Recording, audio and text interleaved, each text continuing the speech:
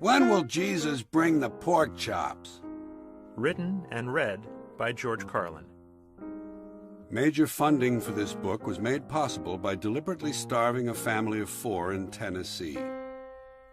This is dedicated to my amazing daughter Kelly, keeper of the sacred DNA, citizen of the universe, and one of America's few really good Buddhist poker players. And all love to my troll mate, the sweet Sarah Jane. A few quotes. Of course the people don't want war, but after all it's the leaders of the country who determine the policy, and it's always a simple matter to drag the people along, whether it's a democracy, a fascist dictatorship, or a parliament, or a communist dictatorship. Voice or no voice, the people can always be brought to the bidding of the leaders. That is easy.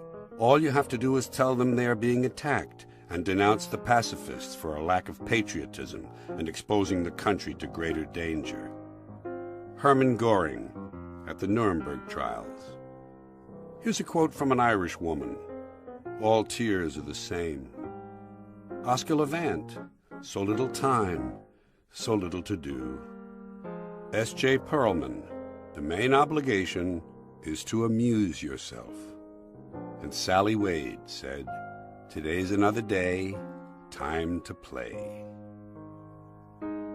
I'm an outsider by choice, but not truly. It's the unpleasantness of the system that keeps me out. I'd rather be in a good system. That's where my discontent comes from, being forced to choose to stay outside. My advice? Just keep moving straight ahead. Every now and then you find yourself in a different place. Here's a holiday message. Since this book comes out in the fall, I'd like to take advantage of this early opportunity to wish all of you an enjoyable Christmas season and a happy New Year filled with good fortune. Of course, I realize this can't happen for everyone. Some of you are going to die next year, and others will be crippled and maimed in accidents, perhaps even completely paralyzed. Still others will be stricken with diseases that can't be cured, or will be horribly scarred in fires. And let's not forget the robberies and the rapes. There'll be lots of them. Therefore, many of you will not get to enjoy the happy and fortunate New Year I'm wishing for you at this moment. So just try to do the best you can. I'm a modern man, a man for the millennium, digital and smoke-free, a diversified, multicultural, postmodern deconstructionist, politically, anatomically, and ecologically incorrect. I've been uplinked and downloaded, I've been inputted and outsourced. I know the upside of downsizing, I know the downside of upgrading. I'm a high-tech lowlife, a cutting-edge, state-of-the-art, bi-coastal multitasker, and I can give you a gigabyte in a nanosecond. I'm new wave, but I'm old school, and my inner child is outward bound. I'm a hot-wired, heat-seeking, warm-hearted, cool customer, voice-activated and biodegradable. I interface with my database is in cyberspace, so I'm interactive, I'm hyperactive, and from time to time I'm radioactive. Behind the 8-ball, ahead of the curve, riding the wave, dodging the bullet, pushing the envelope. I'm on point, on task, on message, and off drugs. I got no need for coke and speed. I got no urge to binge and purge. I'm in the moment, on the edge, over the top, but under the radar. A high-concept, low-profile, medium-range ballistic missionary. A streetwise smart bomb. A Top Gun bottom feeder. I wear power ties. I tell power lies. I take power naps. I run victory laps. I'm a totally ongoing Bigfoot slam-dunk rainmaker with a proactive outreach. A raging workaholic. A working rageaholic. Out of rehab and in denial. I got a personal trainer, a personal shopper, a personal assistant, and a personal agenda. You can't shut me up, you can't dumb me down, 'cause I'm tireless and I'm wireless. I'm an alpha male on beta blockers. I'm a non-believer, I'm an overachiever, laid back and fashion forward. Up front, down home, low rent, high maintenance. I'm supersized, long-lasting, high-definition, fast-acting, oven-ready, and built to last. A hands-on, foot-loose, knee-jerk head case, prematurely post-traumatic, and I have a love child who sends me hate mail. But I'm feeling, I'm caring, I'm healing, I'm sharing. A supportive, bonding, nurturing primary caregiver. My output is down, but my income is up. I take a short position on the long bond, and my revenue stream has its own cash flow. I read junk mail, I eat junk food, I buy junk bonds, I watch trash sports. I'm gender-specific, capital-intensive, user-friendly, and lactose-intolerant. I like rough sex. I like tough love. I use the F word in my email, and the software on my hard drive is hardcore, no soft porn. I bought a microwave at a mini mall. I bought a minivan at a megastore. I eat fast food in the slow lane. I'm toll-free, bite-sized, ready-to-wear, and I come in all sizes. A fully equipped, factory-authorized, hospital-tested, clinically proven, scientifically formulated medical miracle. I've been pre-washed, pre-cooked, preheated, pre-screened, pre-approved, pre-packaged, post-dated, freeze-dried, double-wrapped, and vacuum-packed, and I have an unlimited broadband capacity. I'm a rude dude, but I'm the real deal. Lean and mean, cocked, locked, and ready to rock. Rough, tough, and hard to bluff. I take it slow. I go with the flow. I ride with the tide. I got glide in my stride. Driving and moving, sailing and spinning, jiving and grooving, wailing and winning. I don't snooze, so I don't lose. I keep the pedal to the metal and the rubber on the road. I party hardy, and lunchtime is crunch time. I'm hanging in, there ain't no doubt, and I'm hanging tough. Over and out. Euphemisms. It's a whole new language. Euphemistic language turns up in many areas of American life in a variety of situations. Not all euphemisms are alike, but they have one thing in common. They obscure meaning rather than enhancing it. They shade the truth, but they exist for various reasons. Sometimes they simply replace a word that makes people uncomfortable. For instance, the terms white meat, dark meat, and drumstick came into use because in Victorian times people didn't like to mention certain body parts. No one at the dinner table really wanted to hear Uncle Herbert say, "Never mind the thighs, Margaret. Let me have one of those nice juicy breasts." It would have made them uncomfortable. And at the same time, for the same reason, belly became stomach. But even stomach sounded too intimate, so they began saying tummy.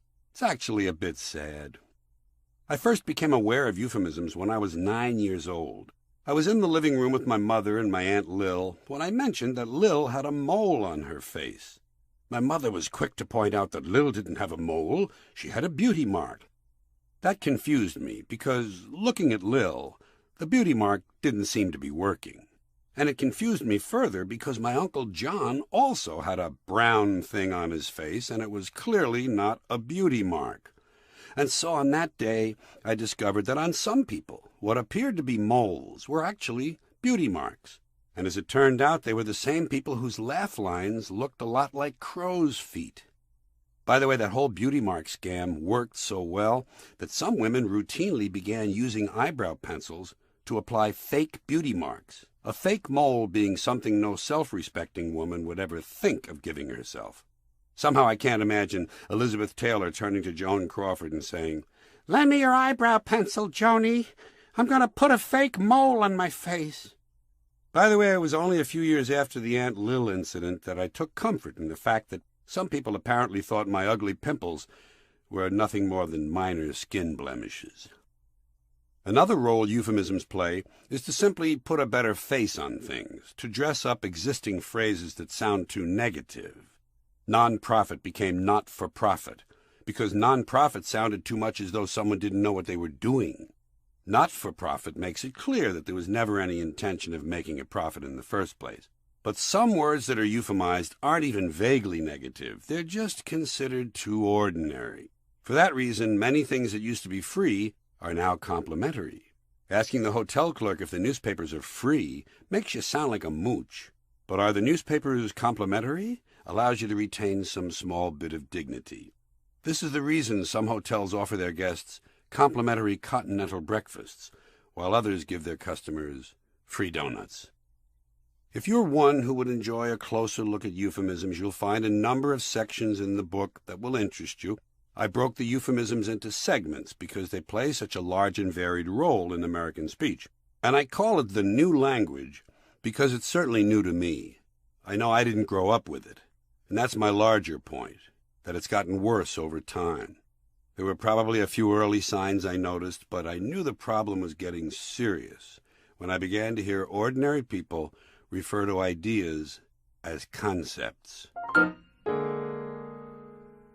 And now, stiff upper lip, you know.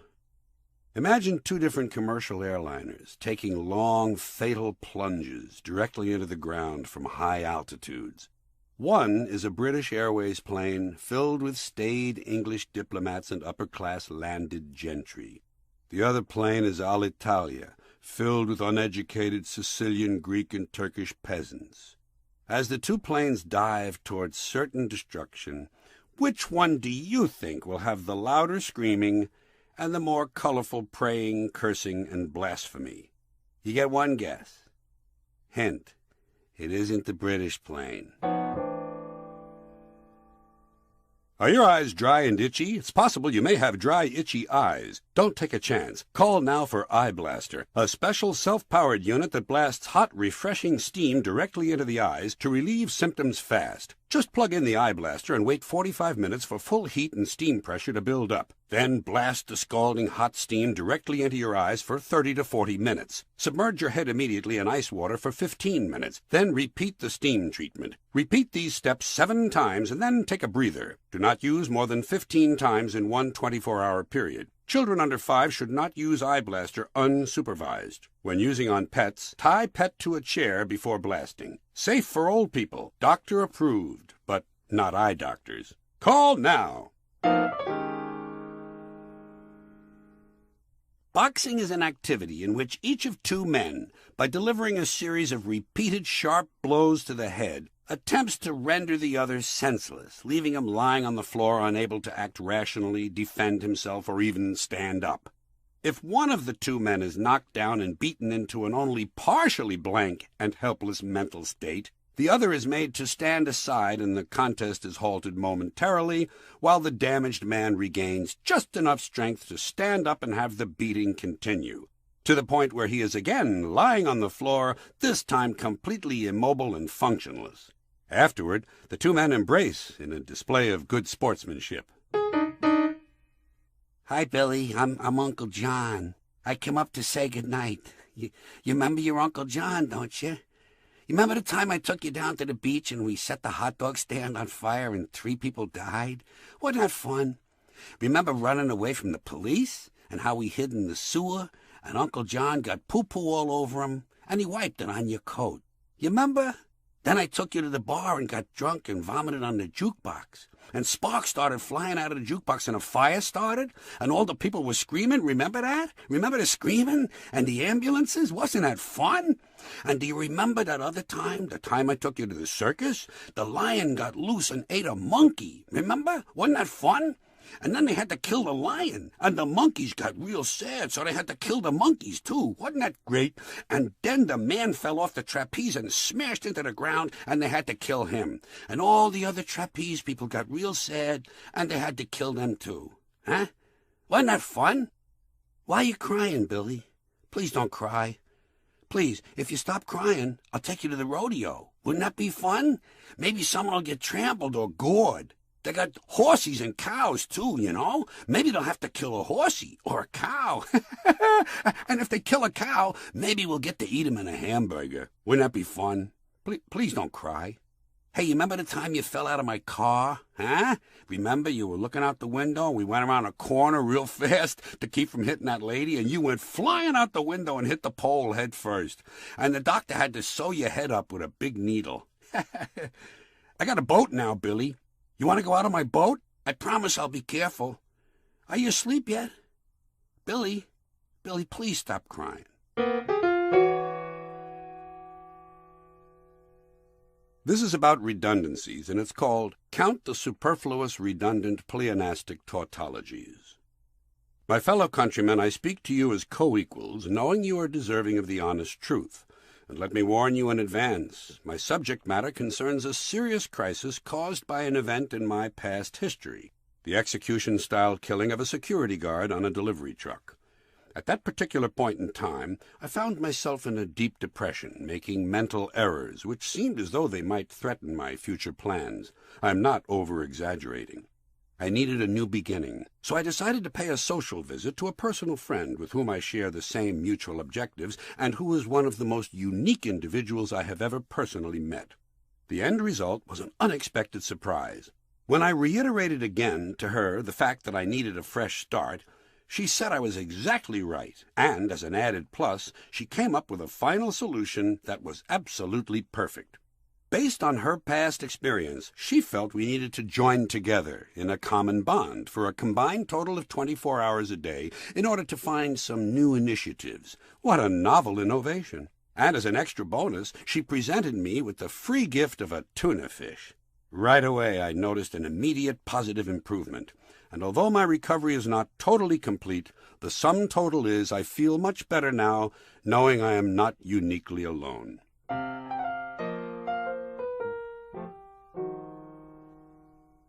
Hello. We're the ones who control your lives. We make the decisions that affect all of you. Isn't it interesting to know that those who run your lives would have the nerve to tell you about it in this manner? Suffer, you fools. We know everything you do, and we know where you go. What do you think the cameras are for? And the global positioning satellites? And the social security numbers? You belong to us. And it can't be changed. Sign your petitions, walk your picket lines, bring your lawsuits, cast your votes, and write those stupid letters to whomever you please. You won't change a thing. Because we control your lives, and we have plans for you. Go back to sleep. It came from out of the sky.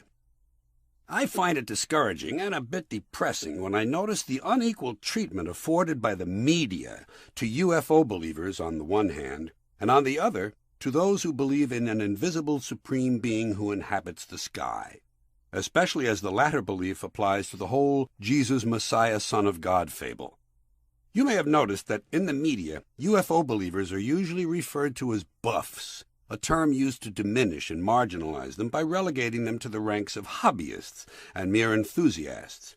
They're made to seem like kooks and quaint dingbats who have the nerve to believe that in an observable universe of trillions upon trillions of stars, and most likely many hundreds of billions of potentially inhabitable planets, some of those planets may have produced life forms capable of doing things that we can't do. What nerve! On the other hand, those who believe in an eternal, all-powerful being, a being who demands to be loved and adored unconditionally, and who punishes and rewards according to his whims, are thought to be worthy, upright, credible people. This, in spite of the large numbers of believers who are clearly close-minded fanatics. To my way of thinking, there is every bit as much evidence for the existence of UFOs as there is for the existence of God. Probably far more. At least in the case of UFOs, there have been countless taped and filmed, and, by the way, unexplained, sightings from all over the world, along with documented radar evidence seen by experienced military and civilian radar operators. This does not even begin to include the widespread testimony of not only highly trained, experienced military and civilian pilots who are selected for their jobs in part for their above-average eyesight and mental stability, but also of equally well-trained, experienced law enforcement officers. Such pilots and law enforcement people are known to be serious, sober individuals who would have a lot to lose were they to be associated with anything resembling kooky, outlandish beliefs. Nonetheless, they have taken the risk of revealing their experiences because they are convinced they have seen something objectively real that they consider important. All of these accounts are ignored by the media. Granted, the world of UFO belief has its share of kooks and nuts and fringe people, but have you ever listened to some of these religious, true believers? Have you ever heard of any extreme, bizarre behavior and outlandish claims associated with religious zealots? Could any of them be considered kooks, nuts, or dingbats? A fair person would have to say yes. But the marginal people in these two groups don't matter in this argument. What matters is the prejudice and superstition built into the media coverage of the two sets of beliefs. One is treated reverently and accepted as received truth. The other is treated laughingly and dismissed out of hand. As evidence of the above premise, I offer one version of a typical television news story heard each year on the final Friday of Lent. Today is Good Friday, observed by Christians worldwide as a day that commemorates the crucifixion of Jesus Christ, the Son of God, whose death redeemed the sins of mankind. Here is the way it should be written. Today is Good Friday, observed worldwide by Jesus buffs, as the day on which the popular bearded cultural figure, sometimes referred to as the Messiah, was allegedly crucified and, according to legend, died for mankind's so-called sins. Today kicks off a holy weekend that culminates on Easter Sunday, when it is widely believed this dead savior, who also, by the way, claimed to be the son of a sky-dwelling invisible being known as God, mysteriously rose from the dead. According to the legend, by volunteering to be killed and actually going through with it, Jesus saved every person who has ever lived and every person who will ever live from an eternity of suffering in a fiery region popularly known as hell, providing, so the story goes, that the person to be saved firmly believes this rather fanciful tale. That would be an example of unbiased news reporting. Don't wait around for it to happen. The aliens will land first. I have a problem with the 10 Commandments. Here it is. Why are there 10? We don't need 10. I think the list of commandments was deliberately and artificially inflated to get it up to 10. It's clearly a padded list. Here's how it happened. About 5,000 years ago, a bunch of religious and political hustlers got together to figure out how they could control people and keep them in line. They knew people were basically stupid and would believe anything they were told, so these guys announced that God personally, had given one of them a list of 10 commandments that he wanted everyone to follow. They claimed the whole thing took place on a mountaintop when no one else was around. But let me ask you something. When these guys were sitting around the tent making all this stuff up, why did they pick 10? Why 10? Why not 9 or 11? I'll tell you why. Because 10 sounds important. 10 sounds official. They knew if they tried 11, people wouldn't take them seriously. People would say, "What, are you kidding me? The 11 commandments? Get the fuck out of here." But 10 sounds important. 10 is the basis for the decimal system. It's a decade. It's a psychologically satisfying number. The top 10, the 10 most wanted, the 10 best dressed. So deciding on 10 commandments was clearly a marketing decision. And it's obviously a bullshit list. It's a political document, artificially inflated to sell better. I'm going to show you how you can reduce the number of commandments and come up with a list that's a little more logical and realistic. We'll start with the first 3, and I'll use the Roman Catholic version because those are the ones I was fed as a little boy. I am the Lord thy God. Thou shalt not have strange gods before me. Thou shalt not take the name of the Lord thy God in vain. Thou shalt keep holy the Sabbath. Okay, right off the bat, the first 3 commandments, pure bullshit. Sabbath day, Lord's name, strange gods, spooky language. Spooky language designed to scare and control primitive people. In no way does superstitious mumbo-jumbo like this apply to the lives of intelligent, civilized humans in the 21st century. So you throw out the first 3 commandments, and you're down to 7. Honor thy father and mother. This commandment is about obedience and respect for authority. In other words, it's simply a device for controlling people. The truth is, obedience and respect should not be granted automatically. They should be earned. They should be based on the parents' or the authority figure's performance. Some parents deserve respect. Most of them don't. Period. We're down to 6. Now, in the interest of logic, something religion has a really hard time with, I'm going to skip around the list a little bit. Thou shalt not steal, thou shalt not bear false witness. Stealing and lying. Actually, when you think about it, these 2 commandments cover the same sort of behavior. Dishonesty, stealing, and lying. So we don't need 2 of them. Instead, we combine these 2 and call it thou shalt not be dishonest, and suddenly we're down to 5. And as long as we're combining commandments, I have 2 others that belong together. Thou shalt not commit adultery, thou shalt not covet thy neighbor's wife. Once again, these 2 prohibit the same sort of behavior, in this case, marital infidelity. The difference between them is that coveting takes place in the mind, and I don't think you should outlaw fantasizing about someone else's wife. Otherwise, what's a guy going to think about when he's flogging his dong? But marital fidelity is a good idea, so I suggest we keep the idea and call this commandment, thou shalt not be unfaithful. And suddenly we're down to 4.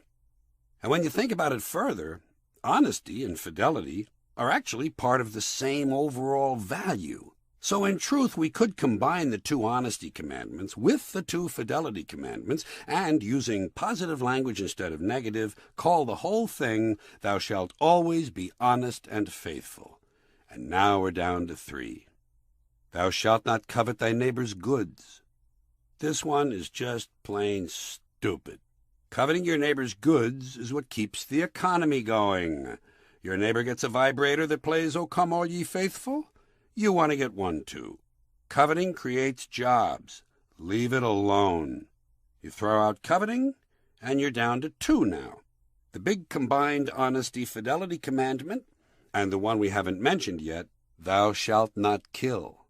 Murder, the 5th commandment. But if you give it a little thought, you realize that religion has never really had a problem with murder. Not really. More people have been killed in the name of God than for any other reason. To cite a few examples, think about Irish history, the Middle East, the Crusades, the Inquisition, our own abortion doctor killings, and yes, that's right, the World Trade Center, and you'll see how seriously religious people take "thou shalt not kill."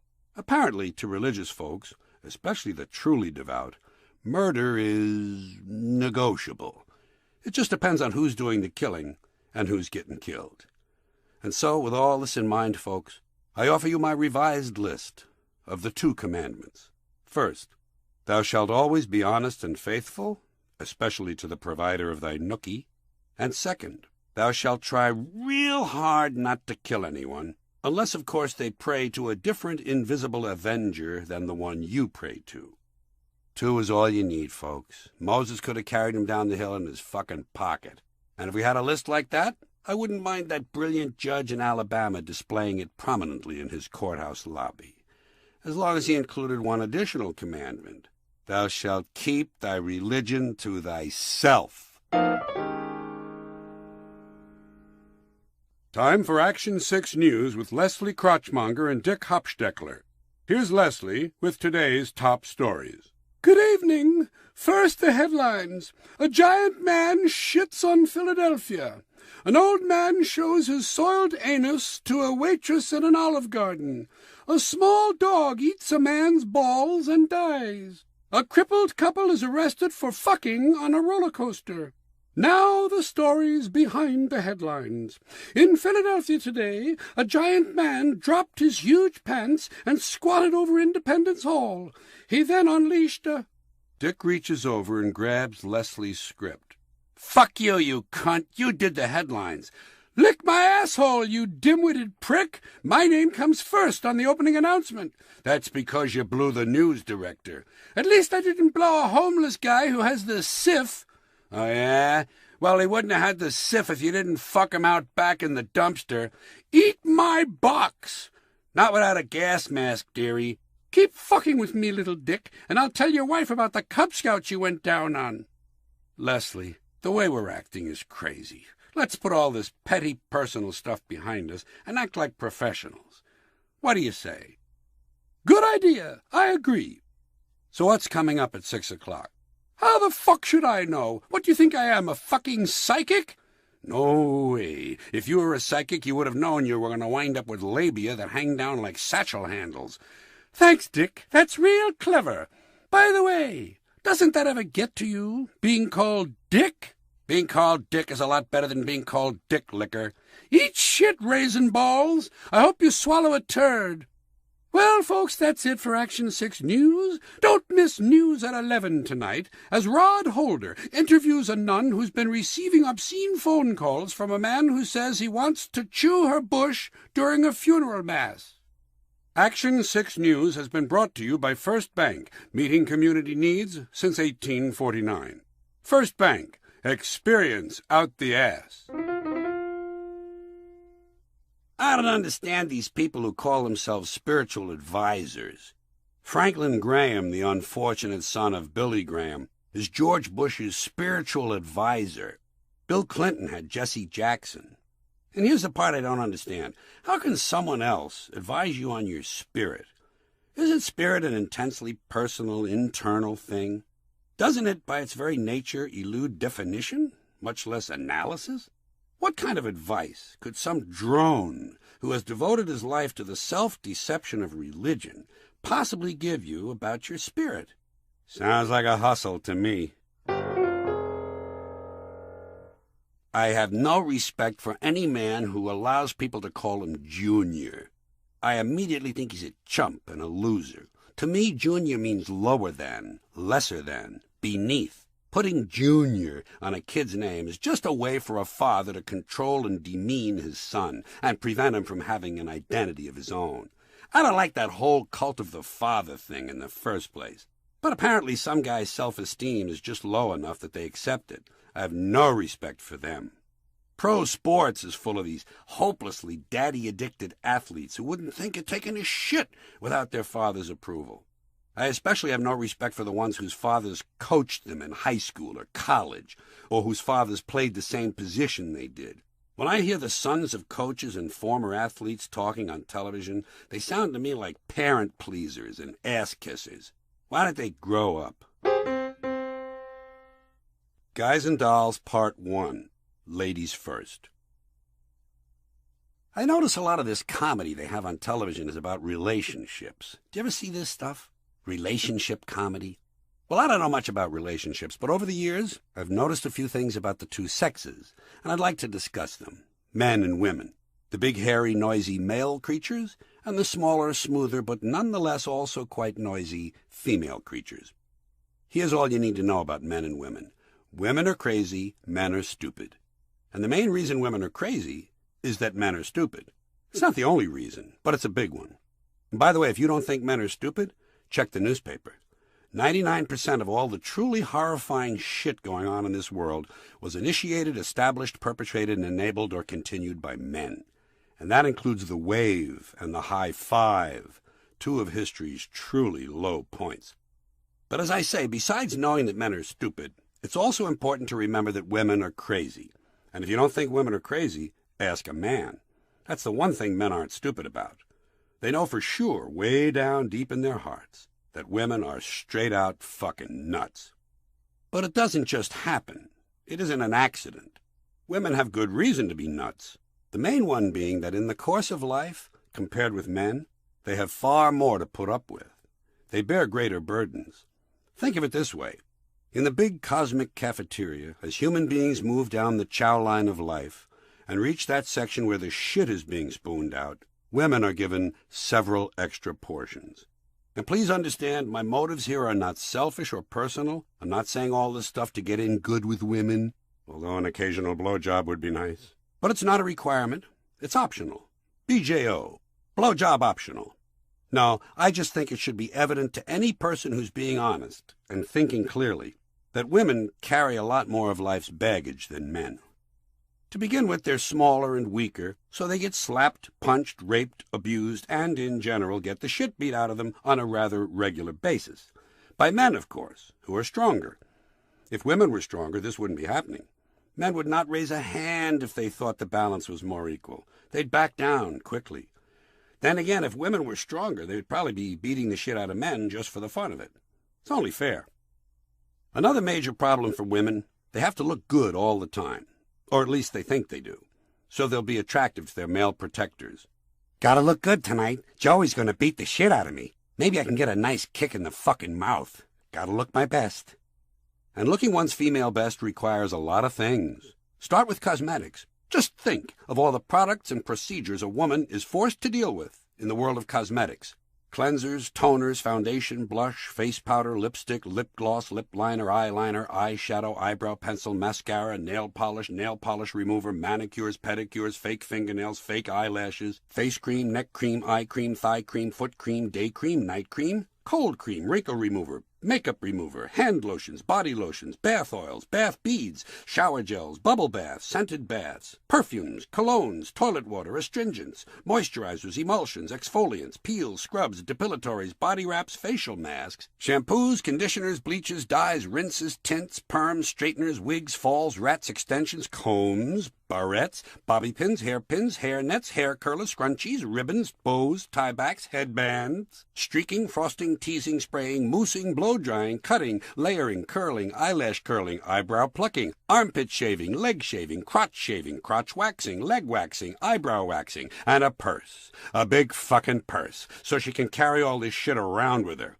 Especially the makeup, which must be close at hand at all times. Gotta have my makeup, in case I run into Joey and he wants to beat the shit out of me. Gotta look my best. Maybe he'll punch me repeatedly in the kidneys and the stomach, so it doesn't mark up my face. He's so thoughtful.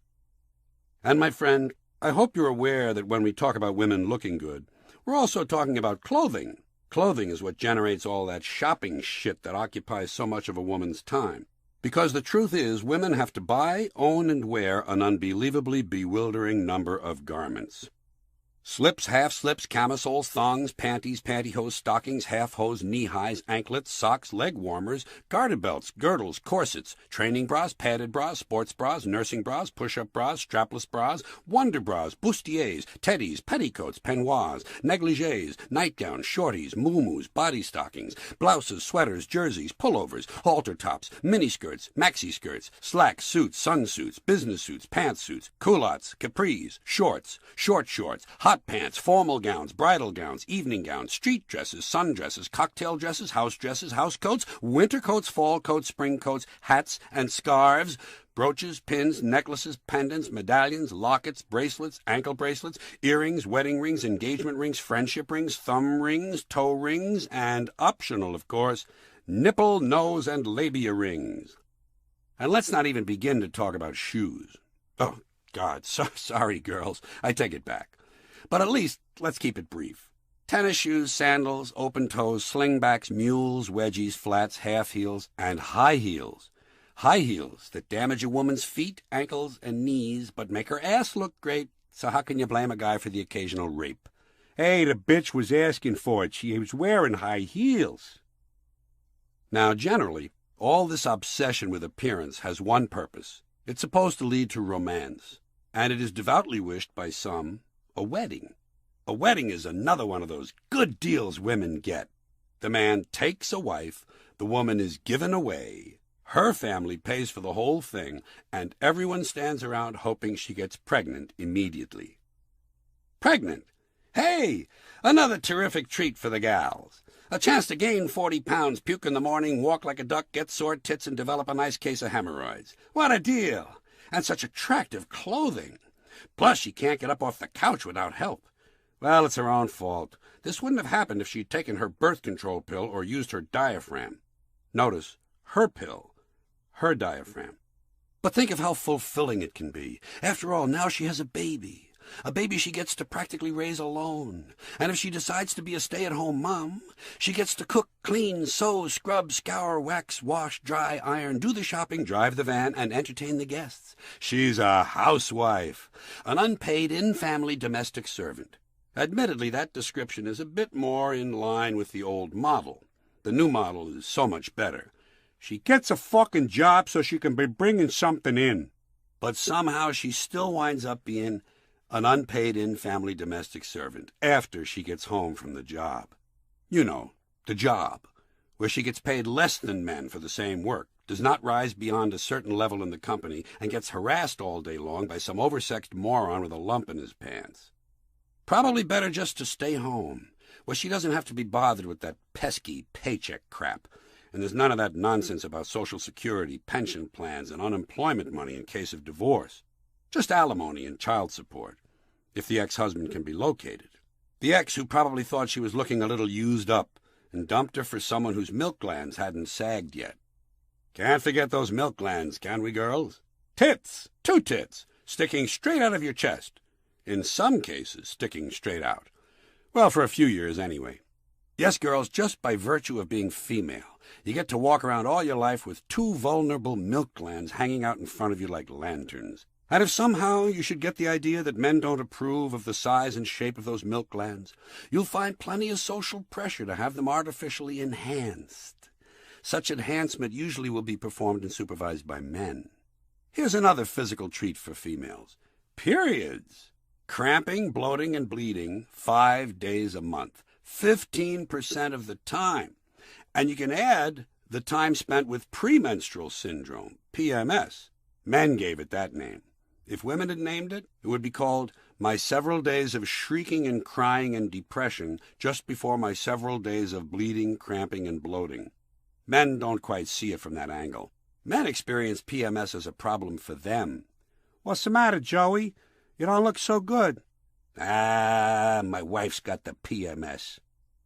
Here are some more special female advantages, in case you haven't had enough.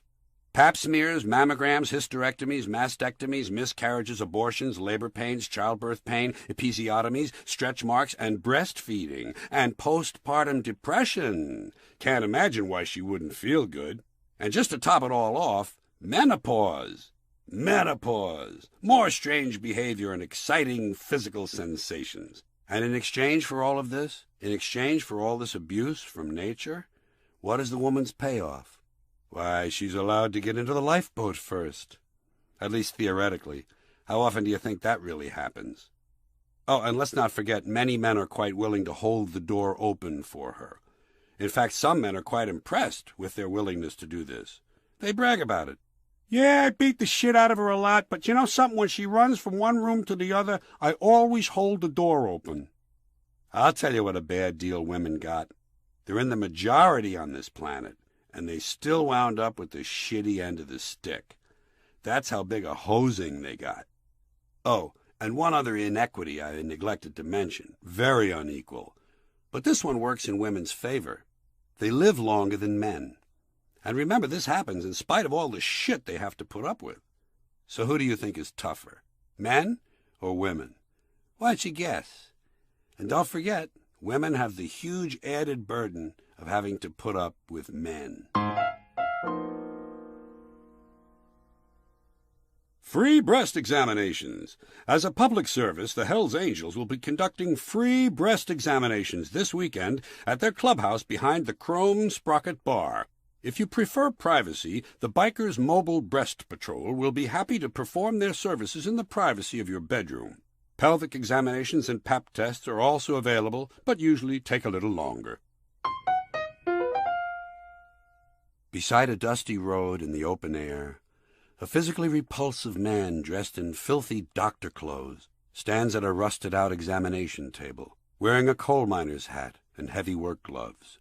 A woman lies in front of him on the examination table, her legs extending out from under a torn and bloody sheet, the ankles resting in stirrups. Nearby, an unattractive nurse sits at a desk, picking her nose and wiping it on a lamp. Women squat nearby on tree stumps, reading magazines, waiting their turn. Just above this tableau is a large sign reading, "Discount Roadside Gynecology." I really enjoyed my recent airplane trip to Africa. Everything went just perfectly. I had no trouble at all making reservations a month in advance, and I had my tickets in hand, including seat selection a week before the flight. I even ordered a special vegetarian meal. I left home early the day of the flight and arrived at the airport with several minutes to spare.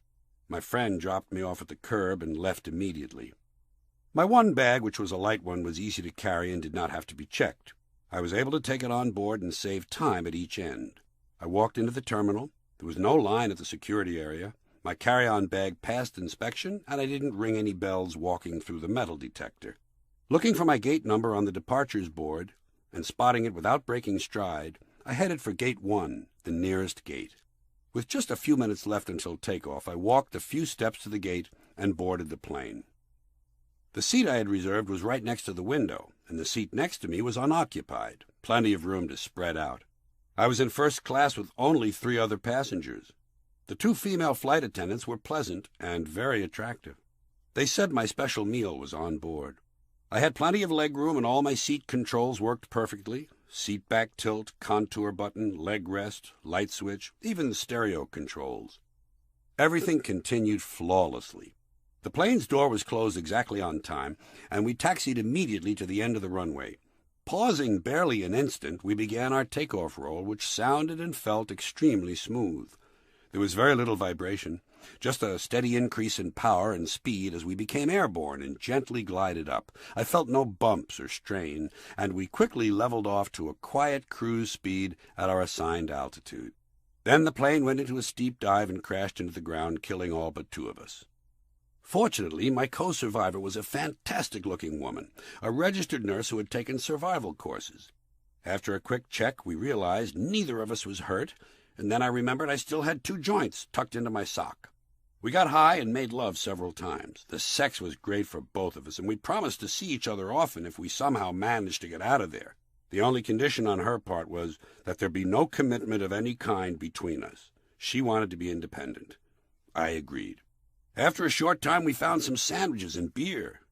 We ate and drank and laughed for about an hour, and then we noticed that a signal flare gun had landed nearby.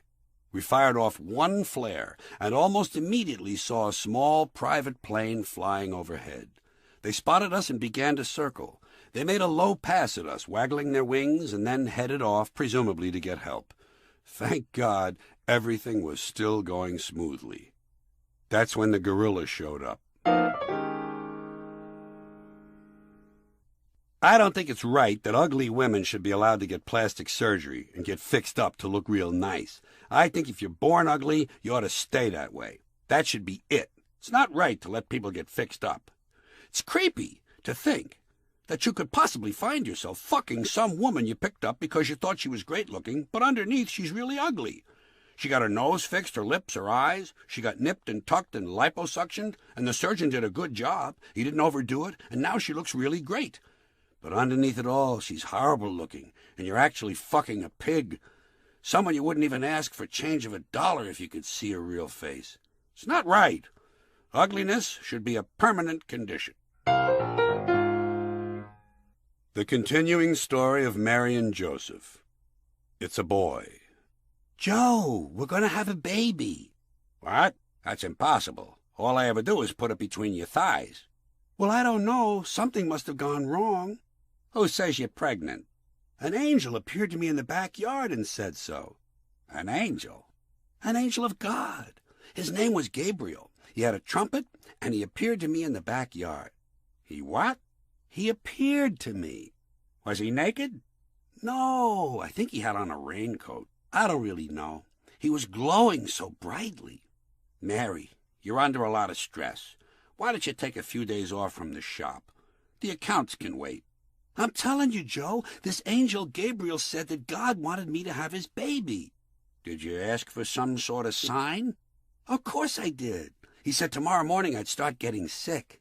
But why would God want a kid? Well, Gabriel said that according to Luke, it's kind of an ego thing. Plus, he promised the Jews a long time ago. It's just that he never got around to it. But now that he feels ready for children, he doesn't want to just make them out of clay or dust. He wants to get humans involved. Well, is he going to help toward raising the kid? God knows we can't do it alone. I could use a bigger shop. And maybe you could throw a couple of those nice crucifix contracts my way. The Romans are nailing up everything that walks. Honey, Gabriel said not to worry. The kid would be a real winner, a public speaker, and good with miracles. Well, that's a relief. Anyway, I guess now that you're officially pregnant, I can start putting it inside of you, huh? I'm sorry, honey. God wants it to be strictly a virgin birth. I don't get it. That's right, Joe. Don't I get to do anything? He wants you to come up with a name for the kid. Jesus Christ. Joe, you're so heavy. Guys and Dolls Part 2. Man, oh man. To my way of thinking, men have only one real problem. Other men. That's where all their trouble starts.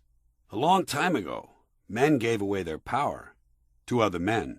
Princes, kings, wizards, generals, and high priests. They gave it away because they believed what these other men told them. They bought the okey-doke, the bullshit. Men always buy the okey-doke when it comes from other men. Some stranger probably stood up at a campfire and said, "All right, boys, from now on I'm the king. The sun is my father, the moon is my mother, and they're the ones who tell me when to throw the virgins into the volcano. I'll be expecting all of you to bow deeply when you see me and give me half your crops. Plus, I'm allowed to fuck your wife. And don't forget, if I want to, I can concentrate real hard and make your head explode." And the other men around the campfire nodded their heads and said to one another, "This guy makes a lot of sense." A man will always buy the bullshit. because a man is not too bright. But I'm not suggesting a man doesn't have a great deal to put up with. He does. First of all, a man has to make believe he knows what he's doing at all times. And while he's doing whatever it is he's doing, he has to make believe he doesn't need any help.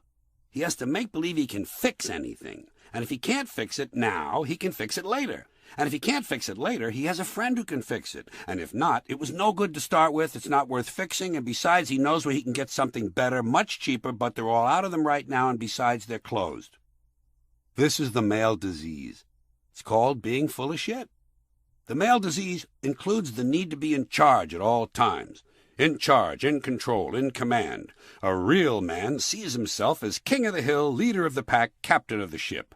But all the while, in order to fit in and belong, he has to act like all the other men and do what they do, so he'll be accepted and get a good job and a promotion and a raise and a Porsche and a wife who will immediately trade in the Porsche on a nice, sensible Dodge van with folding seats so they can be like all the other boring families. The poor fuck. The poor, stupid fuck. His manliness also requires that he refuse to go to a doctor or a hospital unless it can be demonstrated to him that he has in fact been clinically dead for 6 months. No sense going to the hospital, honey. I don't seem to be in a coma. Therefore, he must learn to ignore pain. It doesn't really hurt. Bleeding from 6 holes in the head doesn't really hurt. Just give me the remote and get me a beer and get the fuck out of here. Most men learn this stupid shit from their fathers. Fathers teach their sons not to cry. Don't let me hear you crying, or I'll come up there and give you something to cry about. Great stuff, huh? All the problems in the world, repeat, all the problems in the world can be traced to what fathers do to their sons. So little boys learn to hide their feelings, and society likes that, because that way, when they get to be 18, they'll be able to go overseas and kill strangers without feeling anything. And of course, that bargain includes a certain reluctant willingness to have their balls shot off. Honey, I have to go overseas and have my balls shot off, or else the rest of the guys will think I'm too afraid to go overseas and have my balls shot off. The poor fucks. The poor, stupid fucks.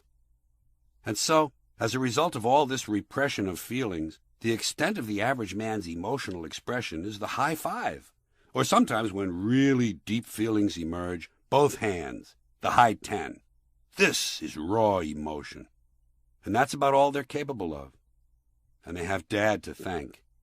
Thanks, Dad. But wait, don't think dads can't be fun at times, too. After all, dads introduce their sons to the wonderful world of men, the male subcultures, the really tough guy, masculine He-Man stuff. No wimps, no pussies, no softies. There are 5 deadly male subcultures, and they all overlap. The car and machinery culture, the police and military culture, the outdoors and gun culture, the sports and competition culture, and the drug and alcohol culture. And as a bonus, I'm going to throw in one more.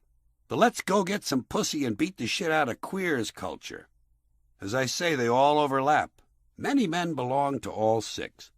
This male universe is, of course, detectable by analyzing its combustible chemical formula: gasoline, gunpowder, alcohol, and adrenaline. A chemistry rendered even more lethal by that ever-present, ever-delightful accelerant, testosterone. Talk about substance abuse? If it's chemical dependency you're interested in, you might want to look into testosterone. Testosterone! The most lethal substance on Earth. And it does not come from a laboratory. It comes from the scrotum. A scrotum located, interestingly enough, not far from the asshole. How fitting!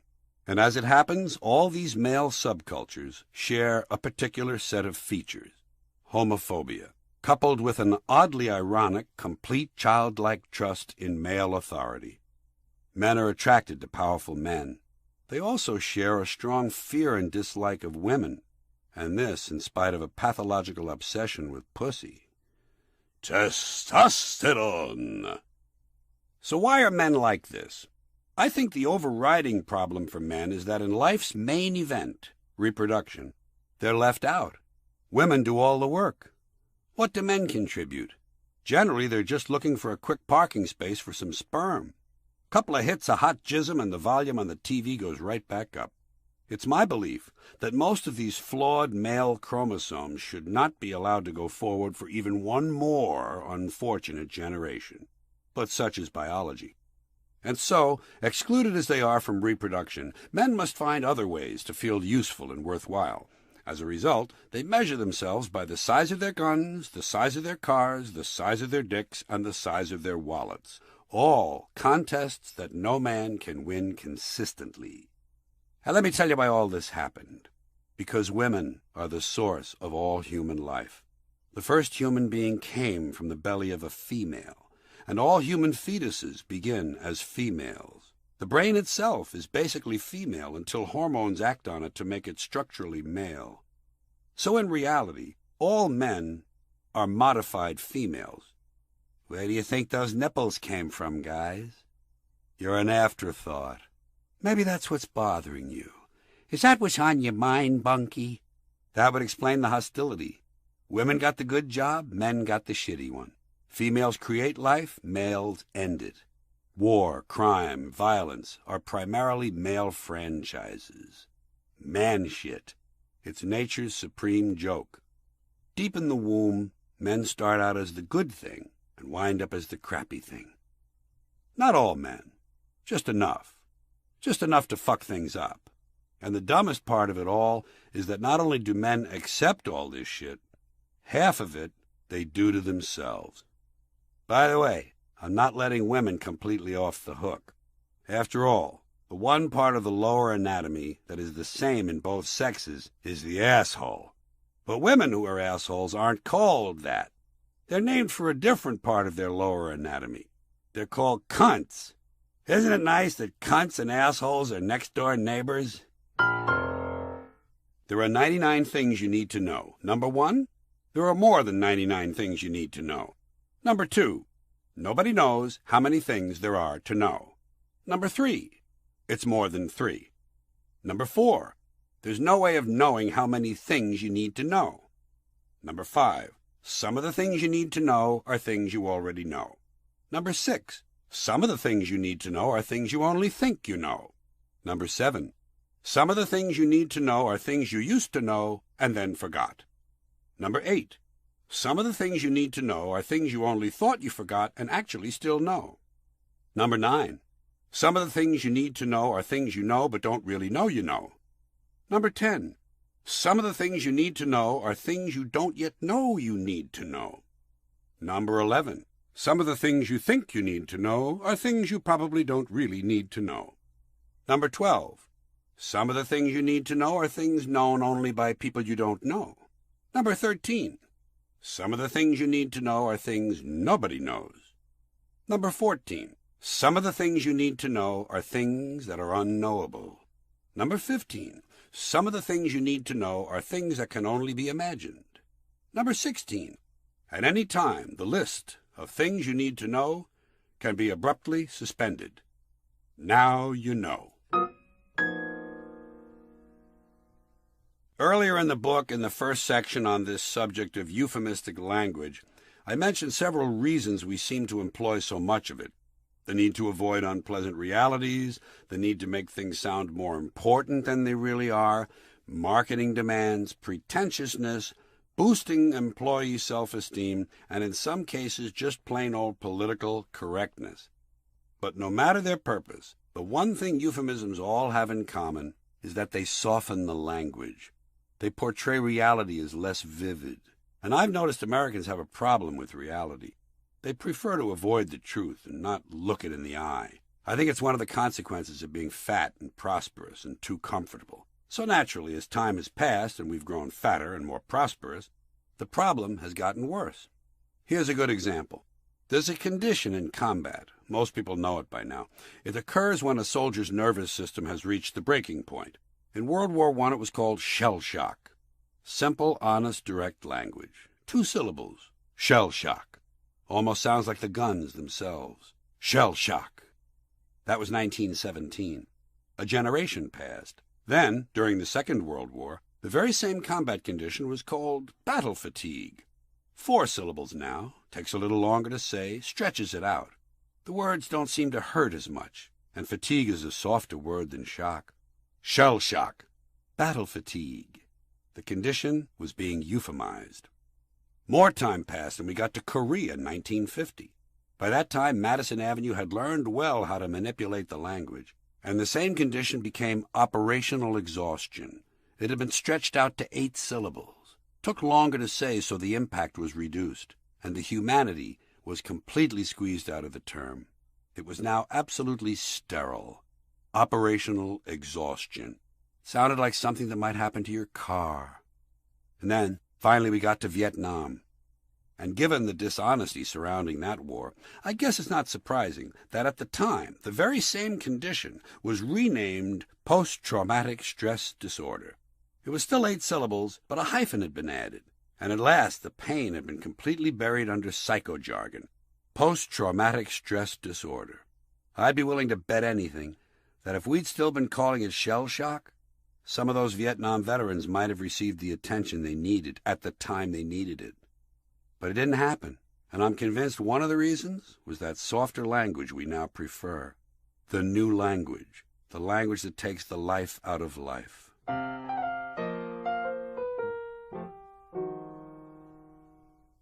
You don't hear the word millennium much anymore, do you? It's kind of sad. Here's a word that lies around for long periods of time looking for work, but never really doing very much. Then every 1,000 years, things suddenly pick up, and there's a flurry of activity. The word is on everyone's lips, and it's heard in almost every conversation. It stays red hot for several years, enjoying its popularity, seeing its name in newspapers and magazines, making appearances on radio and TV.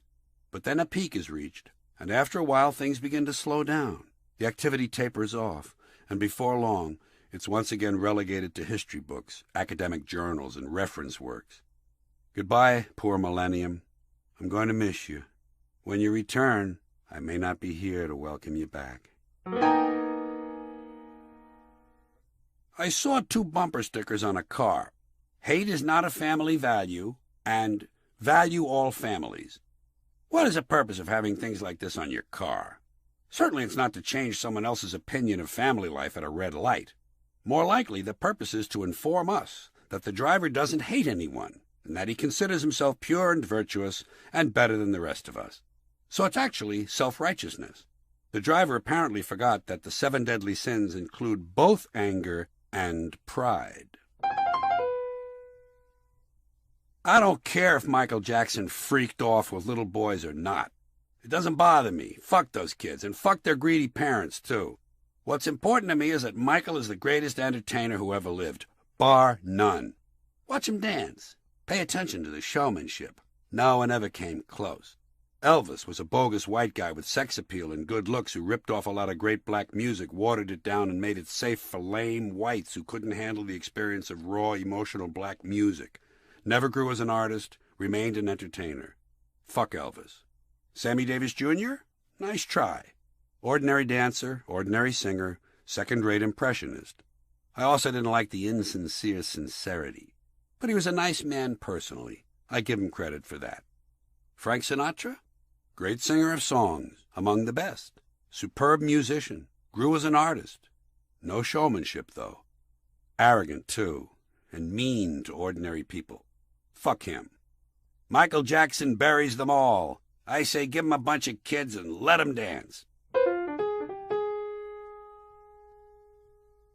I've decided to cash in on TV's reality show trend, and I have several ideas, but they may need a little work, before I approach the networks. Here's what I'm working on. This first idea grew out of Survivor, but I have a new twist. You put 12 people on a barren island, and you let them starve to death. You make sure they get no food, but you provide plenty of fresh drinking water. You don't want them to die of thirst. You want them to starve to death. Now that would be entertaining enough, but here's the fun. You make sure half the contestants are large, aggressive, physically fit individuals, and the other half are small, mild-mannered, and physically weak. Then you wait them out and see who survives. And more fun than that, you watch how they survive. The show is called Guess Who's for Dinner? The only part I haven't decided yet is whether to provide utensils. Here's another idea I think has a pretty good shot with the networks. Maniac on drugs. Each week you put a different homicidal maniac in a van filled with assault rifles, and you provide him with large amounts of speed, crack, acid, and PCP. Then you just let him drive around New York City for several days, and you videotape everything he does. Naturally, you clear all this with the police so they don't interfere with the smooth flow of the show. At the end of 13 weeks, you take all the maniacs, give them a fresh supply of drugs, and turn them loose at Disney World with rocket-propelled grenades. Huh? Actually, now that I think about it, this idea is too good for the networks. I'm going to put it on pay-per-view. Here's a variation for the finale, in case the Disney people get squeamish. You give the maniacs the same drugs, but instead of grenade launchers, you go back to the assault rifles. Everything's the same, but this time you put them on an ordinary non-stop passenger train from New York to Los Angeles. You strap video cameras to their heads, and you let them run loose on the train, allowing them to befriend the other passengers. Remember, it's non-stop. No one can get off. I guarantee you'd get some really great footage. By the way, to save a little money, this could also be done on a Greyhound bus. But you'd need a really good driver who isn't easily distracted. Here's the show I'm the proudest of because it took the most thought. I call it Lucky Bachelor. Our chosen guy is selected from letters sent into the show. In step 1, the Lucky Bachelor is sent out on 3 separate occasions to pick up women in cheap bars and bring each of them to a hotel where he tries to fuck them. If they go along easily, he then convinces them to commit a perverted act involving a floor lamp, a woodpecker, and a box of rubber bands. An act most people would consider completely depraved. All this activity is videotaped. In step 2, we stop 3 men at random on the street, show them the videos, and ask them which of the women the Lucky Bachelor should marry. That woman is called the designated bride. We then ask the 2 losing women to vote on which one of the 3 random street guys looks like the best fuck. That guy is called the designated best fuck street guy. In step 3, we take the 2 losing street guys and the 2 losing bar girls and feed them near-fatal doses of aphrodisiacs, put them in thong bathing suits, and turn them loose in an adult sex shop with unlimited credit. This footage, strictly an added feature, could possibly be some of the liveliest on the show. Now, the alert listener is probably wondering what happened to our original Lucky Bachelor. Well, in step 4, we arrange for him and the designated best fuck street guy to stage a bare-knuckle fistfight to the death in the center aisle of St. Peter's in Rome during a papal high mass. The 2 men must keep fighting until one of them dies. It's important to the show. As a side feature, we keep a camera trained on the Pope, and every time he falls asleep during the fight, we give the guys an extra $100. The reason it's important that one of the 2 men dies is because the next day, in the same church, we're going to hold step 5, a combination wedding and funeral. The loser of the fight gets the funeral. The winner gets to marry the designated hotel fuck bride, with the remaining losing bar and hotel participants serving as bridesmaids and pallbearers. We then give the newlyweds all the leftover drugs from Maniac on Drugs and send them on a honeymoon to some nice conservative golfing resort on Hilton Head Island, where they're required to take large amounts of drugs and 2 weeks of golf and tennis lessons. This next one is my makeover show. My working title is Try Looking Like That for a Change.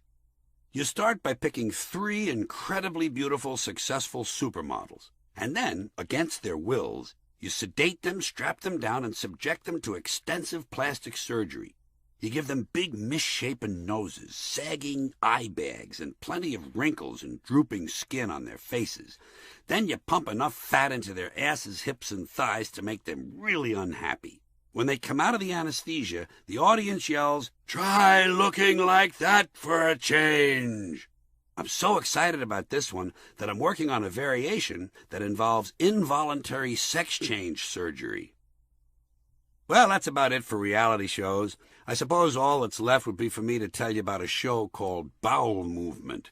Basically, it's a show that involves a fixed-position camera, a toilet, and a series of guys with diets organized primarily around beer and extra-spicy Mexican food.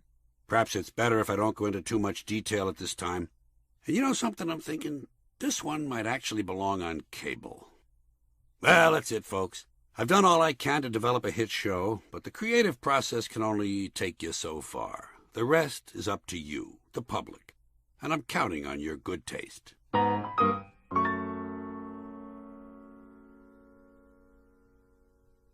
First, let me say that most people take these so-called tragedies, like Columbine and Oklahoma City, far too seriously. You have to remember, it's all part of the American way of life.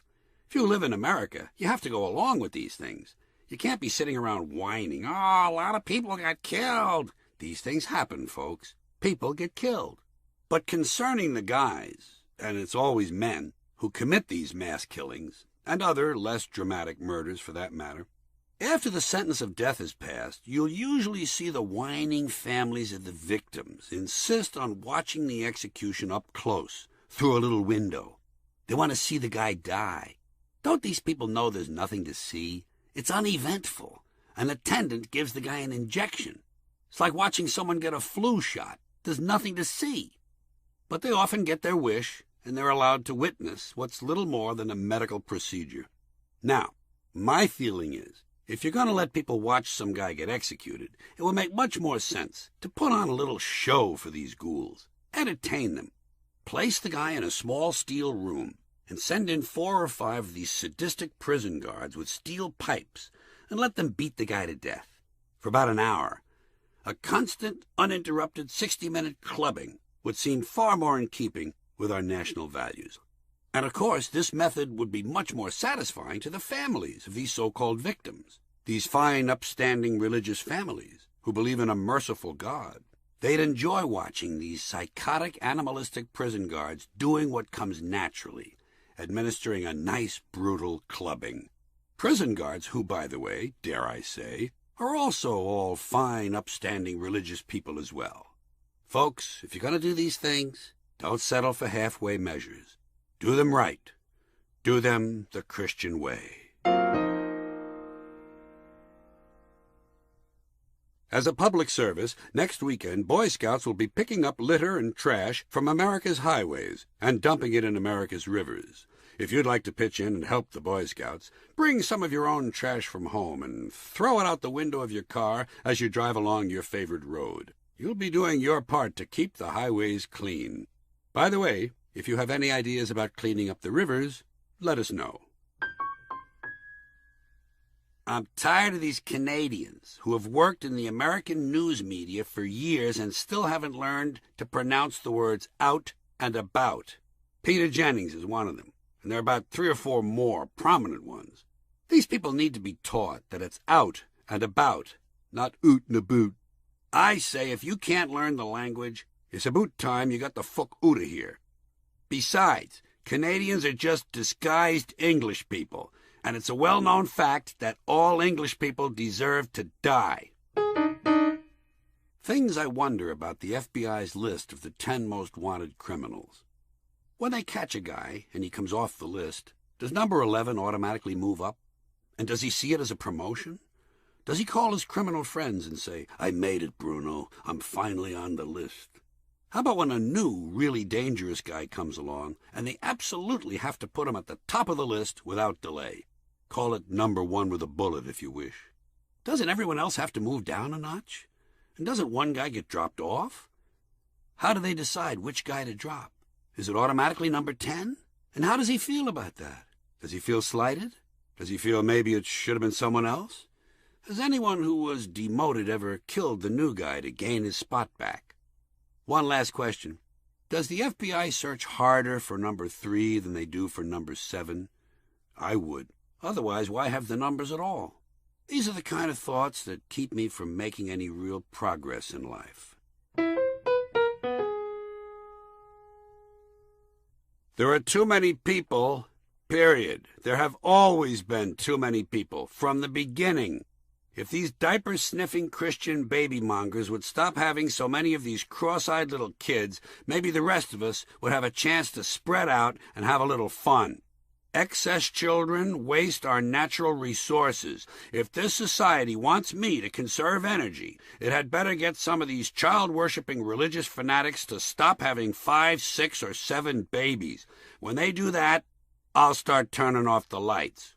And yeah, I know the fertility rate is down. Good. It should go down even further. Every family should be allowed half a child. If that. I live in Los Angeles. Who are all these guys in their 20s out on the streets skateboarding at 2 and 3 in the afternoon? They're 20s. Get off the streets and find work, motherfucker. And by the way, I'm not talking about X Games guys who are really good at it. That's different. That's a way of life. I'm talking about these skateboard fucks who look like they're actually going somewhere, as if the skateboard were a means of transportation. What the fuck's the deal with these guys? Same with these rollerblading and scooter fucks. Why are these fully grown men out on the street playing with children's toys during working hours and wearing helmets, for Christ's sakes? Jesus, I would be so embarrassed to wear a helmet. Grow up, motherfucker, and while you're at it, stay out of the range of my car. I might just decide to run some consumer tests on those helmets. I might also decide to clear the streets of all non-essential traffic. So get a job or play on the sidewalk with the rest of the kids. I find I'm starting to get more compassionate. I gotta watch that. Children's Hospital in New York is quite an amazing place. On a recent visit, I saw 2 7-year-olds performing a kidney transplant. Be careful whom you befriend. They will eventually ask you for something. When she was getting fucked by Roy Rogers, do you think Dale Evans ever screamed, "Giddy up, Roy"? Here's a dead-end business. A shoeshine stand at the beach. Mexico has a new holiday known as the name-calling fiesta. People dress up in colorful costumes and do a series of folk dances while they call each other cocksucker and motherfucker. Then they all get drunk and eat a big meal. Michael Jackson missed his calling.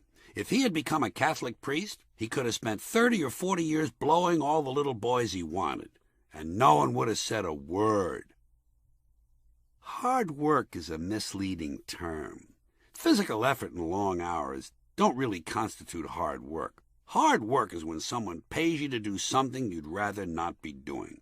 Anytime you'd rather be doing something other than the thing you're doing hard work. Cosmologists are just now beginning to accept the possibility that the Big Bang was actually caused by a huge explosion in a meth lab. Hello, I'm Howard Finley, and I'm running for State's Attorney General. This is my pledge to you. If I am elected and someone breaks the law, I will personally go to his house and beat the shit out of him. Thank you. Why does it always take longer to get somewhere than it does to come back? Hey, what's with these recumbent bicycles? Listen, buddy, if you want to take a nap, lie down. If you want to ride a bike, buy a fucking bicycle. I prefer people with imagination. Dictators, serial killers, schizophrenics, assassins, skinheads, drug lords, violent bikers, devil worshippers. To me, these are the interesting people. To get its edge back, I think what America really needs is more evil.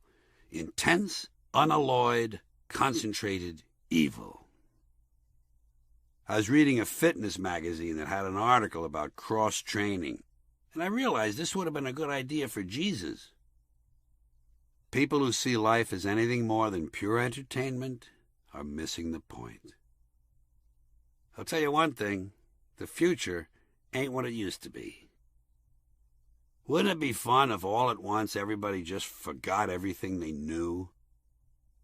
These professional child worshippers say we should put the needs of children first. Why? What about the needs of adults? We come second? It's stupid. If you put the needs of children first, you're going to wind up with way too many diapers and lollipops and not nearly enough bongs and condoms. What happened? Washington, Jefferson, Franklin, Madison, Adams, Hamilton. Things were going well. Ford, Quayle, Mondale, Agnew, Nixon, Clinton, Dole, Bush 1, Bush 2. What happened? This morning I had a great idea, but it was too late to put it into the book. I just wanted you to know that this is where it would have gone. True fact. There's a radio commercial that says a certain diet pill works 3 times faster than starvation. Here's my question. Are they guessing, or did they really run these tests? Here's something you can't do by yourself. Practice shaking hands. Stop in today at Ann Bennington's Quality Cyst Removal. Regular cysts, $5. Really big difficult cysts, $1 a pound. Ann Bennington's Cyst Removal for the Discerning. This is the optimist. I have no friends, no family, no money, no food, no job, no credit, no luck, no hope, and no future. However, I do have matches, toothpicks, chewing gum, paper clips, rubber bands, shoelaces, and Scotch tape. Maybe things aren't so bad after all. Am I the only one who thinks the Muppets weren't funny? If you have twins, a good idea is to sell one of them. What the fuck, you got 2? Why not pick up a few dollars? When child abuser Father John Gagan was killed in prison, he was 68 years old. If a psychic had attended his ordination some 40 years earlier and told his parents, "When John is 68, he will be strangled to death in prison while serving time for touching children's penises," at the very least, there would have been a small commotion. True fact, there is now a gay softball World Series.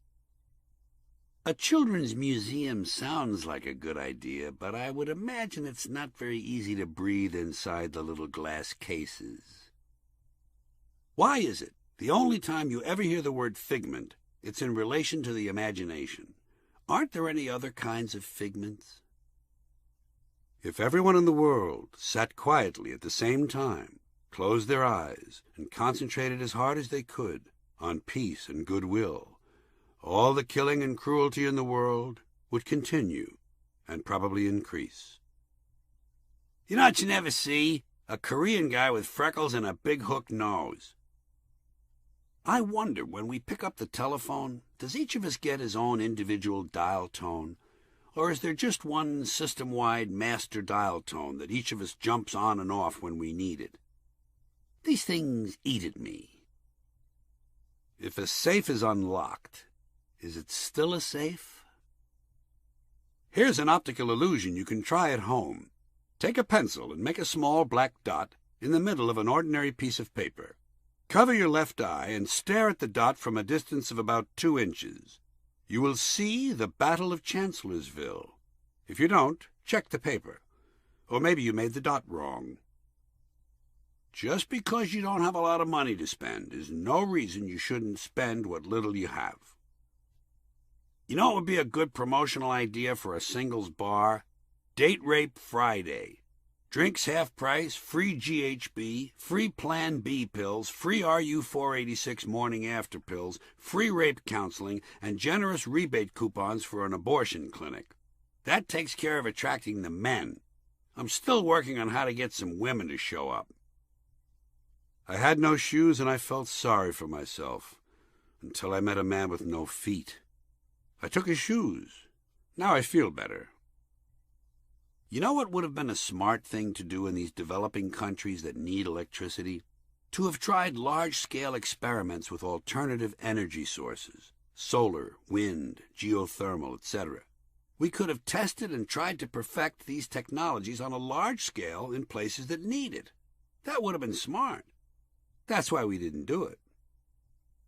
You know what you never see? A really good-looking homeless couple. I always wondered if the Library of Congress provides books in their public toilets to promote reading. I should think they wouldn't want to pass up a captive audience like that. Here's a generic joke. A person goes into a place and says something to another person. The second person says something back to the first person, who listens to that and then says something back to the second person. The thing he says back is really funny. Stick around, folks. China's gonna win it all. True fact. In Moscow, there's a professional entertainer who is described as a Hitler impersonator. Showbiz. Get one now. Everybody has one. They're almost gone. New, super deluxe, jumbo, handy, portable, lightweight, convenient, collapsible, pre-wrapped, easy to use, guaranteed available in all sizes and designer colors. Get one now. Won't rust, tarnish, blister, crack, or peel, but it will cause tumors. I think the safety instructions that airline flight attendants deliver before departure could be greatly improved if they were simply a bit more honest and complete. They should include graphic descriptions, accompanied by animated and live-action video of the devastating physical damage done to the human body during a crash. They should cite examples of various anatomical mutilations. They should also include a detailed description of the damage done to the lungs and skin by fire and smoke inhalation to demonstrate that surviving the impact of the crash alone is not always sufficient. People deserve the truth. Then, how about a more relaxed, breezy pre-flight announcement, done in the cadences of young people? Hi, listen, we'll be leaving soon. Then we're going to fly a while and get there, possibly this afternoon, okay? Later on, we'll chow down, have some brews, and maybe catch a movie, okay? And hey, try not to ring your bell a lot and wake us up, unless something really scary is going on, okay? Thanks. Oh, and by the way, the captain says do that thing with the belts. Ladies and gentlemen, we're leveling off at our cruising altitude. That means the cockpit crew will soon be lighting up and enjoying a few hits of something really nice we picked up in Hawaii. After about 6 hits, they're going to turn off the autopilot, take their hands off the controls, and let the plane do whatever it wants for a couple of minutes. The captain suggests you keep your seatbelts fastened during this period unless you have a strong appetite for blunt trauma. The captain has just turned on the fasten seatbelt sign. He didn't mean to, but the joint he was smoking fell in his lap, and when he jumped up, his head hit the switch. The captain has turned off the seatbelt sign, but he cautions you to stay alert, as sometimes these planes don't work as well as we'd like them to. The captain has just turned the seatbelt sign on again. Of course, he also stuffed a pound of walnuts up his nose, one by one, so you can decide for yourselves what you want to do about the belts. The pilots who give announcements from the cockpit while you're flying vary. They're not all the same. A socially responsible pilot might say, "On your right you will see Las Vegas, where millions of visitors are fleeced out of their hard-earned money each year by huge impersonal hotels originally built by brutal criminal syndicates and now owned by brutal criminal corporations. These large impersonal hotels have no concern for service or quality, but merely wish to generate more gambling activity because the advantage is heavily weighted toward the house. Whores and drugs are available at all hours." Poetic pilot. Off to your right you'll see the Colorado River as it snakes its way carefully through the ancient multicolored walls of the Grand Canyon, echoing mutely the dreams and disappointments of countless generations of red-skinned people who inhabited the great Southwest. Here's an interesting pilot. "There's the house where John Gacy lived. If you look carefully in his backyard, you can see the top of the chute where he dropped the bodies of the 26 children he killed. Over on the right, we'll soon be coming up to the gas station where Ted Bundy picked up his 23rd victim. Altogether, he is thought to have killed between 36 and 50 young women, almost all of whom parted their hair in the middle." A political pilot. "Most of the farms you see used to belong to small farmers, but their land has been brutally repossessed by the greedy, grasping bankers, only to be bought up by huge agribusiness corporations who poison the land and produce tasteless food. These corporations receive billions of dollars a year from the taxpayers for no good reason except to enhance their wealth." Here's a pilot with the blues. "Ladies and gentlemen, I've been feeling kind of depressed lately. And I think you'll agree, we all share guilt for the world's suffering and deteriorating condition. Sometimes I ask myself, is it all worthwhile? Quite often I give up hope completely and try to think of interesting ways of killing myself that would get my name on television. Then we hear the sounds of a struggle in the cockpit. "Ladies and gentlemen, we have just begun our gradual descent into the Indianapolis area, a descent similar in many ways to the gradual slide of the United States from a first-class world leader to an aggressive third-rate debtor nation of overweight slobs, undereducated slob children, and aimless elderly people who can't afford to buy medicine. The current conditions in Indianapolis, temperature 61 degrees, partly cloudy skies, winds from the southwest, and intense Midwestern boredom. Now listen, I gotta tell you something, and I'm not gonna sugarcoat this because it is what it is. But boy, oh boy, am I getting tired of this handicap business. Aren't you? Huh? Don't you think this handicap shit has gone far enough? And I'm like you, folks. Normally I would feel sympathy for these people, but the first thing they tell you is they don't want sympathy. You ever hear them say that? I don't want your sympathy. And I say, fine, fuck you, no sympathy. And by the way, if there are any handicapped people hearing this, I'm not talking about you, all right? I'm talking about the other handicapped people, the ones who'll never hear this. So don't get all excited and start rolling around causing trouble in your electric go-kart or whatever the fuck it is. Calm down. I'm on your side.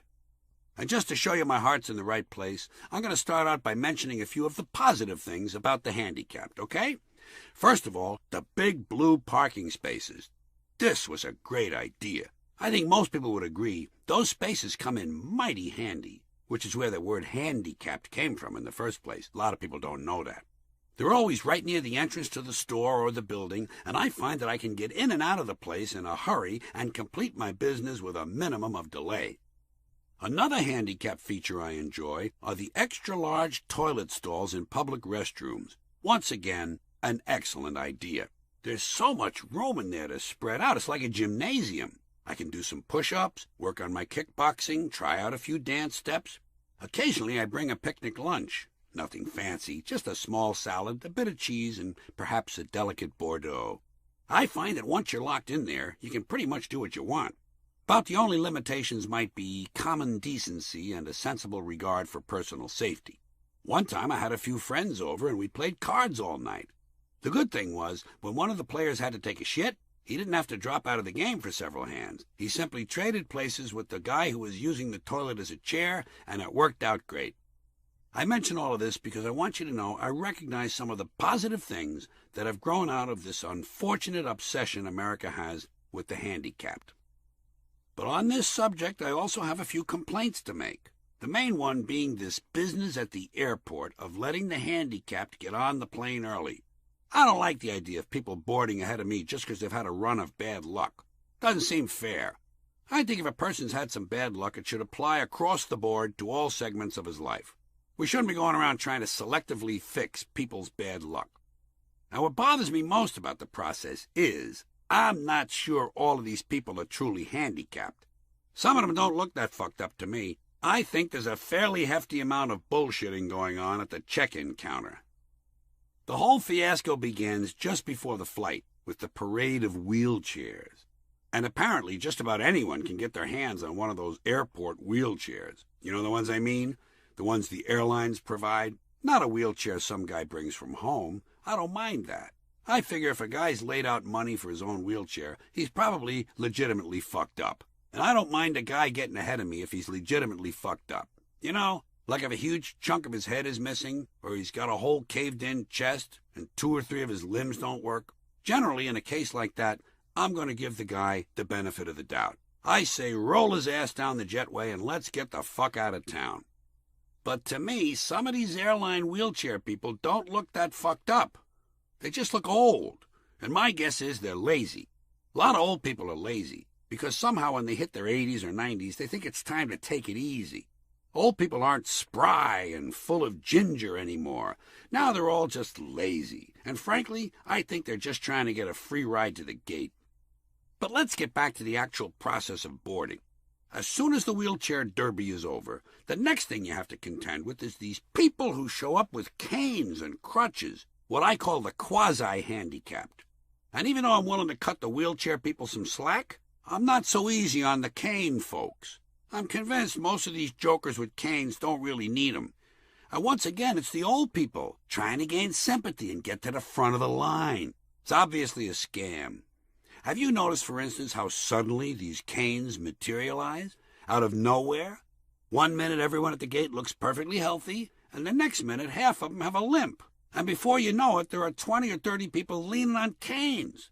I'm convinced that somewhere in the airport, which has now become a large mall with airplanes as a side attraction, there must be a little place where you can rent canes. Canes for planes. But you know something? I'm not that upset. Not really.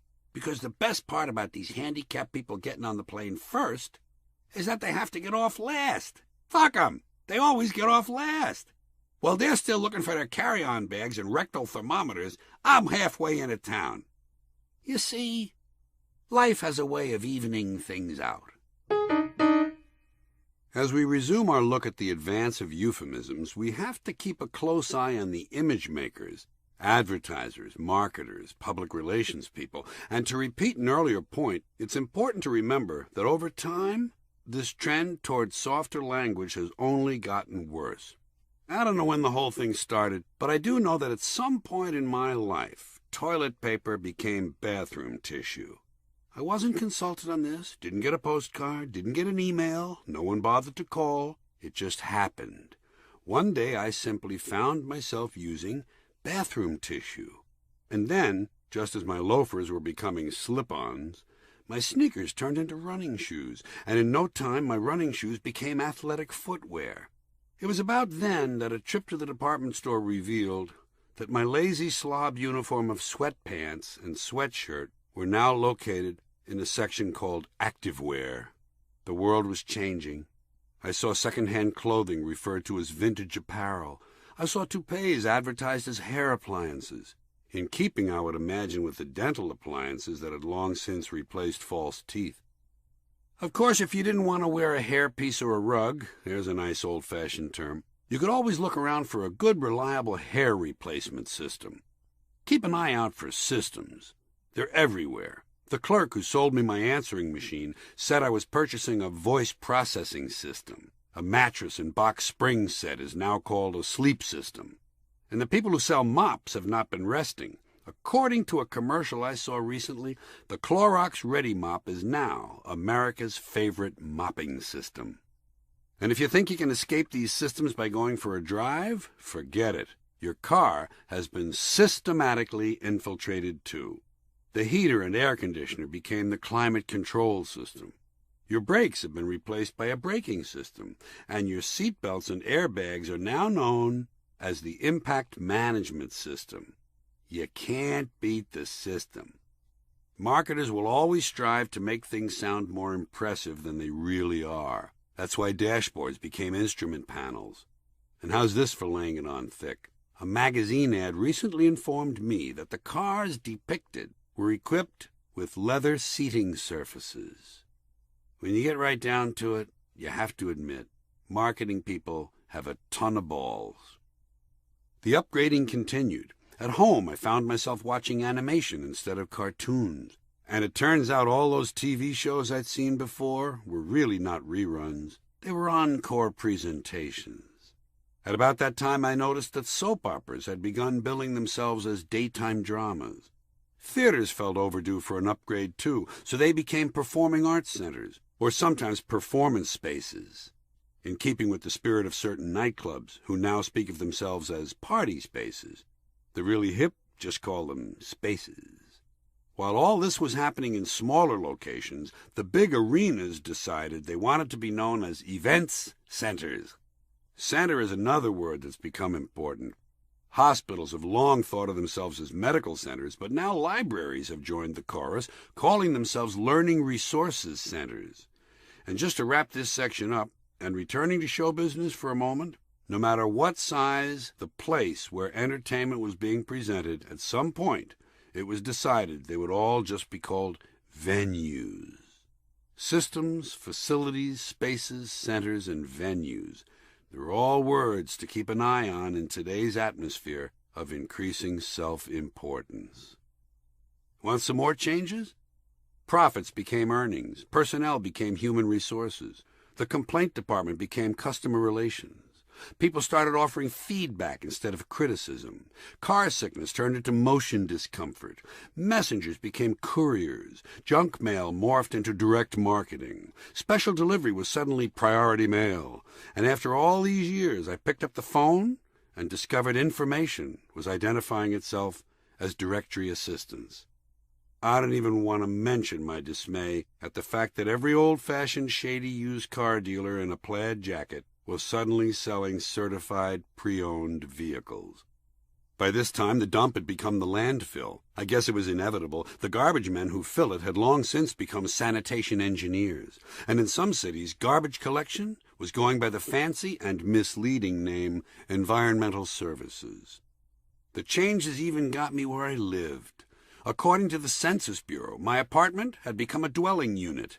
And when I asked my janitor to put a peephole in the door, I discovered later that actually the custodial engineer had installed an observation port.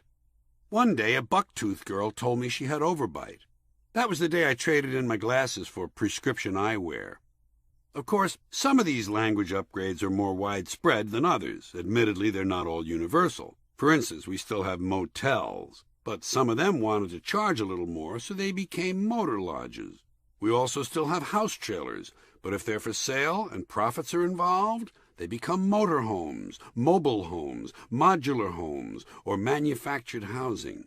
So apparently, what we thought all this time was a trailer park is actually a manufactured home community. I guess the lesson is we never quite know what we're dealing with.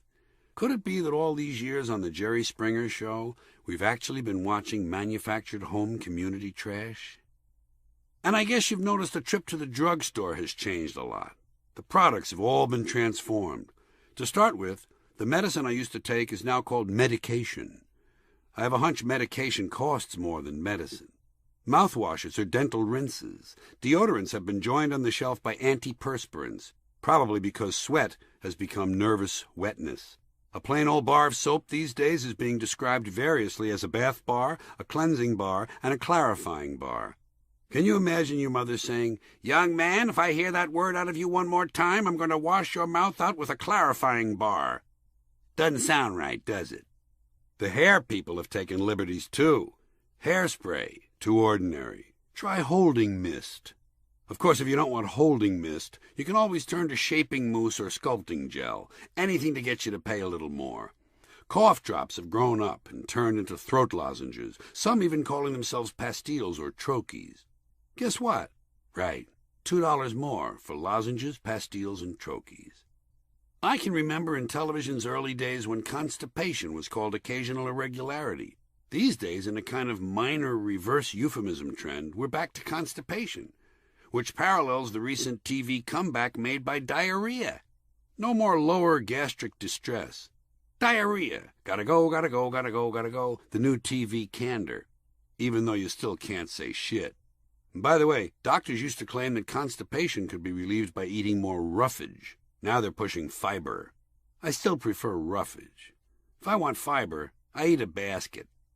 And hey, lady, advancing age causing vaginal friction? Tell the pharmacist you have a personal dryness problem. I'm sure he has some sort of intimate feminine lubricating solution to recommend. That's the way they describe crotch products now. Even a good old-fashioned douche has turned into a feminine wash. And remember feminine hygiene sprays? Personally, they didn't sound very tasty to me. If they had come in flavors, they might have been more successful. Vaginilla, crotchocolate, labia lime. Just a thought. Anyway, the latest female product I've heard of is protective underwear, which frankly, folks, I don't even want to think about. Because I enjoy following the exploits of serial killers, I'm always hoping they never get caught. So I've compiled a list of suggestions to help them stay on the loose longer. That way they can provide me with maximum entertainment. Here's my message to the killers. If you're looking for some form of perverted attention and publicity, I can't help you. But if you just want to kill a lot of people one by one, I'm your guy. Here's how you can maximize the time it will take the police to apprehend you. Make sure your victims are not all the same types. Kill a variety of people. Tall, short, rich, poor, male, female, young, old. But don't kill them in any particular order. Do 2 old men in a row, then do a young woman, then a teenage boy. Mix blondes and brunettes, and long hair and short. Don't bother with prostitutes. Vary the locations where you grab your victims and vary the times of day. Try to do your work in heavily populated areas, where there are more murders to begin with. If at all possible, travel around the country and kill each victim in a different state. Never kill 2 people in the same city within a year. And don't travel in a straight line. Randomness is your greatest ally. Kill each of your victims in a completely different manner. Do some really weird ones, then do some ordinary ones. Sexual, non-sexual, ritual, non-ritual. Don't specialize. Patterns are your enemy. Dispose of the bodies as far from the murder sites as possible, always at least 100 miles. Bury some, burn some, and dissolve others in lime and acid. If you encounter any chance witnesses to any part of the killings or the disposals, they should be killed and disposed of with a minimum of fuss, and be sure to dispose of them separately. When driving to the murder, or especially the disposal sites, be careful not to break the law or have an accident. Use cash for everything. Don't stay in motels. Drive a late model van-type vehicle you can sleep in, and don't park it where the police might be expected to patrol. Have a large food supply and eat in the vehicle. If possible, change vehicles after every murder. Don't write notes to the police or taunt them in any way. It's dumb. Don't save newspaper clippings. Don't even read the newspaper accounts. Don't keep souvenirs from any of the victims. And start watching the CSI shows on CBS and the Law and Order shows on NBC. Every now and then, you'll pick up some piece of information that will help you avoid mistakes. Be smart and stay alive. Some of us are counting on you. The Wall Street Journal reminds you that your job as a businessman is to fuck the other guy before he fucks you. Sometimes you have to do such a complete job of fucking the other guy that he stays fucked for a long time, even to the point of going out of business and losing everything he owns. Quite often, the difference between getting fucked and being the one who does the fucking can be one small piece of business information, such as they're not making steam locomotives anymore, or the Zeppelin travel market has begun to decline. These two important business facts appeared recently in the Wall Street Journal. If you're a reptilian lowlife on your way up, stop getting fucked and start doing the fucking. Read the Wall Street Journal.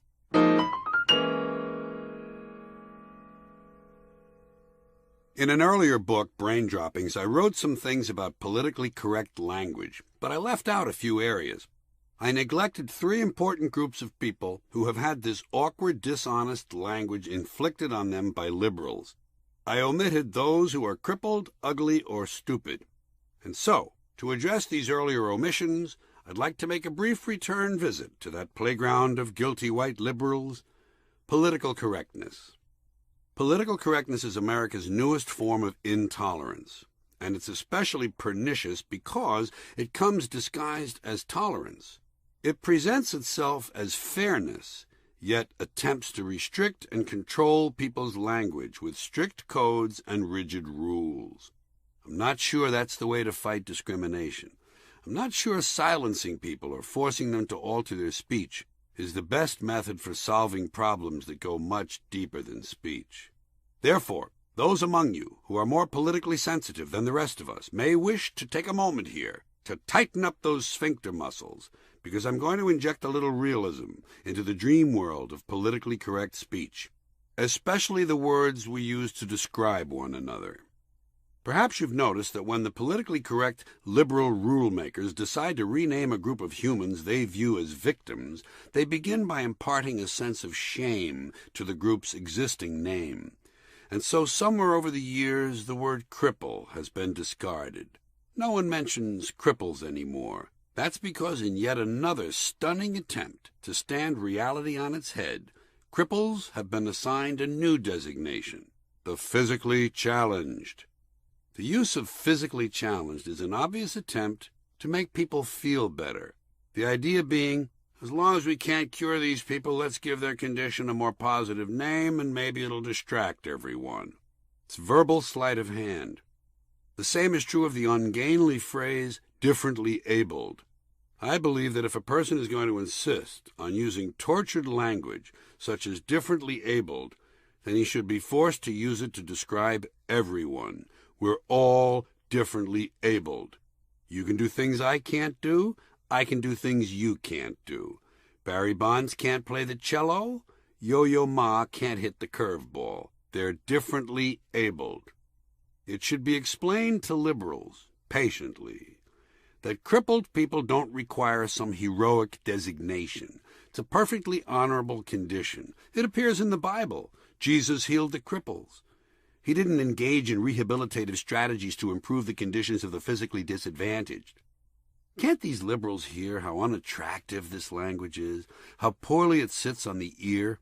Personally, I prefer plain, descriptive language. For instance, and this is a suggestion that will bother some people, but I'm serious about it. Why don't we just call handicapped people defective? You know? We don't mind talking about birth defects. We don't flinch from that. We say Gunther has a birth defect. Isn't that a concession to the fact that people can be defective? Then what would be wrong with calling those people the physically defective? At what point in life does a person with a birth defect become a person who is differently abled? And why does it happen? I'm confused. Then there are those who don't quite measure up to society's accepted standards of physical attractiveness. The worst of that group are called ugly, or at least they used to be. The PC lingo cops have been working on this, too. And to demonstrate how far all this politically correct, evasive language has gone, some psychologists are actually now referring to ugly people as those with severe appearance deficits. Okay? Severe appearance deficits. So tell me, psychologist, how well does that sort of language qualify for being in denial?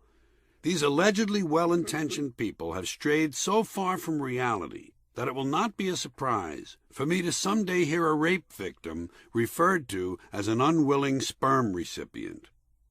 Back to ugly. Regarding people's appearance, the political language police already have in place one comically distorted term, lookism. They say that when you judge a person, or rather size them up, wouldn't want to judge someone, that would be judgmental. If you take their looks into account, you're guilty of lookism. You're a lookist, and those valiant people who fight lookism, many of them unattractive themselves, tell us that one problem is that in our society, those who get to be called beautiful and those who are called ugly are determined by standards arbitrarily set by us. Somehow there's some fault attached to the idea that we, the people, are the ones who set the standards of beauty. Well, we're the ones who have to look at one another, so why shouldn't we be the ones who set the standards? I'm confused. I would say the whole thing was stupid, but that's my next topic, and it would sound like a cheap transition. So, stupid. It's important to face one thing about stupidity. We can't get away from it. It's all around us. It doesn't take a team of professional investigators to discover that there are stupid people in the world. Their presence and its effects speaks for itself. But where do these stupid people come from? Well, they come from American schools. But while they're attending these schools, they're never identified as stupid. That comes later, when they grow up. When they're kids, you can't call them stupid, which may be contributing to the problem. Unfortunately, kids, stupid or otherwise, come under a sort of protective umbrella we've established that prevents them from being exposed to the real world, until at 18 their parents spring them on the rest of us, full grown. There are stupid kids. And I do wish to be careful how I negotiate the minefield of the learning disabled and the developmentally disadvantaged.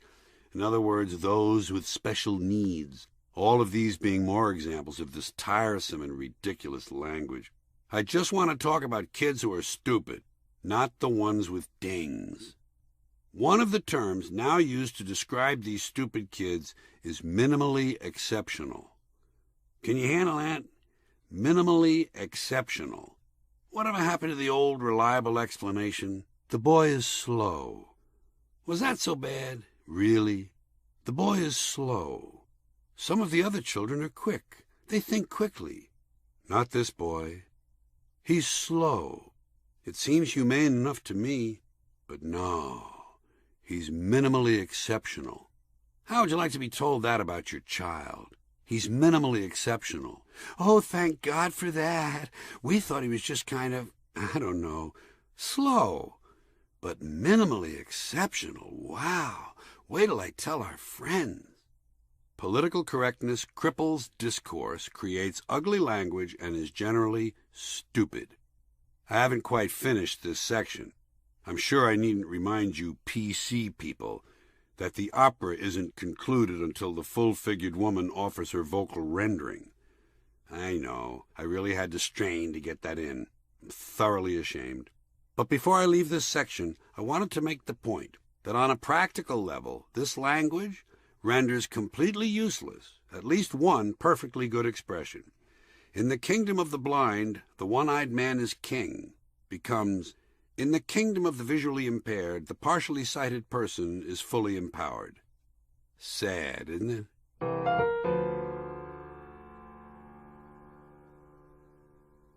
I've noticed that when people speak these days, location seems important to them, and one location in particular, there. They say such things as, don't go there, been there, done that, and you were never there for me. They don't say much about here. If they do mention here, they usually say, I'm out of here, which is really an indirect way of mentioning there, because if they're out of here, then they must be going there, even though they were specifically warned not to. It seems to me that here and there present an important problem because when you get right down to it, those are the only two places we have, which of course is really neither here nor there. So, let's first talk about don't go there. As we all know, painfully by now, when you mention something someone thinks you shouldn't go into any further, they say, don't go there. What they fail to realize, of course, is that technically, by the time they've told you not to go there, it's too late. You're already there, because you've already mentioned whatever it is they're uncomfortable with. At a time like that, what they should be saying is, don't stay there. Or, at the very least, please hurry back. Sort of like, wish you were here. The only time I would tell someone don't go there is if they told me they were planning a trip to Iraq. If someone said, we're going on our honeymoon to Fallujah, I would immediately say, don't go there. By the way, when one of those TV newsmen on MSNBC recently tried to get his co-anchor lady to react to some juicy celebrity rumor, she said to him, I am so not going there. And I thought, why am I allowing a person like this to bring me the news? Another phrase I don't care for is been there, done that. I personally am not so cocky. I prefer the modest approach. Instead of been there, done that, I would usually say, been nearby, done something similar. And by the way, most people don't seem to know the complete expression. I heard Drew Barrymore say it on The Tonight Show. Been there, done that, got the T-shirt. It's a little smarter, and it hasn't been overused yet. Staying with this subject of location, when someone is ending a long-term relationship, quite often they'll tell the other party, you were never there for me. Here again, what they may be forgetting is that possibly at some time in the past, they had told that very same person, don't go there. So how can they blame the person for not being there when they themselves had issued specific instructions not to go there in the first place? It seems unfair. Additionally, many people who are ending relationships use another bothersome phrase, moving on. They'll say, I found Steve in bed with a carnival worker and they were doing unpleasant things to a chipmunk, so I'm moving on. And I think to myself, actually, Steve sounds more like the one who's moving on. Or they might say, I'm leaving Armando. He beat me up yesterday in the frozen food section of the supermarket. He struck me in the head repeatedly with a Stouffer's lean cuisine. I believe it was the chicken cordon bleu. I'm moving on. Occasionally I get impatient with these people. When they tell me they're moving on, I look at my watch and say, well, isn't it about time you got started? No sense standing around here talking to me when you could be out there moving on. I don't know. I guess it all works out, because when I run into the same person a few months later, they usually say, I'm in a whole different place now. And I don't think they're referring to Pittsburgh. And by the way, speaking of geographic locations, why is San Francisco always said to be in the Bay Area, while Saudi Arabia is in the Gulf region? Is a region really bigger than an area? And what about a belt? How big is a belt? The Bible Belt is bigger than the Borscht Belt. Maybe that's because there are more Christians than Jews, but that doesn't explain the Rust Belt. In the last several decades, a good deal of the U.S. population has moved from the Rust Belt to the Sun Belt. People changed belts. By the way, part of the Sun Belt runs right through the Bible Belt. That must be confusing. And let's not forget zones, especially war zones. The media like that phrase. If there's any kind of explosion at all, even a small gas heater, they'll say the living room looked like a war zone. Most of the time it's an overstatement, because when you get right down to it, the only thing that looks like a war zone is a combat area. Then there's the opposite of a war zone, a demilitarized zone. Korea has one of those, separating the North and South. A demilitarized zone sounds like a good idea, but I've noticed that wherever they have a demilitarized zone, there are always a lot of soldiers nearby. I guess that's in case the demilitarized zone suddenly becomes a combat area. Now, the Gulf region has been both a war zone and a combat area. That's because there were some countries who wanted to expand their spheres of influence, and also because of the big oil companies, who of course are in the private sector. The private sector is quite different from the public arena. Dick Cheney was in the private sector. Then he moved to the public arena, although many of his acts in the public arena have benefited his interests in the private sector. Getting back a little closer to my own experience, on a recent visit to my hometown, New York City, I was walking through the area that we used to call the Garment District. I noticed that the local trade association now wanted people to call it the Fashion Center. Not everyone wanted that, just the ones who would like to raise the rents. Fashion Center is another example of how desperately people feel the need to upgrade themselves. They just want to feel better. They want to expand their comfort zones. Your comfort zone is not the same as your zone of privacy, by the way. A few years ago, when the press was hounding Congressman Gary Condit about Chandra Levy's disappearance, he asked them to please grant him a zone of privacy.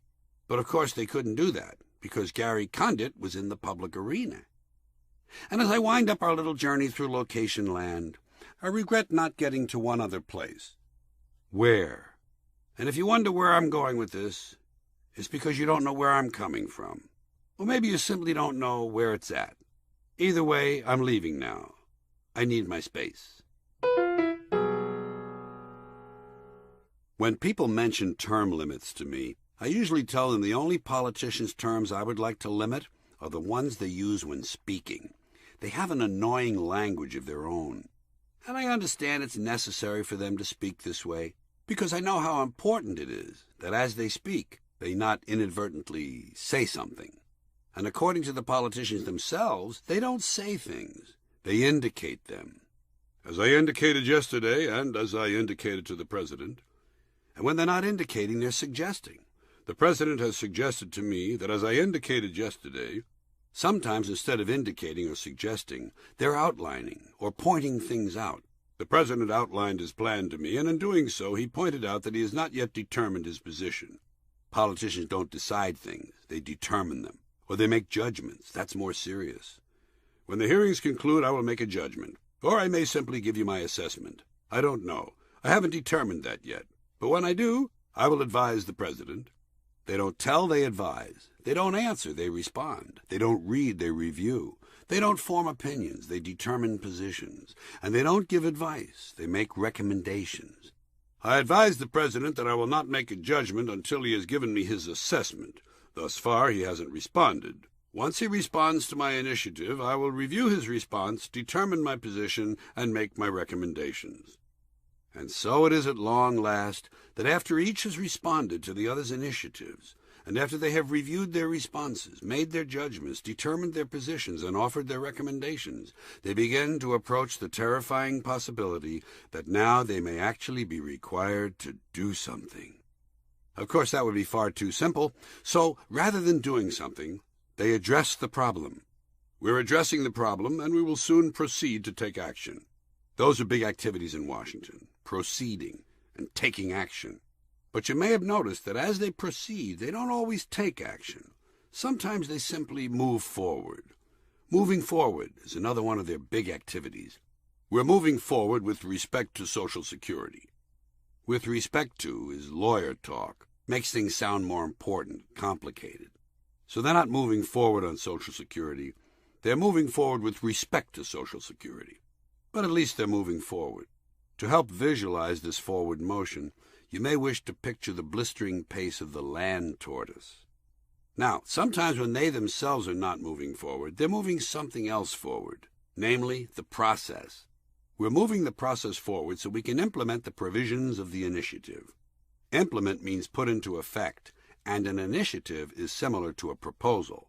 It's not quite a measure yet, but there's a possibility it may become a resolution. Now, one might ask, why do we need all these initiatives, proposals, measures, and resolutions? Well, folks, it should be obvious by now. We need them in order to meet today's challenges. As I'm sure you've noticed, our country no longer has problems. Instead, we face challenges. We're always facing challenges. That's why we need people who can make the tough decisions. Tough decisions like, how much money can I raise in exchange for my integrity so I can be reelected and continue to work in government? Of course, no self-respecting politician would ever admit to working in government. They prefer to think of themselves as serving the nation. This is one of the more grotesque distortions to come out of Washington. They say, I'm serving the nation, and they characterize their work as public service. To help visualize this service they provide, you may wish to picture the activities that take place on a stud farm.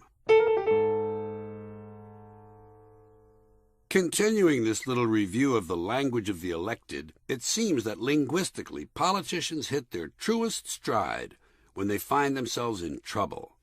At times like these, the explanations typically begin with a single word: miscommunication. How do you answer these felony charges, Senator? The whole thing was a miscommunication. But what about the tapes? They took them out of context. They twisted my words. Nice touch.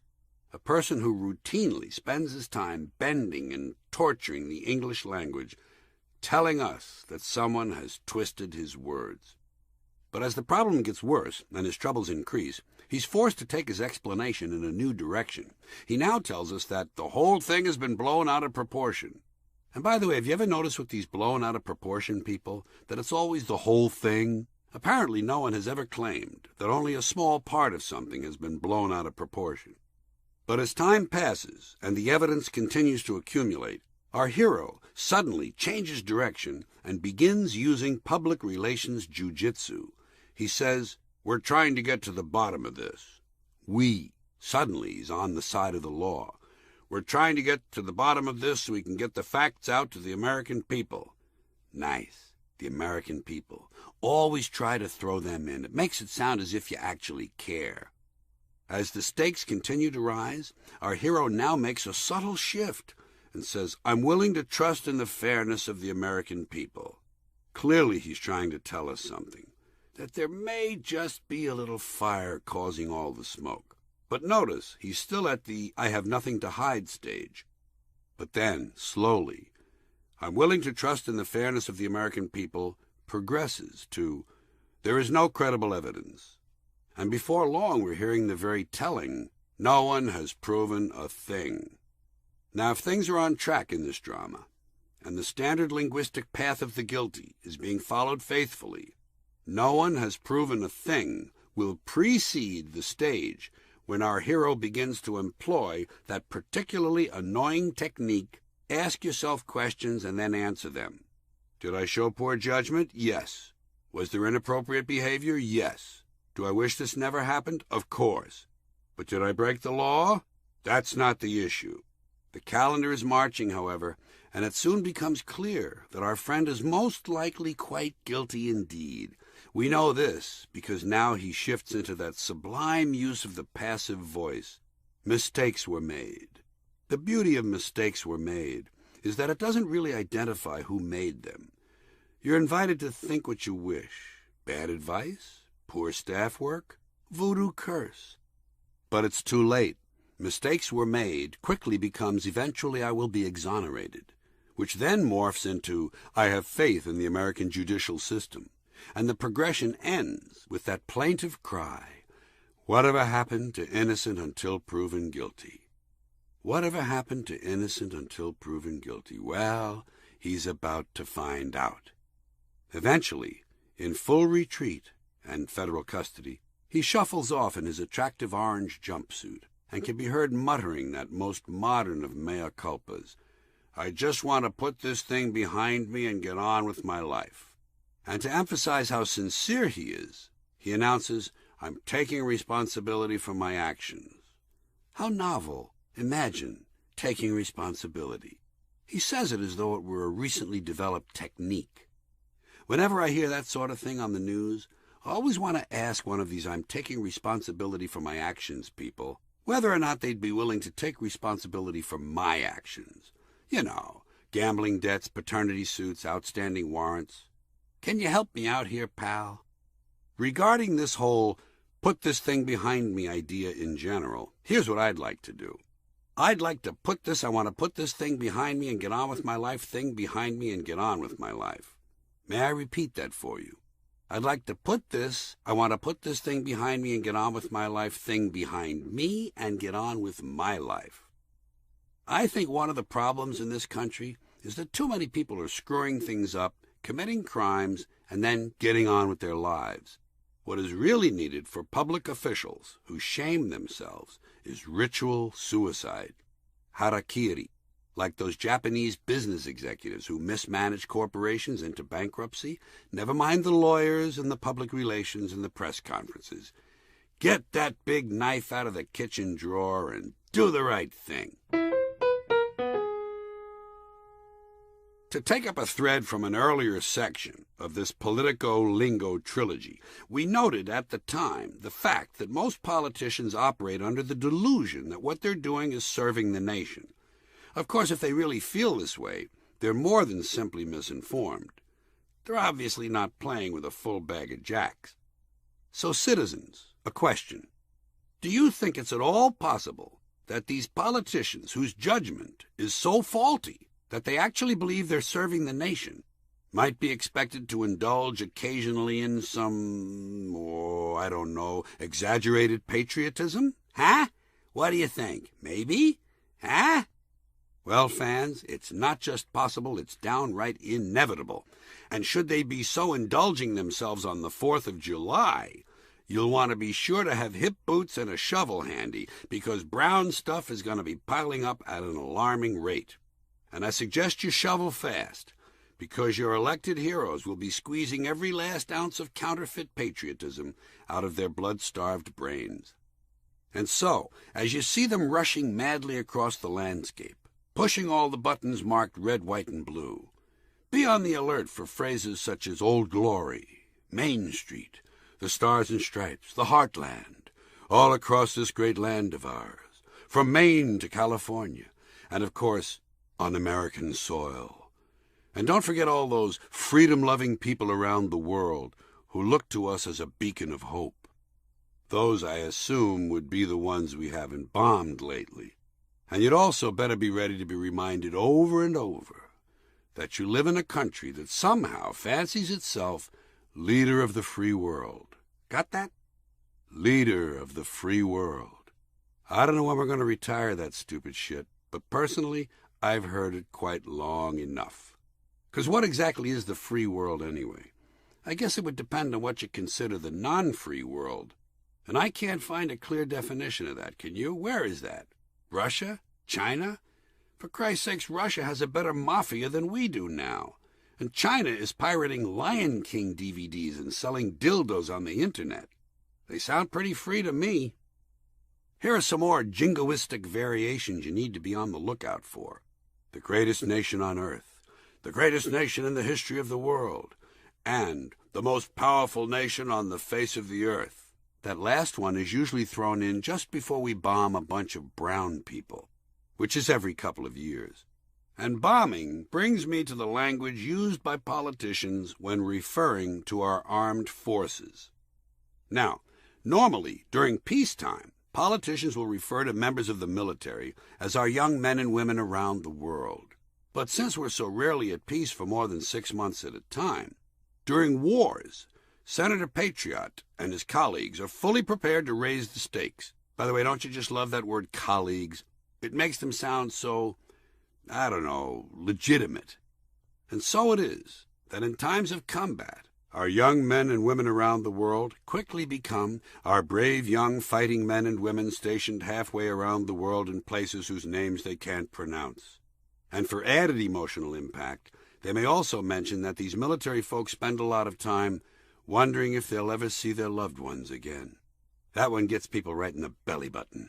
And should the speaker be going for maximum emotional effect, he will deliver the above passage, substituting sons and daughters for men and women.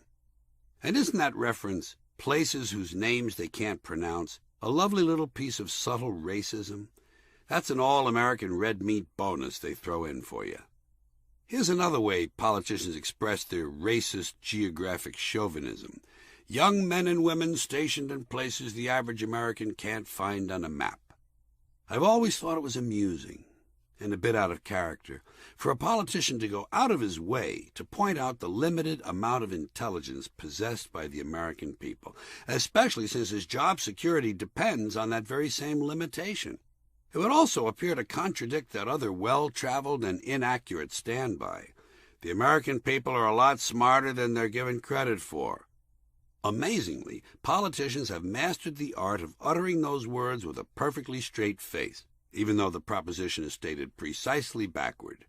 Judging from the results of focus groups, polls, and election returns that I've seen, and watching the advertising directed at Americans, I'd say the American people are a lot dumber than they're given credit for.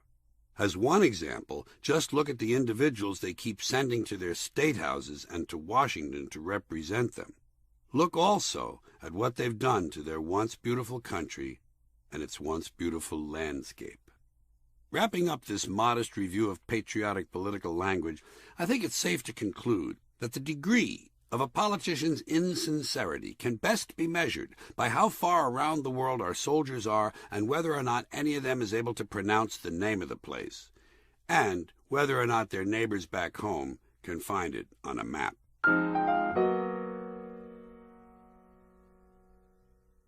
I get weary of this zero-tolerance bullshit. It's annoying. Zero tolerance. To begin with, it's a fascist concept. It's what Hitler and Stalin practiced. It allows for no exceptions or compassion of any kind. All is black and white, no gradations. But even more important, it doesn't solve anything. The use of such a slogan simply allows whichever company, school, or municipality is using it to claim they're doing something about a problem, when in fact nothing is being done at all, and the problem is being ignored.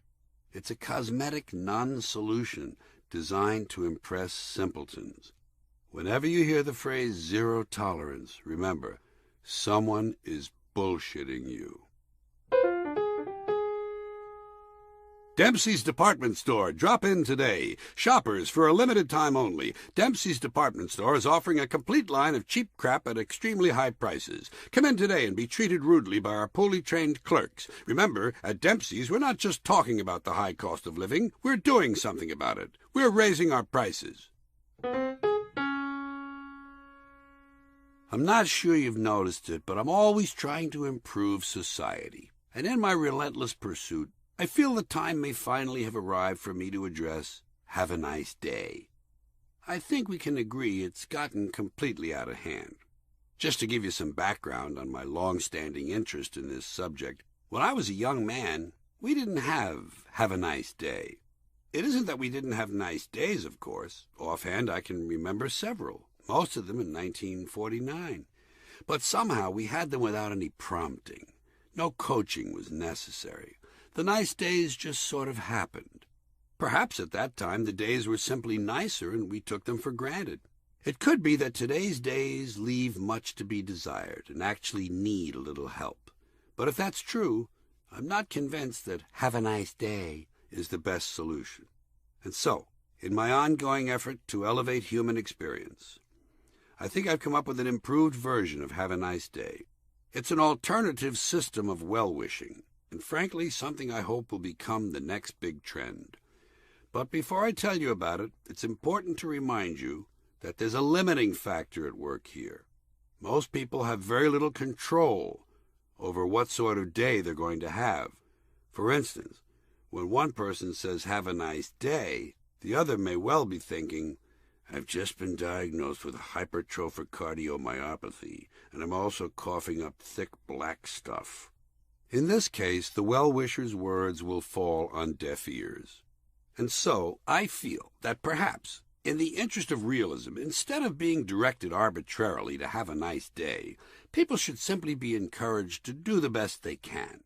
It's also probably unrealistic to expect someone to have a nice day all day long. How often does that happen? The day is simply too long and comprises too many parts. One's day may start off well enough, but quite often the niceness is difficult to sustain over an extended period of time.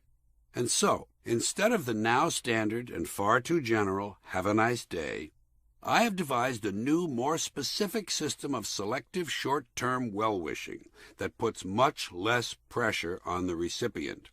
In my system, the time of day a person offers good wishes determines what should be said. As an example, under my method, if I run into an acquaintance at 9 a.m., I'm likely to say, "Have a satisfying mid-morning." I believe in getting someone off to a good start, and it's a modest enough goal to suggest at such an early hour. Had the encounter taken place a bit earlier, I may have been inclined to offer a simple yet cheerful, "Here's wishing you a refreshing post-sleep phase." And turning the clock back even further, if the two of us had been out late and parted at 3 in the morning, I'm sure I would have told him to "have yourself a stimulating pre-dawn." As you can see, I'm fully prepared for any time of day. 12 noon, you may ask? May your midday be crammed with unfettered joy and myriad delights. 2 in the afternoon? I hope you experience a rewarding post-lunch. Likewise as the day draws to a close. Can you guess what I tell a person at 5:30 in the afternoon? Enjoy your sundown. It's short, it's pleasant, it doesn't demand a lot. Here's one for the same time of day which I reserve for more serious-minded friends. Have a profound dusk. I like it. I feel it shows a certain respect for the other fellow's depth of soul. Or, and this is a particular favorite of mine, have a challenging twilight. I enjoy giving the other person something to struggle with, just as happy hour is getting under way. By the way, I have a playful side as well. If my friend is a Scottish person, I may say, have a bonny gloaming, but not too often. I don't like to show off my command of foreign languages.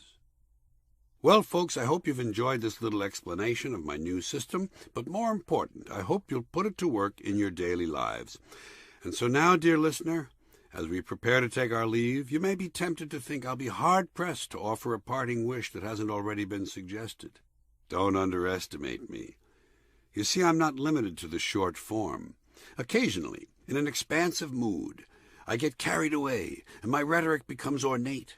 And so, as we part, let me state that I hope you have a memorable tomorrow, including, but not limited to, the promising golden hours of morning, the full rich bloom of afternoon, and of course the quiet gentle hours of evening, when time, pausing for an instant and breathing a small sigh, rushes forward to greet the newly forming day.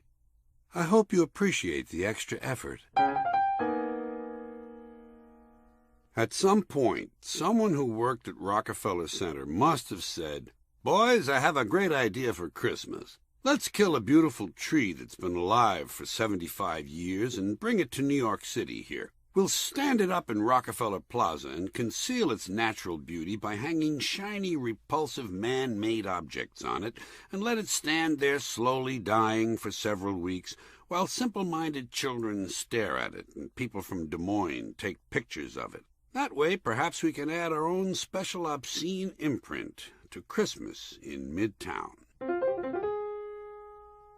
Regarding the criticism of Al Gore's actions upon being elected president in 2000, and realizing that the Bush family would do everything in its power to reverse the results illegally, I recall at the time hearing some of the usual morons in this country refer to President-elect Al Gore as a sore loser because he sought legal redress in the courts, and he kept seeking it. Sore loser? You bet your fucking ass. What on earth is wrong with being a sore loser? It shows you cared about whatever the contest was in the first place. Fuck losing graciously. That's for chumps, and losers, by the way. Americans have flat out lost their spirit. You see it everywhere. You ever watch these hockey assholes? When the game is over, they're forced to line up and shake hands with one another after spending 3 hours smashing each other in the mouth with sticks. Biggest load of shit I've ever witnessed. Whatever happened to in victory, magnanimity, in defeat, defiance? So said Frederick the Great. More about euphemisms. These days, people who have jobs are called members of the workforce. But I can't help thinking, the Russian Revolution would have been a lot less fun if the communists had been running through the streets yelling, "Members of the workforces of the world unite." And I'm sure Marx and Lenin would not be pleased to know that today employees who refuse to work no longer go out on strike. They engage in a job action that results in a work stoppage. And if a work stoppage lasts long enough, the company doesn't hire scabs, it brings in replacement workers. And when it comes to firing people, companies try desperately to depersonalize the process so that no human being is ever seen to fire another.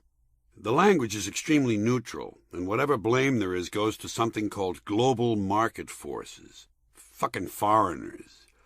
And these companies go through some truly exotic verbal gymnastics to describe what's taking place, although I'm not sure it makes the individuals in question feel any better.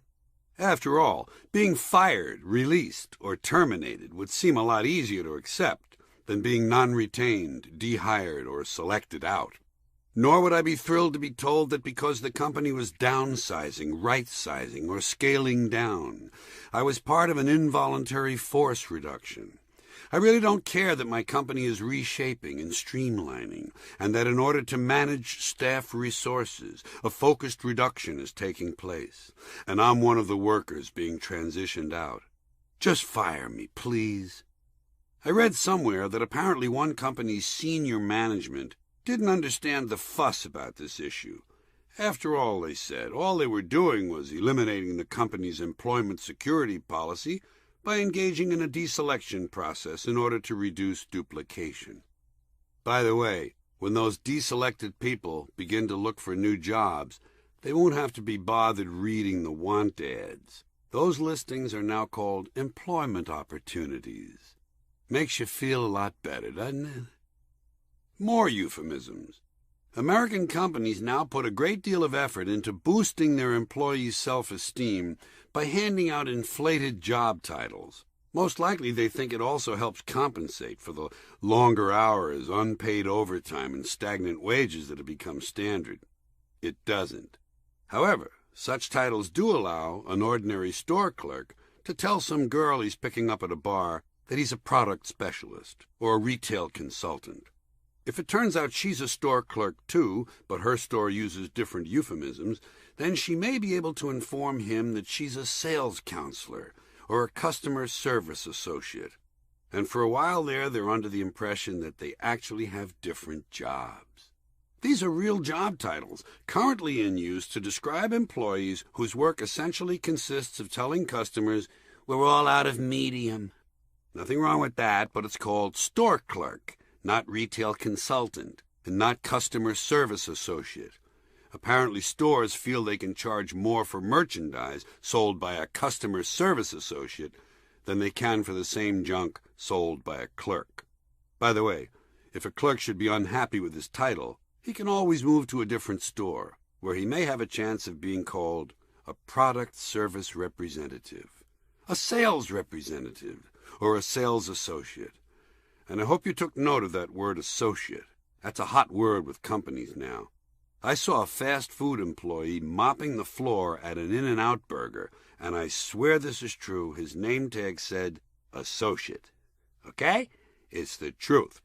Apparently, instead of money, they now give out these bogus titles. At another fast food place, Au Bon Pain, I noticed the cashier's name tag said hospitality representative. The cashier. The name tag was pinned to her uniform. The people who sell these uniforms, by the way, now refer to them as career apparel, or even worse, teamwear. I had to sit down when I heard that one. Teamwear. Teams are also big in business, almost as big as associates. In Los Angeles' Kookaroo restaurants, the employees' name tags say team member. At a Whole Foods supermarket, I talked to the head of the meat department about ordering a special item. I figured he was the head butcher, but his name tag identified him as the meat team leader. Throw that on your resume. I guess the people under him would have been meat team associates. I didn't stick around to ask. So it's all about employee morale. And in a lot of companies, as part of morale building, the employees are called staff. But it's all right because most customers are now called clients. With those designations, I guess the companies can pay the staff less and charge the clients more. I'm not sure when all this job title inflation began, but it's been building for a while. At some point in the past 30 years, secretaries became personal assistants or executive assistants. Many of them now consider those terms too common, so they call themselves administrative aides. Everyone wants to sound more important these days. Teachers became educators. Drummers became percussionists. Movie directors became filmmakers. Company presidents became chief executive officers. Family doctors became primary care providers. Manicurists became nail technicians. Magazine photographers became photojournalists. Weightlifters became bodybuilders. And bounty hunters now prefer to be called recovery agents. And speaking of lifting, those retail store security people who keep an eye on shoplifters are known as loss prevention managers. Why not be a schmuck, a licensed practicing schmuck, or, if you qualify, a CPS, a certified public schmuck? It may not seem like it when you look around, but there's actually a shortage of schmucks in America.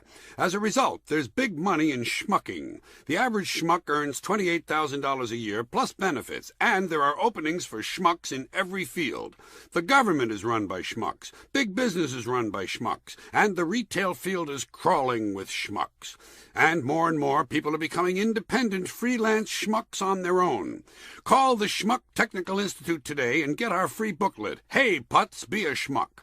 Most people only manage to be schmucks at parties, but here's your chance to become a full-time, year-round schmuck. Give us a call. Don't be a schmuck. Be a schmuck. Here are my predictions for the future. In the future, the human lifespan will be extended to 200 years, but the last 150 will be spent in unremitting pain and sadness. No one will take drugs, but people will still buy them and conceal them from the police. Children will be required to attend school only when something comes up in conversation they do not understand. All people will speak the same language, but no one will speak it well.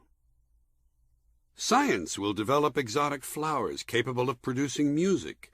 Most of these plants will be exploited by record companies. All farming will cease, and the land will be used for loitering. Although people will not keep pets of any kind, someone will still occasionally step in dog shit. A race of people living in the center of the earth will be discovered when one of them comes out to buy a sun lamp. Miners will exploit the ocean floor, and when trapped in a mine, the wives who gather to wait at the entrance will be forced to tread water. A team of astronauts will attempt to harness a comet and never be seen again. The human body will develop fins and gills, and beach property will increase tenfold in value. Man will learn to control the weather with a large hammer. A time machine will be built, but no one will have time to use it. At birth, religions will charge people an initial fee of $50,000 and then pretty much leave them alone. All the knowledge in the world will be contained on a single tiny silicon chip, which someone will misplace.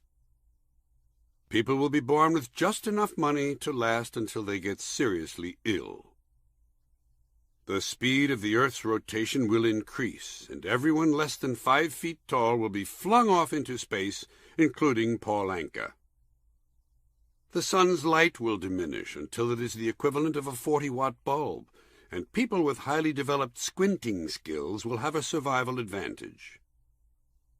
Every part of the human body will become replaceable, but all parts will be back-ordered for 6 months. A utopian society ruled by women will emerge, and there will be peace and plenty for all. However, many men will still act like macho assholes. People will change clothes every 6 minutes, but still never be quite happy with their appearance. Cities will be built under huge glass domes, which in time will be completely covered by graffiti. Chickens will operate on gasoline, and surprisingly, many of them will get good mileage. Genetic scientists will develop vegetables too big to be transported, and they will have to be eaten right at the farm. The insane will no longer be housed in asylums. Instead, they will be displayed in department store windows. The oceans will dry up, and people will find things they dropped in the toilet many years ago. There will be no doctors or medicines of any kind, and everyone will be really sick. Eventually, it will no longer be necessary to forecast the future, because time will disappear and everything will happen at once. You ever notice this? Whenever we go into some country we've bombed, burned, and occupied, we always find mass graves full of dead people who were killed by the deposed dictator before we got there. And everybody in the United States acts like they're real surprised and disgusted. But when you think about it, what's a guy supposed to do with all those bodies after he's killed a couple of thousand people? Dig a separate hole for each one? Put up little markers with their names on them? Get real, for Christ's sakes. The whole idea of killing a couple of thousand people all at once in one place is to save time. Besides, all the United States ever does is complain a little, take a picture, and then leave. So what's the fucking difference? You know what I find interesting? Landmines. Here are a few great statistics. Listen to this. There are 340 different types of landmines made by 100 different companies. Every day, that's every day, roughly 6,000 fresh mines are placed in the ground. Right now, there are 110 million landmines in 72 countries, and every 22 minutes, one of them explodes. 75 mines explode every day, and each month 700 people are maimed or killed. That's 26,000 people a year. Don't you find that interesting? And mines cost only $3 to make and to put in the ground, but they cost $100 to disarm and remove. If you tried to remove them all, it would cost $33 billion, and it would take 1,100 years. They cost $3 a piece, and they last indefinitely. Wouldn't it be nice if other products could make that claim? Here's another funny statistic. In Cambodia, 1 out of every 236 civilians is missing a limb or an eye from an exploded landmine. Cambodia now has 30,000 people with at least one missing limb. And they still have 4 million mines in the ground. It makes you wonder whether or not some unlucky one-legged Cambodian guy has ever stepped on a landmine with his good leg. I'll bet it's happened. I'll bet anything there's some guy in Cambodia who has hit the lottery twice. I tried to think of what would be the most entertaining way of setting off a landmine, and I decided it would be to land on one while doing a cartwheel. Wouldn't that be weird to see? Makes you wonder if the high school cheerleading squads in Cambodia keep mine detectors handy. These are the kind of thoughts I have when I'm sitting home alone and things are slow.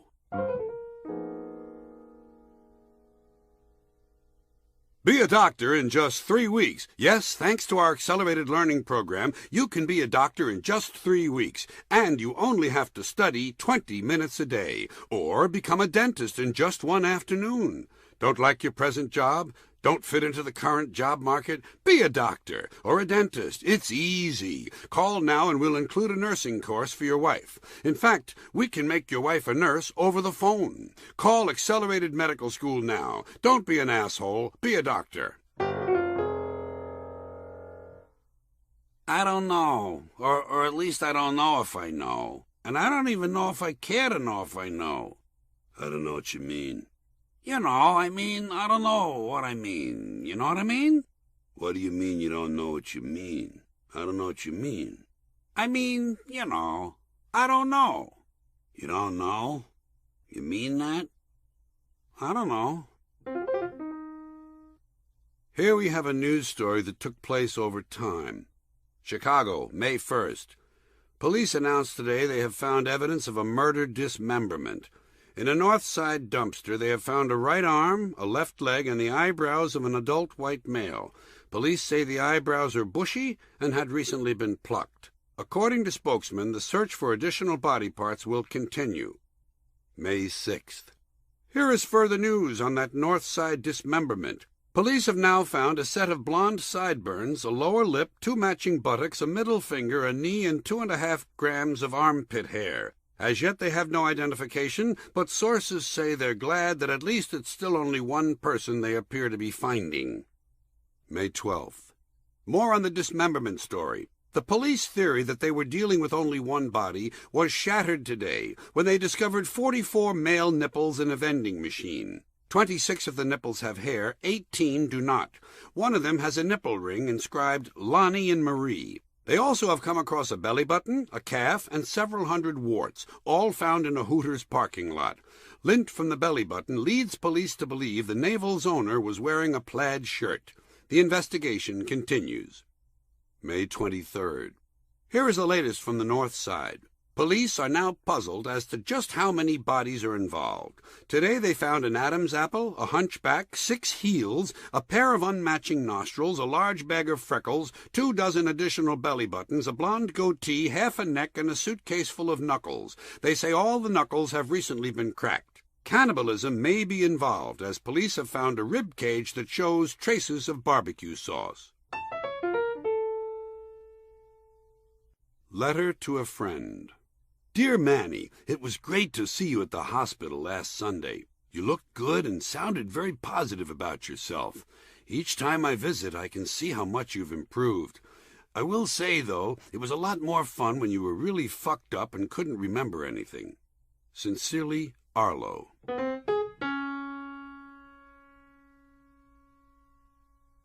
Here are today's cooking tips from Crellingford's Family Restaurant.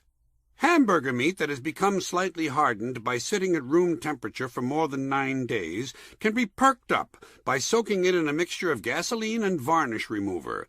Soak the meat overnight and leave it in the sun for several days. Be sure to add a lot of extra hot spices to offset the gasoline taste. Then try to put the meat to use immediately. By the way, food prepared this way should never be cooked over an open flame. Here's another valuable cooking tip.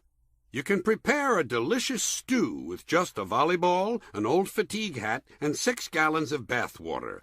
Put the ingredients in a big pot and cook for 36 hours or until the volleyball is tender. Serves 12. Excellent with broccoli or corn. Try it over the holidays when the people you serve it to are people you don't see too often.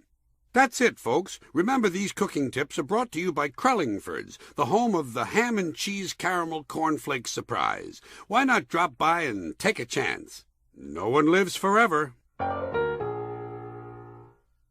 Uncle D'Artagnan was known as a Fancy Dan because he circumcised himself with pinking shears. His wife, Velveeta, the only woman ever to go down on Newt Gingrich, claimed that to the very end D'Artagnan wore a golden tassel on his penis. He once told me that as a young man he caught the clap from one of the Doublemint twins and gave it to the other one on the same night. He was a lot of fun. He could make his cat shit by pointing the TV remote at it and pressing the volume button. His hobby was falling to the floor in hotel lobbies and pretending to have a stroke. Eventually he was beaten to death with a cello by a classical musician he befriended at a juice bar. Uncle Tonto had a tough life. Intercourse with a pelican is not an easy thing to live down. He drank excessively. One time he was so hungover he had to consult a cottage cheese carton to determine the approximate date. At parties he was the designated drinker, his preference being creme de menthe, sterno, and goat droppings. When stopped and tested by police, he usually set the breathalyzer on fire. Refusing to drive when he was sober, in the mornings he rode to work on an electric floor buffer, claiming the one drawback was the time he wasted traveling from side to side. He was sentenced to 10 years for defecating in a cathedral, but was released immediately when the warden felt Tonto was lowering the prison standards. After his release, he hitchhiked through Pennsylvania, where he was beaten to death by a buggy load of Quakers. Uncle Judas, a man smaller than life, never had a heyday. He peaked in 3rd grade. Not only did opportunity fail to knock, it had deliberately thrown away his address. His existence was so boring he once proudly showed me his neighbor's parking space. In an effort to improve his life, he decided to sell his soul. Unfortunately, he sold it on eBay and was never paid. He didn't accomplish much. His autobiography was entitled, "What Do You Want From Me?" One thing he did take pride in. He was one of the few men who at the age of 85 could still remember the names of all his dentists. He died on the feast of St. Dismas after mistakenly eating a bag of after-dinner mints before lunch. Uncle Montezuma wasn't too bright. He thought Irving Berlin was the Jewish section of Germany. As a young man, he wanted to be a gynecologist, but claimed he couldn't find an opening. He was proud of the fact that while serving a prison term for sodomizing a prairie dog, he learned to drink beer through his nose. For years he managed a gay car wash, but lost all his money investing in a roadside sausage museum.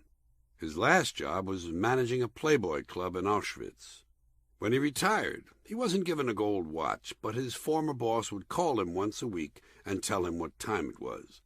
Finally, after marrying a woman who had repeatedly blown Strom Thurmond during a military funeral, he died from eating a batch of carelessly made hollandaise sauce. More euphemisms. There's no part of American life that hasn't been soiled by the new, softer, artificial language. It's everywhere. When you travel, you notice it in the hotel business, or, as they prefer to think of themselves now, the hospitality industry. And by the way, hotels are one more place where you'll run into job title inflation. There was a time in a hotel when you checked in with the desk clerk. Now he's the front desk agent. When he answers the phone, he becomes guest services. I guess it's only fair. Everyone else in the hotel has been upgraded.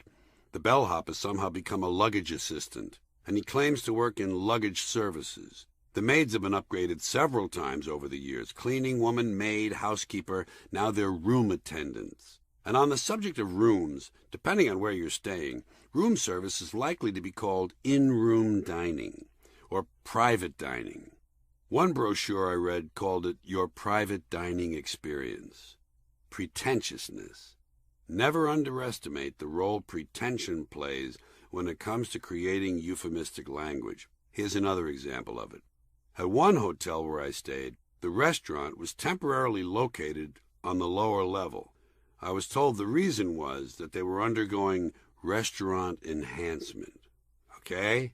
The concierge actually uttered that phrase. Not remodeling, restaurant enhancement. And he said it as if it was something people say all the time. By the way, I shouldn't have to remind you that that lower level he referred to was once called the basement. I guess I don't really mind the phrase lower level. At least it's descriptive. Although it is the comparative form and not an absolute. Lower than what? It also bothers me when they tell me the gym is located on level 3. Level 3 is just plain old pretentiousness.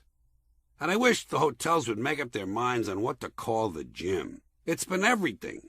Gym, fitness center, exercise room, health club, spa. God, spa!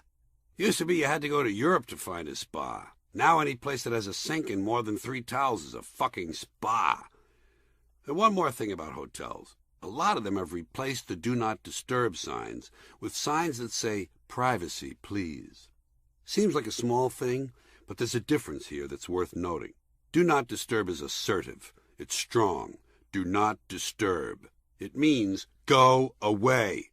But privacy, please, is weak. It sounds as if you're pleading with people. Privacy, please? Softness. To my mind, it's one more example of the feminization of language that has taken place in this country. And more important, it represents a retreat from reality. Here's another example of the same problem. Thank you for not smoking. Now, speaking strictly for myself, I find nothing wrong with the phrase no smoking. It's simple, it's direct, it's firm. No smoking. Any questions? Fine. But thank you for not smoking. First of all, it's weak. And second, for God's sakes, why are you thanking them? It's as if you think they're doing you a favor by not giving you emphysema. Personally, if I were trying to discourage people from smoking, my sign would be a little different. In fact, I might even go too far in the opposite direction. My sign would say something like, "Smoke if you wish, but if you do, be prepared for the following series of events. First, we will confiscate your cigarette and extinguish it somewhere on the surface of your skin. We will then run your nicotine-stained fingers through a paper shredder and throw them into the street, where wild dogs will swallow and then regurgitate them into the sewers so that infected rats can further soil them before they're flushed out to sea with the rest of the city's filth. After such time, we will systematically seek out your friends and loved ones and destroy their lives." Wouldn't you like to see a sign like that? I'll bet a lot of smokers would think twice about lighting up near a sign like that. You have to be direct. "Thank you for not smoking" is simply embarrassing. Personally, I think all of this upgraded feel-good language is a further sign of America's increasing uncertainty about itself.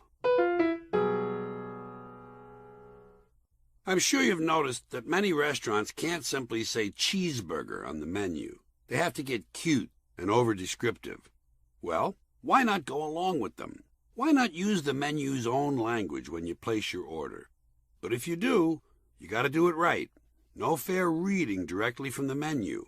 Instead, you must memorize the exact description given of the item you've chosen, and then look the waiter directly in the eye as you say, "I'll have the succulent, fresh-ground, government-inspected, choice, all-beef 8-ounce charbroiled sirloin patty, served on your own award-winning, lightly toasted sesame seed bun, and topped with a generous slice of Wisconsin's finest golden cheddar cheese, made from pure grade-A premium milk, recently extracted from a big, fat, smelly cow infected with flesh-eating bacteria."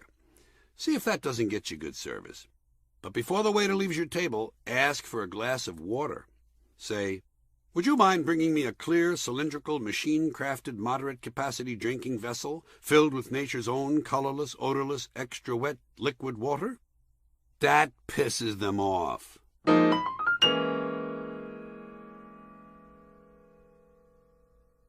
I never get critical or judgmental about whether or not a movie is any good.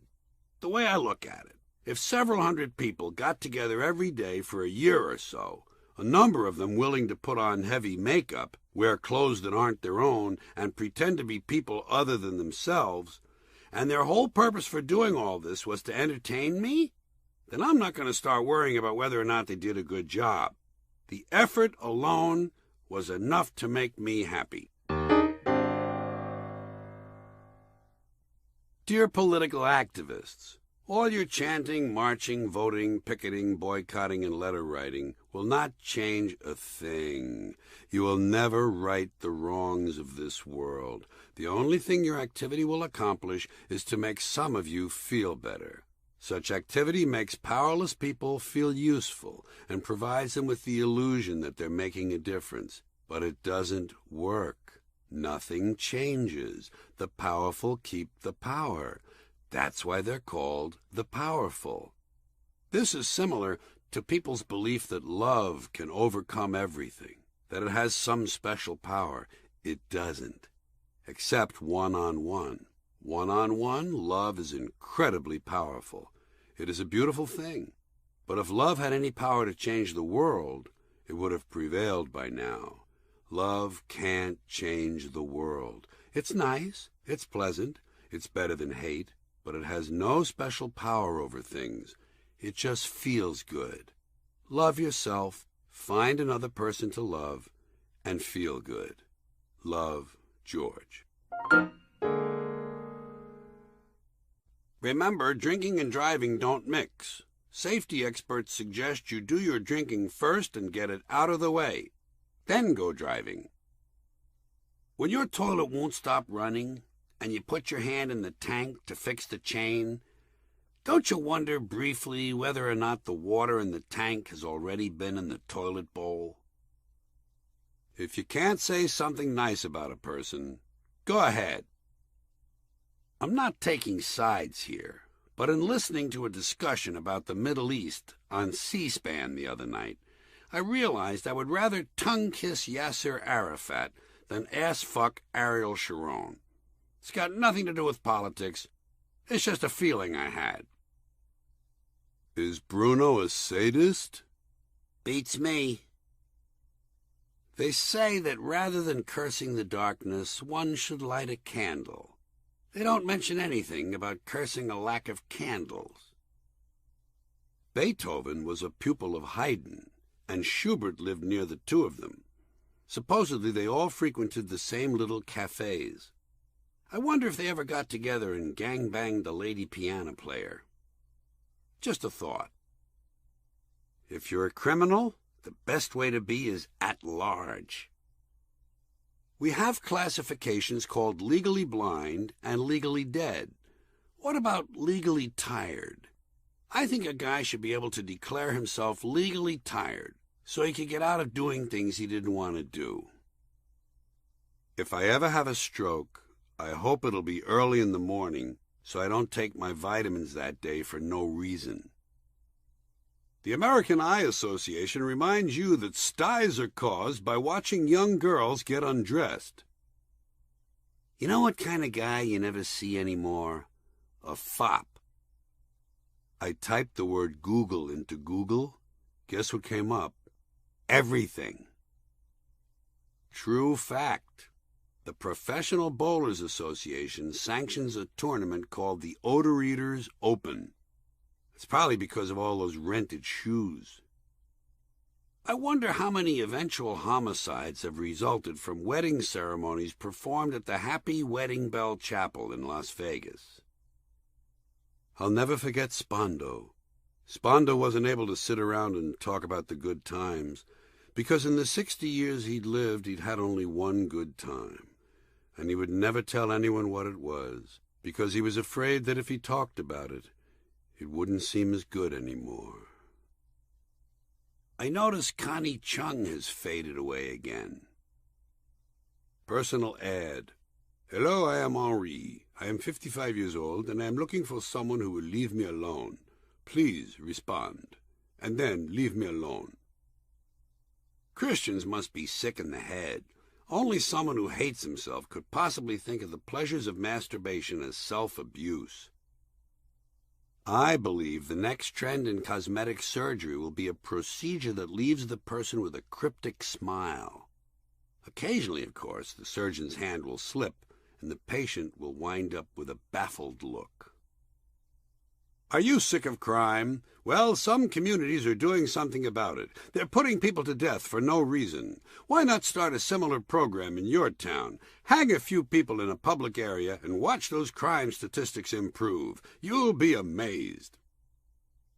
There are some people who are so nondescript that if their identities were stolen, it would be an improvement. True fact. It's against the law to mutilate grave remains. So apparently it's not illegal to be in possession of grave remains. The trouble starts when you mutilate them. Nice distinction. I have an impersonal trainer. We meet at the gym, we don't talk, he works out alone, and I go home. Here's how money can buy happiness. Money gives you options. Options give you breathing room. Breathing room gives you control. And control can offer you a measure of happiness. Maybe. True fact. You can now buy vibrating panties. They're a kind of thong with a built-in vibrator. Just what we needed. If no one knows when a person is going to die, how can we say he died prematurely? I can't help it. I just have this gut feeling that the mafia is controlled by organized crime. I don't know what it is, but something fishy is going on. I wonder if a classical music composer ever intentionally composed a piano piece that was physically impossible to play, and then stuck it away in a trunk, to be found years after his death, knowing it would forever drive perfectionist musicians crazy.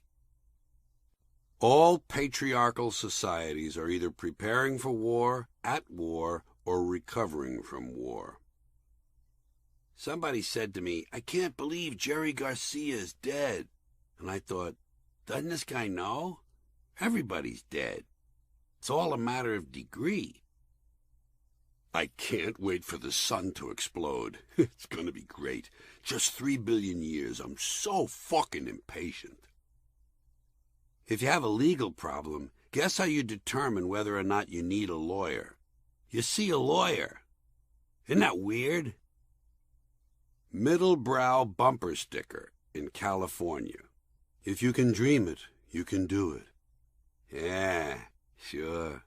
Unless the thing you're dreaming is impossible. Then, chances are, you can't do it. But try to enjoy life anyway. I collect rocks. How many you got? 1. I just started. Hey kids, get high on sports, not drugs. But if there are no sports in your neighborhood, go ahead and get high on drugs. If you had yourself cloned, who exactly would be your parents? Can you raise yourself? I guess so. And it might be fun. Just think, by the age of 6, you'd be driving yourself to school. Regarding these creationists, aren't these the same people who gave us alchemy and astrology, and who told us the Earth, besides being flat, was at the center of the universe? Why don't we just kill these fucking people? Here's an idle thought. I wonder if a perverted priest has ever tried to stick a crucifix up a kid's ass. Just wondering. The wrong 2 Beatles died first. I wonder if anyone who was working in or near the World Trade Center that day took advantage of all the confusion to simply disappear. What a great way to get away from your family. Indoor electrical illumination is often referred to as artificial light. How can it be artificial? The way I look at it is this. If I can read by it, see myself in the mirror, and recognize my friends, it's probably as real as I'm ever going to need it to be. You know what you never see anymore? A guy with a pencil behind his ear. True fact. One of those clubs that feature nude dancers recently got in trouble with the government because it didn't have wheelchair ramps. Here's something I don't care about in a movie or a TV show. A blind girl. This is the story of a blind girl who, click! You know what? As far as I'm concerned, there's nothing they can do with a blind girl. Well, maybe a couple of things, but there's nothing they can tell me about a blind girl that's going to interest me. I don't care that she's blind. I don't care if she learns how to communicate with geese. I don't care if she can identify 300 different flowers from their smells. I really don't care. Does she fuck? Now you're talking. Hello, I'm Fred Ponsaloni III, president of the Fart Retrieval League. We all know that millions of farts are released by Americans each day. But did you know not all of them are free to rejoin the atmosphere? It's true. A small but significant number of farts each day are hopelessly trapped in seat cushions, suspended forever in cotton padding or foam rubber. We're asking you to help rescue these forgotten farts by sending your donations to the Fart Retrieval League. We'll send you a booklet entitled The Facts on Farts. And next time you're in a hotel lobby, do your part. Jump up and down on a seat cushion for several minutes and liberate a few trapped farts. The Noodleman Twins television network proudly presents America's longest-running daytime drama, As the Turd Whirls. A day-to-day chronicle of ordinary people desperately in need of professional intervention and perhaps even cranial surgery. Take a break in your day, as once again we flush the toilet of life, and as blue water fills the bowl, we watch fascinated as the turd whirls. Romantic music is heard as a well-built man approaches a beautiful woman in an upscale bar. "Hi, you want to play a game?" "What kind of game?" "It's called Count the Man's Balls." "Die in a fire, bourgeois scum." "We really should get together. I'm an interesting guy.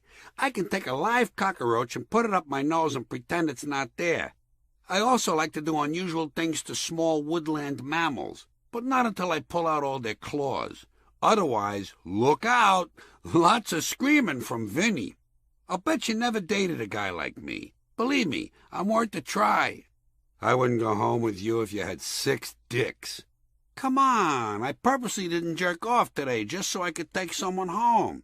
You want to compare hard-ons? I'm a woman, trouser stain. So, let me see your hard-on. Listen, I can't take the time to explain anatomy to you. I've been waiting all day just to get out of this tight underwear. I'm getting real moist in my groin area. I'd love to take off my clothes and have someone massage me firmly but gently all around my crotch. My female organs are warm and pulsating, and I can smell the sexual fluids and secretions flowing out of me and mingling with my sweat. Now you're talking. Let's go to my house. Okay, but no sex. Understand? Fine by me. But can I at least jerk off? I waited all day. Join us again tomorrow on As the Turd Whirls, as Trent has to decide whether to blow the mailman in exchange for free stamps. Farmers are on government welfare and you pay for it. Good year, bad year. Doesn't matter. They still get money. In a bad year, drought or floods, the crop is poor, incomes drop, farmers can't make their payments, and they need financial help. You pay for it. In a good year, favorable weather, there's a bumper crop. Prices fall, income drops. Farmers can't make their payments, and they need financial help. You pay for it. Either way, farmers win, you lose. Well, I guess we should be grateful. At least there's plenty of tasteless food, all safely sprayed and filled with contaminants. You know, bless us, O Lord, in these thy gifts. You know what I don't understand? People on the street having casual conversations on a cell phone. Casual stuff. Walking along, just visiting. So how's Ellen? Good. Tell her I said hello. Too casual for me. You know what a cell phone call ought to sound like? Hello, Tony. Tony, my pants are on fire. I'm going to go to the firehouse. What? Take my pants off. Good idea. Thanks. Listen, say hello to Ellen, will you? I gotta go. My bush is catching fire. Now that's a fucking cell phone call. Not this shit. So what are you doing, Joey? Watching TV? Really? I was only guessing. What's on? Oh, I saw that. Try another channel. Yeah, go ahead. I'll wait. Try to find a phone plan that provides more than just free minutes. See if there are any companies that are offering free brains. A phone rings.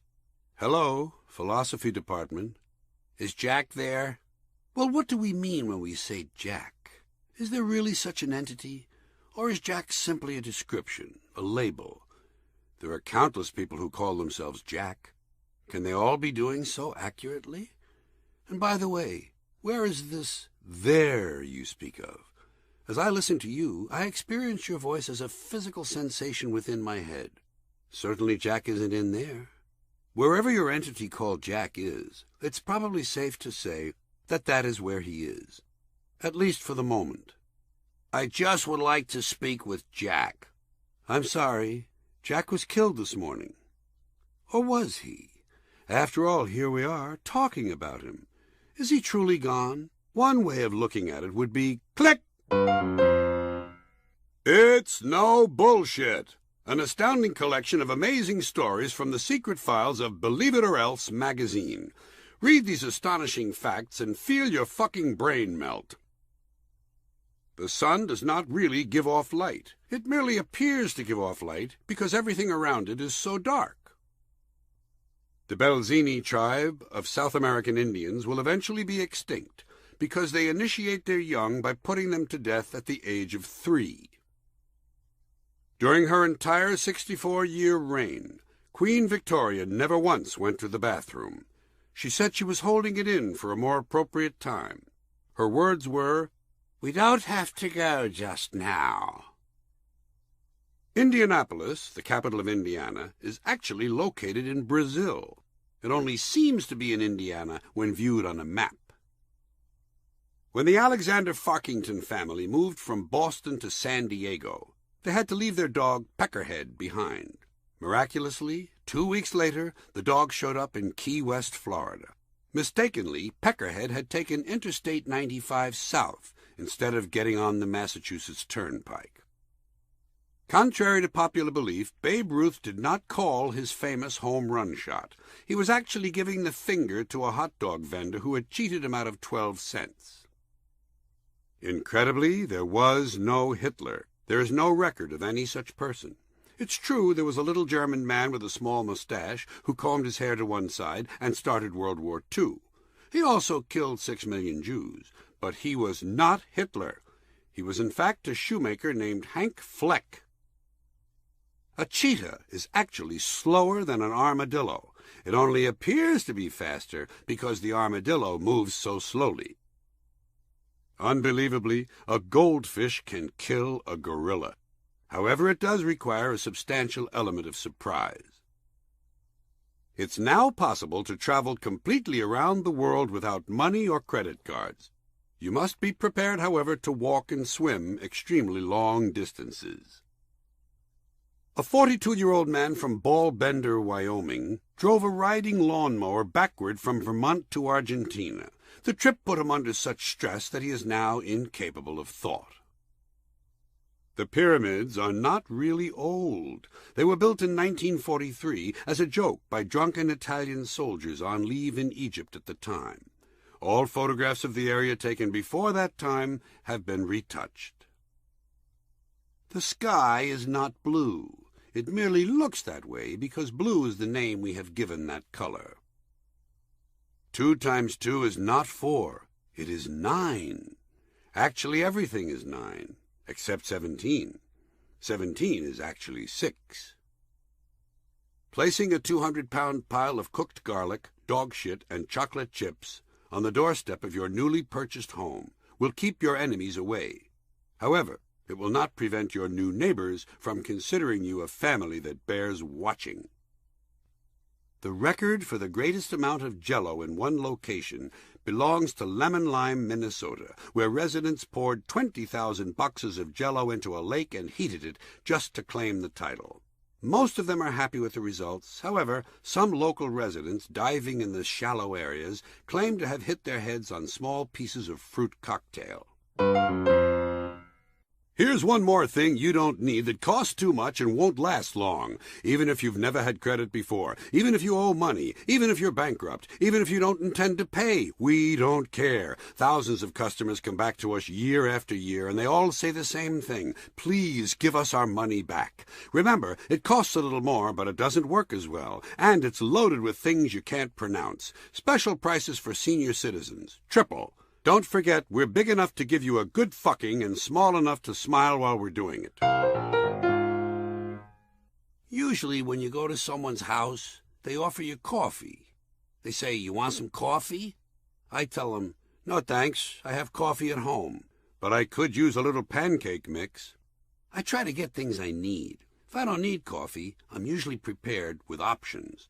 Do you have any of those Chef Boyardee SpaghettiOs? The ones with the little hunks of weenie in them? Good. I'll take a couple of cans of them. Large if you have them. By any chance, you don't have any Hebrew alphabet soup, do you? Nah. Okay, I didn't think so. How do the wax beans look today?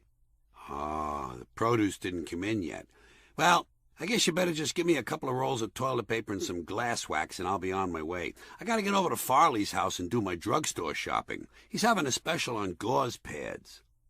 Be a smart shopper, and don't forget to bring your coupons.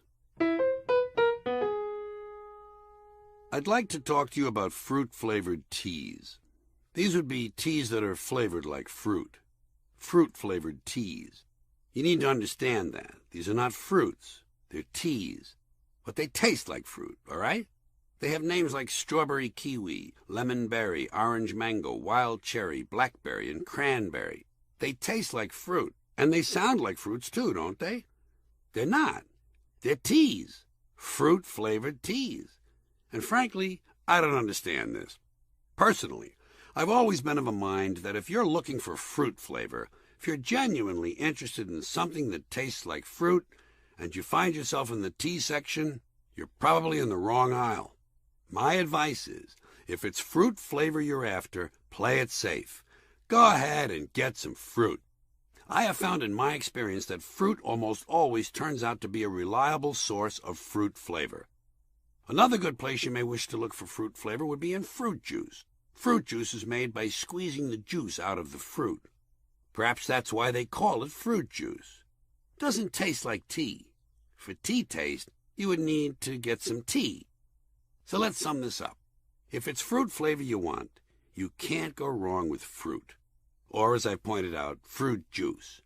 Don't be ordering tea. Tea has a tea flavor. It's not like fruit. It's more like tea. If you want tea, I say order tea. That's a different experience. It's known as having tea. By the way, have you ever noticed there are no tea-flavored fruits? Take a clue from nature. I don't understand why a chocolate dessert should include raspberries or strawberries. Intrusions of that type spoil the dessert. Leave the chocolate alone. It was doing fine by itself. I mean, here I am, innocently sitting at my table, waiting for a nice chocolate thing with lots of whipped cream and chocolate sauce to arrive, and I find that some asshole in the kitchen has decided to show off by throwing a bunch of strawberries around. Chef's ego. Strawberries belong in strawberry shortcake, not in chocolate desserts. I wouldn't want a bunch of chocolate in my strawberry shortcake, would you? No. Ergo, I don't want strawberries hanging around my chocolate cake. Chocolate cake is called chocolate cake for a reason. It's chocolate. Leave it alone. Put the strawberries in a nice sherbet if you must, or put them in a bowl by themselves, over there near the raspberries. But please, don't spoil my chocolate. Hey, chef, you want to exercise your ego? Weave the berries into fabric and make a strawberry chef's hat. Be as creative as you want, but stop fucking with my chocolate. P.S. People who dip sweetly tart strawberries into liquefied chocolate, wait for it to cool, and then eat the whole thing ought to be placed in mental institutions. What you should do is this. Drink the chocolate before it cools. Then put the strawberries on your kid's cereal. And while we're at it, folks, nuts have no business in ice cream.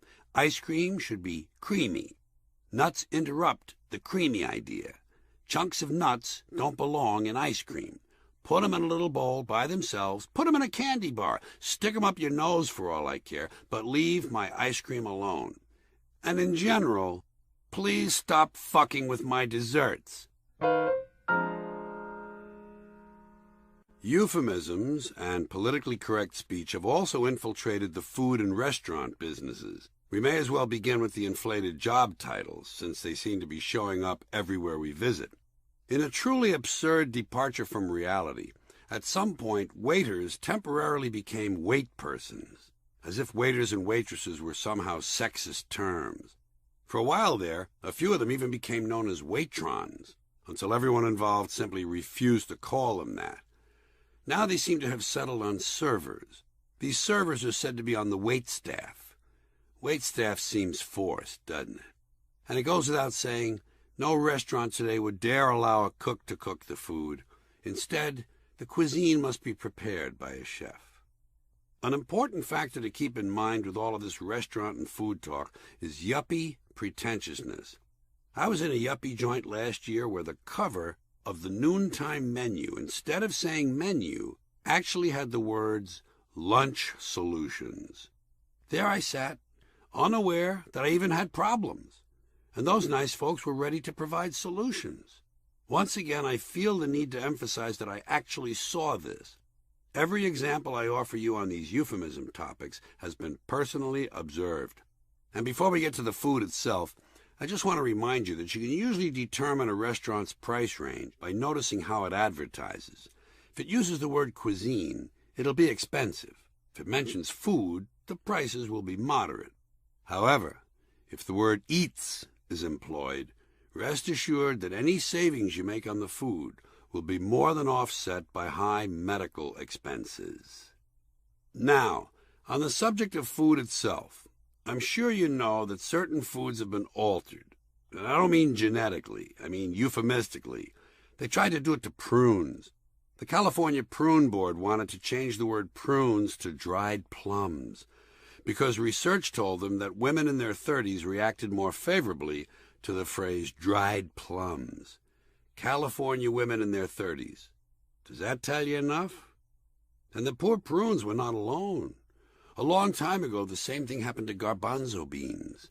Apparently, someone thought the word garbanzos sounded too much like a circus act, so they began using the older name, chickpeas. Also at about that time, again for marketing purposes, Chinese gooseberries became kiwi fruit. And since it was obvious feminists would never use an oil derived from rapeseed, we were all introduced to canola oil. And just to round out our meal, the reason Chilean sea bass became so trendy a few years ago was because it was no longer being called Patagonian toothfish. That item needs no comment. And let's not even mention capellini, which became angel hair pasta. Jesus, angel hair. And by the way, who was it that took the perfectly nice word macaroni and started calling it pasta in the first place? That sounds like more of that marketing bullshit. Never underestimate the relentlessness of the marketing people. Because long before we had yuppies, consumer goods had been getting image upgrades from the marketers. For example, seltzer water has variously been known as seltzer, carbonated water, club soda, and finally, enter the yuppies, sparkling water. Sometimes these days the label on the sparkling water says lightly carbonated.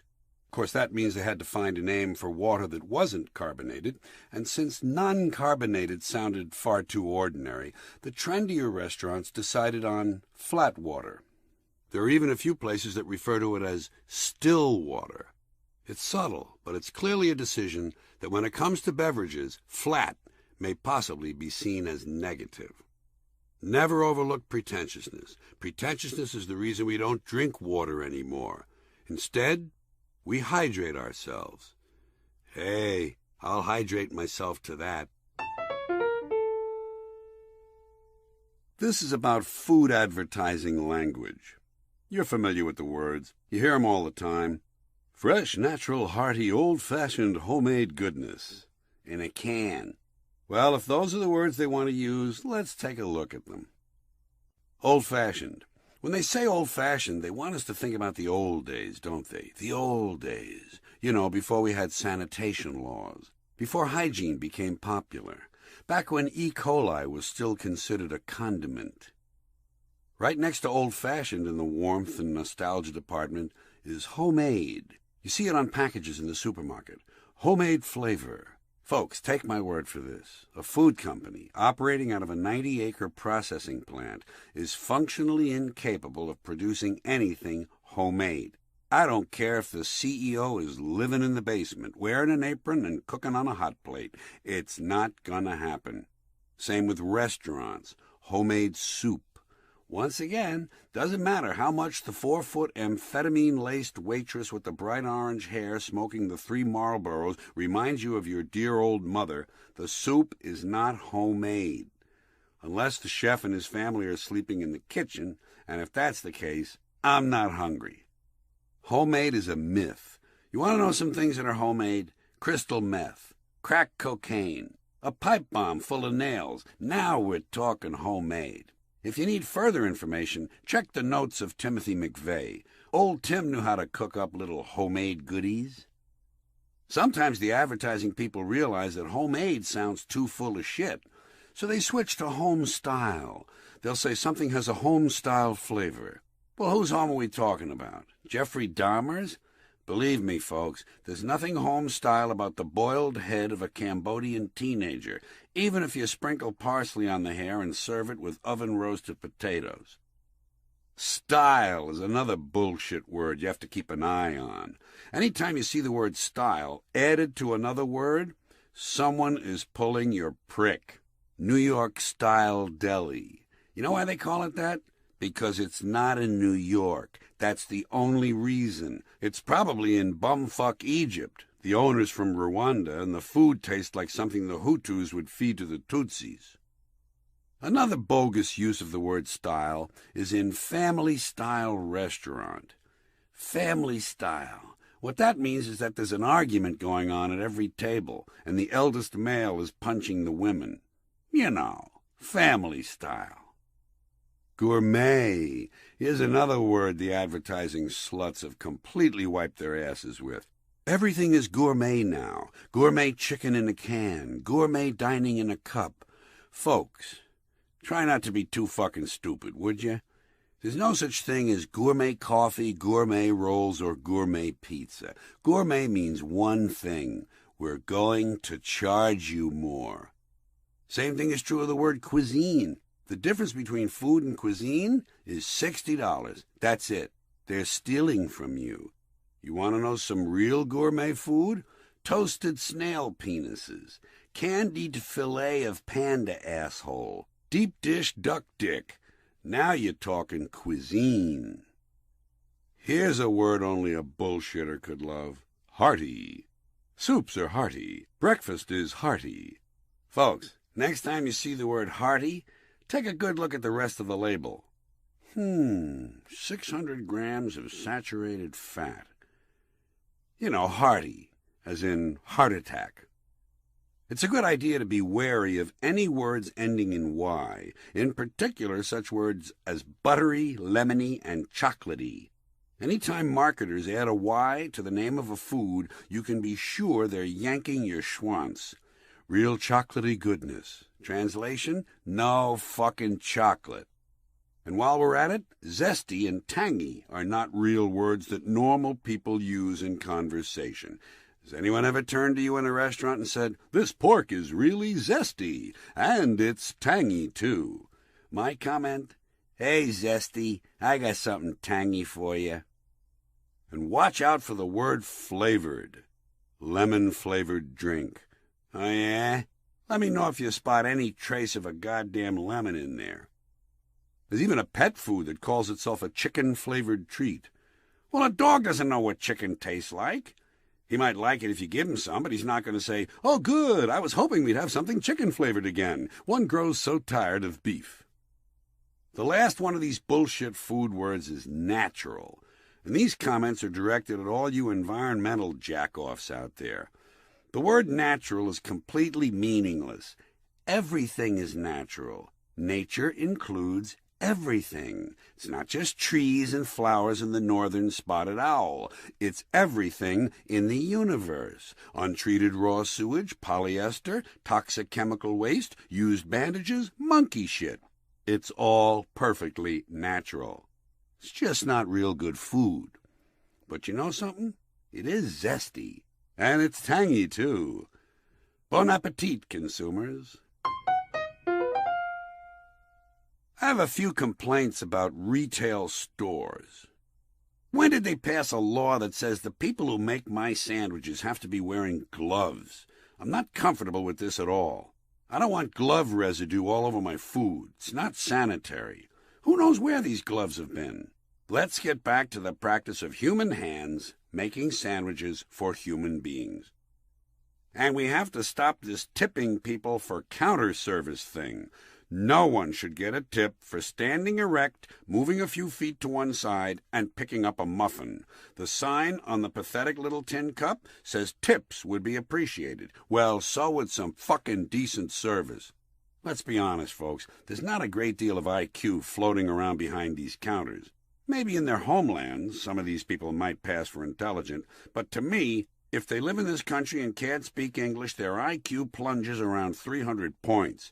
I shouldn't have to leave a tip in order to pay for someone's English lessons.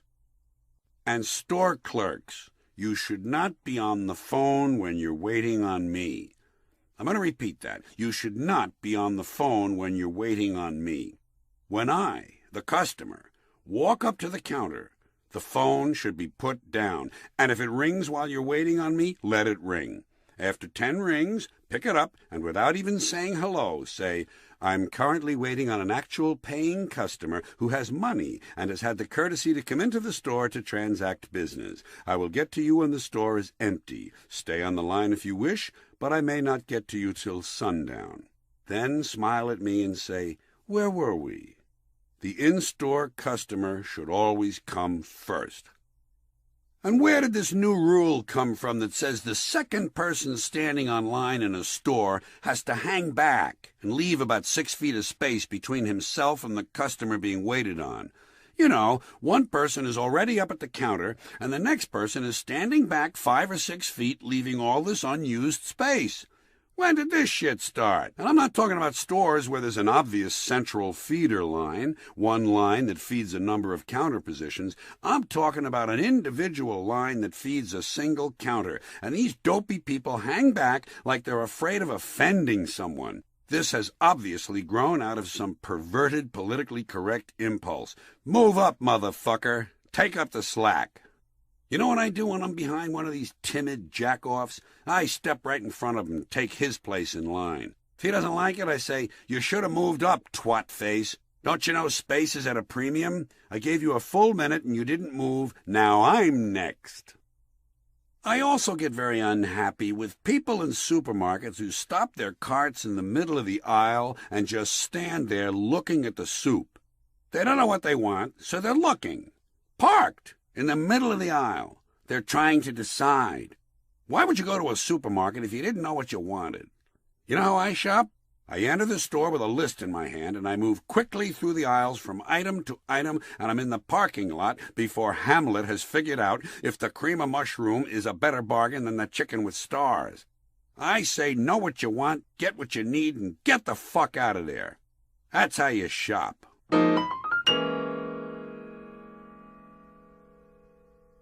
Hello there, I'm a cockroach. Listen, I'm going to keep this to a minimum because I got to get back to the kitchen and eat a bunch of crumbs that I spotted on the table. Plus, there's a little puddle of gravy on the left side of the sink near the drain that nobody noticed. Okay, here's my deal. Bug sprays. We don't like them, we don't need them, we don't want them. We say get rid of them, okay? That's it. Otherwise, if you don't do what we want, we're going to crawl all over your face while you're asleep. We'll even go up your nose. We don't care. Thanks. I'll see you later. And for Christ's sakes, turn out the lights, will you, please? When I'm on a commercial flight and I see a fly flying down the center of the airplane from back to front, I like to take him off to one side and ask him if he understands how fast he's moving. They never really know. So the first thing I do is briefly explain Newton's laws of motion, complete with a small diagram to make it a bit easier.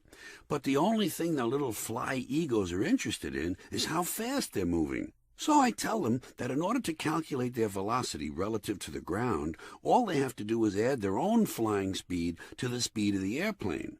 I show them how it works, and they can't believe it when they discover that they're actually traveling over 500 miles an hour.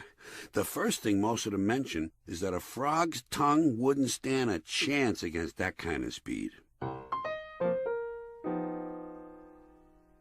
Here's a small sampling of embarrassing societal cliches that I find tiresome and in some cases just plain ignorant. If it saves just one life. You often hear a new policy or procedure justified by the specious idea that if it saves the life of just one, and in there you insert child or American soldier, it'll be worth it. Well, maybe not. Maybe a closer look would show that the cost in time, money, or inconvenience would be much too high to justify merely saving one life. What's wrong with looking at it like that? Governments and corporations make those calculations all the time. Every child is special.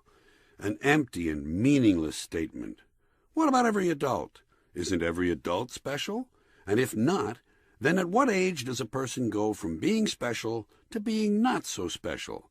And if every adult is also special, then that means all people are special, and the idea has no meaning. This embarrassing sentiment is usually advanced to further some position that is either political or fundraising in nature.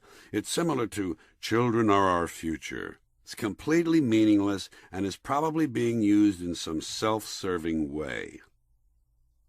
After the death of some person, even many years after, you'll often hear someone refer to the deceased by saying, "I get the feeling he's up there now, smiling down on us, and I think he's pleased."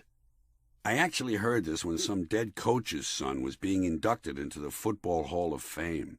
First of all, it's extremely doubtful that there's any up there to smile down from. It's poetic, and I guess it's comforting, but it probably doesn't exist.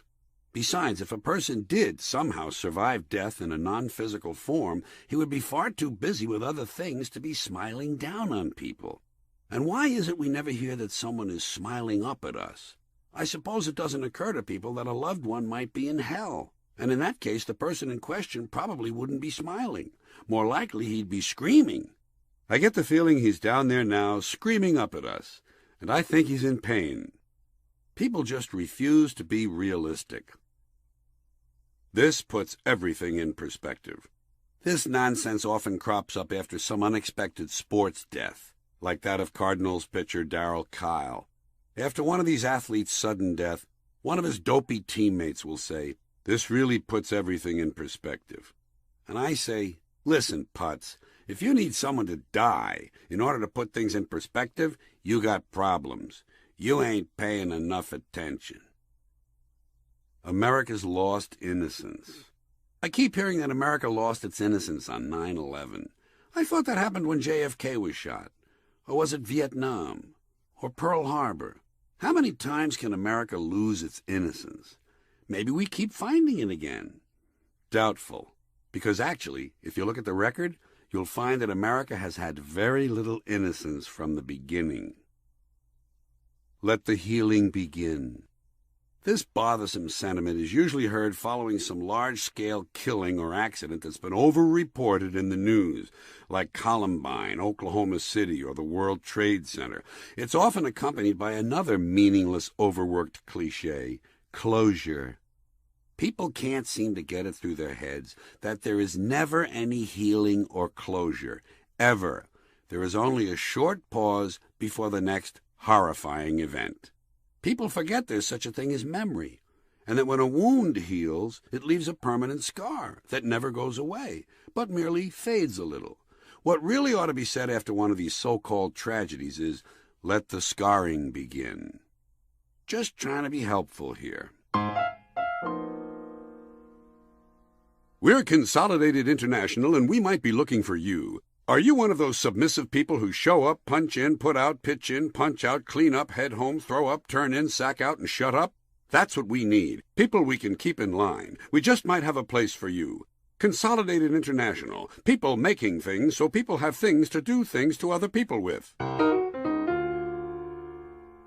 hope all of you good, loyal Americans understand that in the long run, the Islamist extremists are going to win, because you can't beat numbers, and you can't beat fanaticism, the willingness to die for an idea. A country like ours, preoccupied with jet skis, off-road vehicles, snowboards, jacuzzis, microwave ovens, pornography, lap dances, massage parlors, escort services, panty liners, penis enhancement, tummy tucks, thongs, and odor eaters, doesn't have a prayer, not even a good old-fashioned Christian prayer, against 1 billion fanatics who hate that country, detest its materialism, and have nothing really to lose. Maybe 50 years ago, but not today, when germs and chemicals and nuclear materials are for sale everywhere. People who don't give a shit and have nothing to lose will always prevail over people who are fighting for some vague sentiment scrawled on a piece of parchment. Folks, they're gonna get you, and it ain't gonna be pleasant. We can't drop a 5,000-pound bomb on every one of them.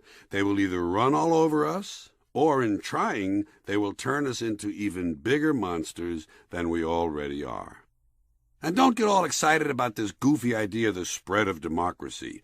No matter who the United States puts in charge to bring peace and order in Iraq or Palestine or anywhere else, those people will be killed. It's that simple.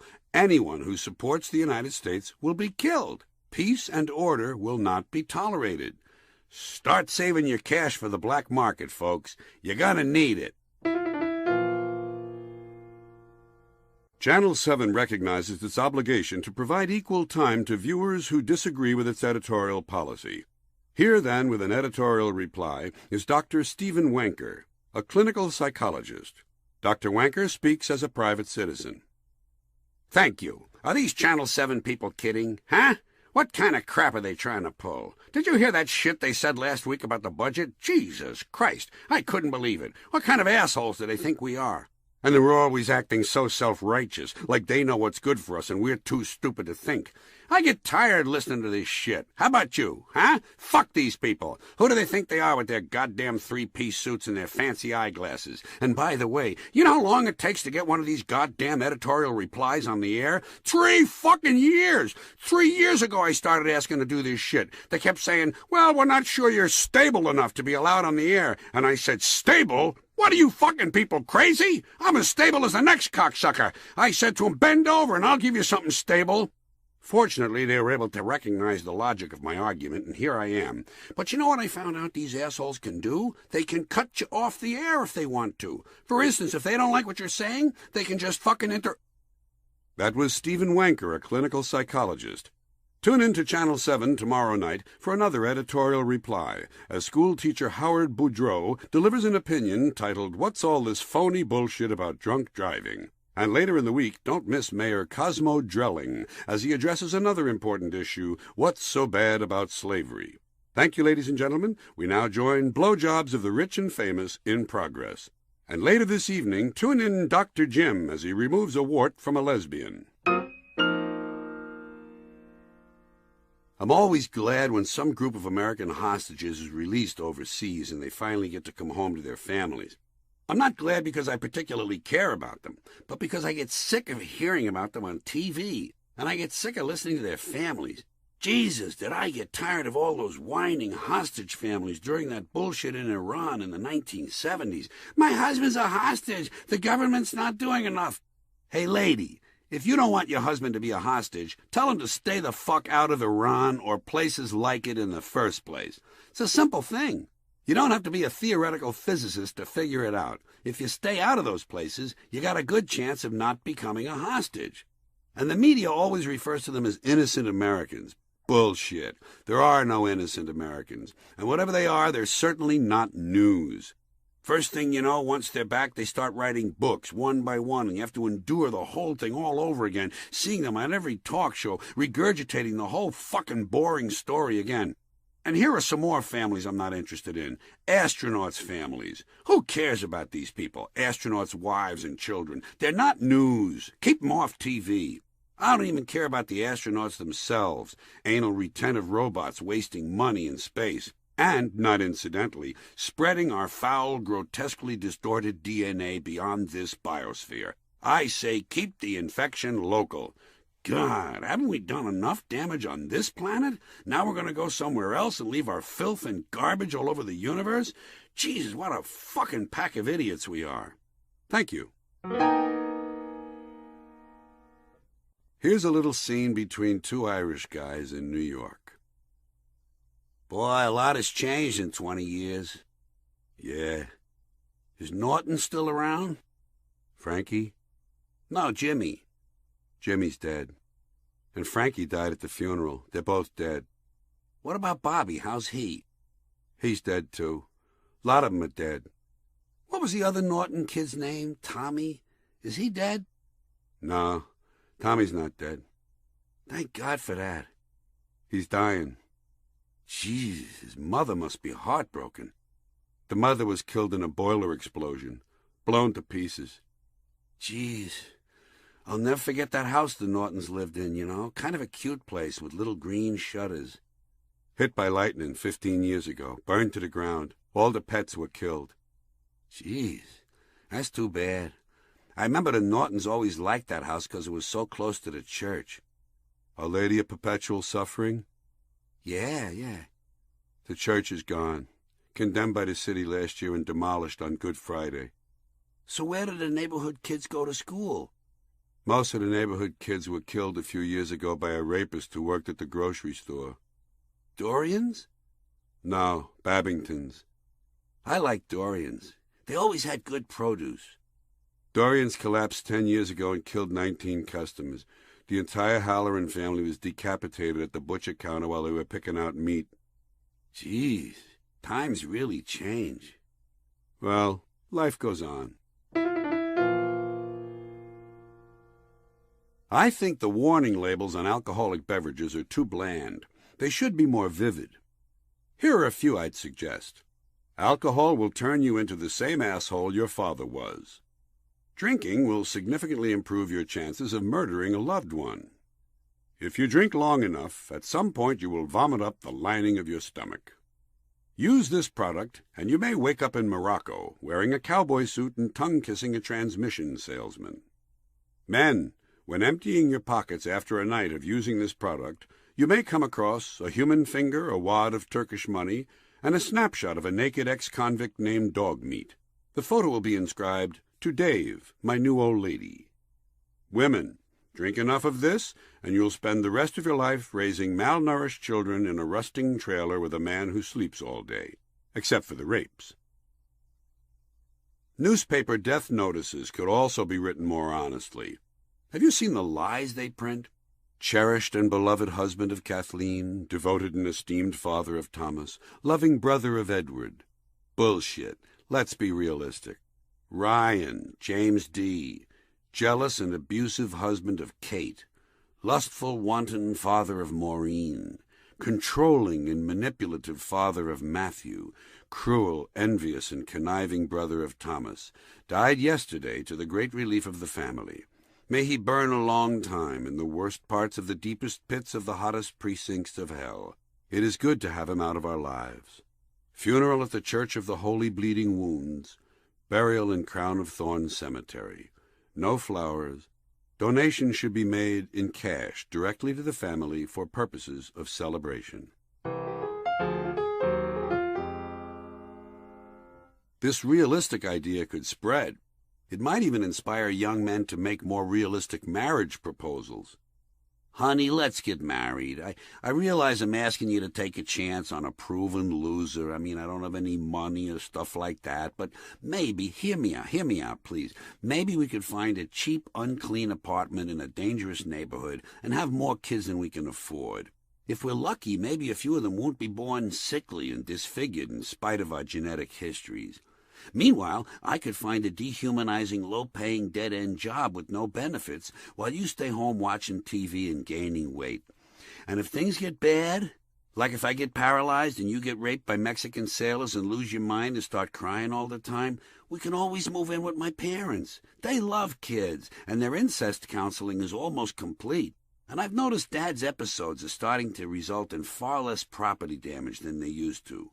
What do you say, honey? You want to give it a shot? Maybe our second set of HIV tests will turn up negative. If I may renew a theme I spoke to earlier, I have a bit more to say about early boarding on the airlines. It's not just favoritism to the disabled that bothers me. That's unfair enough. But immediately after the various cripples, limpers, and wheelchair jockeys have been unfairly allowed to board early, the airline then has the nerve to allow people with children to get on the plane, once again at the expense of the rest of us. I do not understand this policy at all. Why should people board early simply because they have children? What's so special about having kids? After all, a lot of kids are accidents. Many people wind up with children simply because they're unlucky. Is that something we should be rewarding? I don't think being careless in bed should qualify someone for special treatment on an airplane. And by the way, as with the devious methods of the cane and crutch crowd mentioned earlier, I think there are some couples who bring their kids along on a trip solely for the purpose of early boarding. What other reason would you have for including kids on a trip? Enjoyment? Hardly. In fact, and this may seem extreme to some, it's my conviction that there are some couples who have intentionally gotten married and had families specifically for the purpose of getting on the plane early. I know it sounds unlikely to you, but don't forget, these are cold, pragmatic, striving, yuppie boomers, unsentimental people who largely regard children as props and commodities anyway. Honey, let's have a kid so we can board planes early. Great idea, Scott. You start making a list of preschools and I'll get the lubricating jelly. Believe me, it happens more than you may think.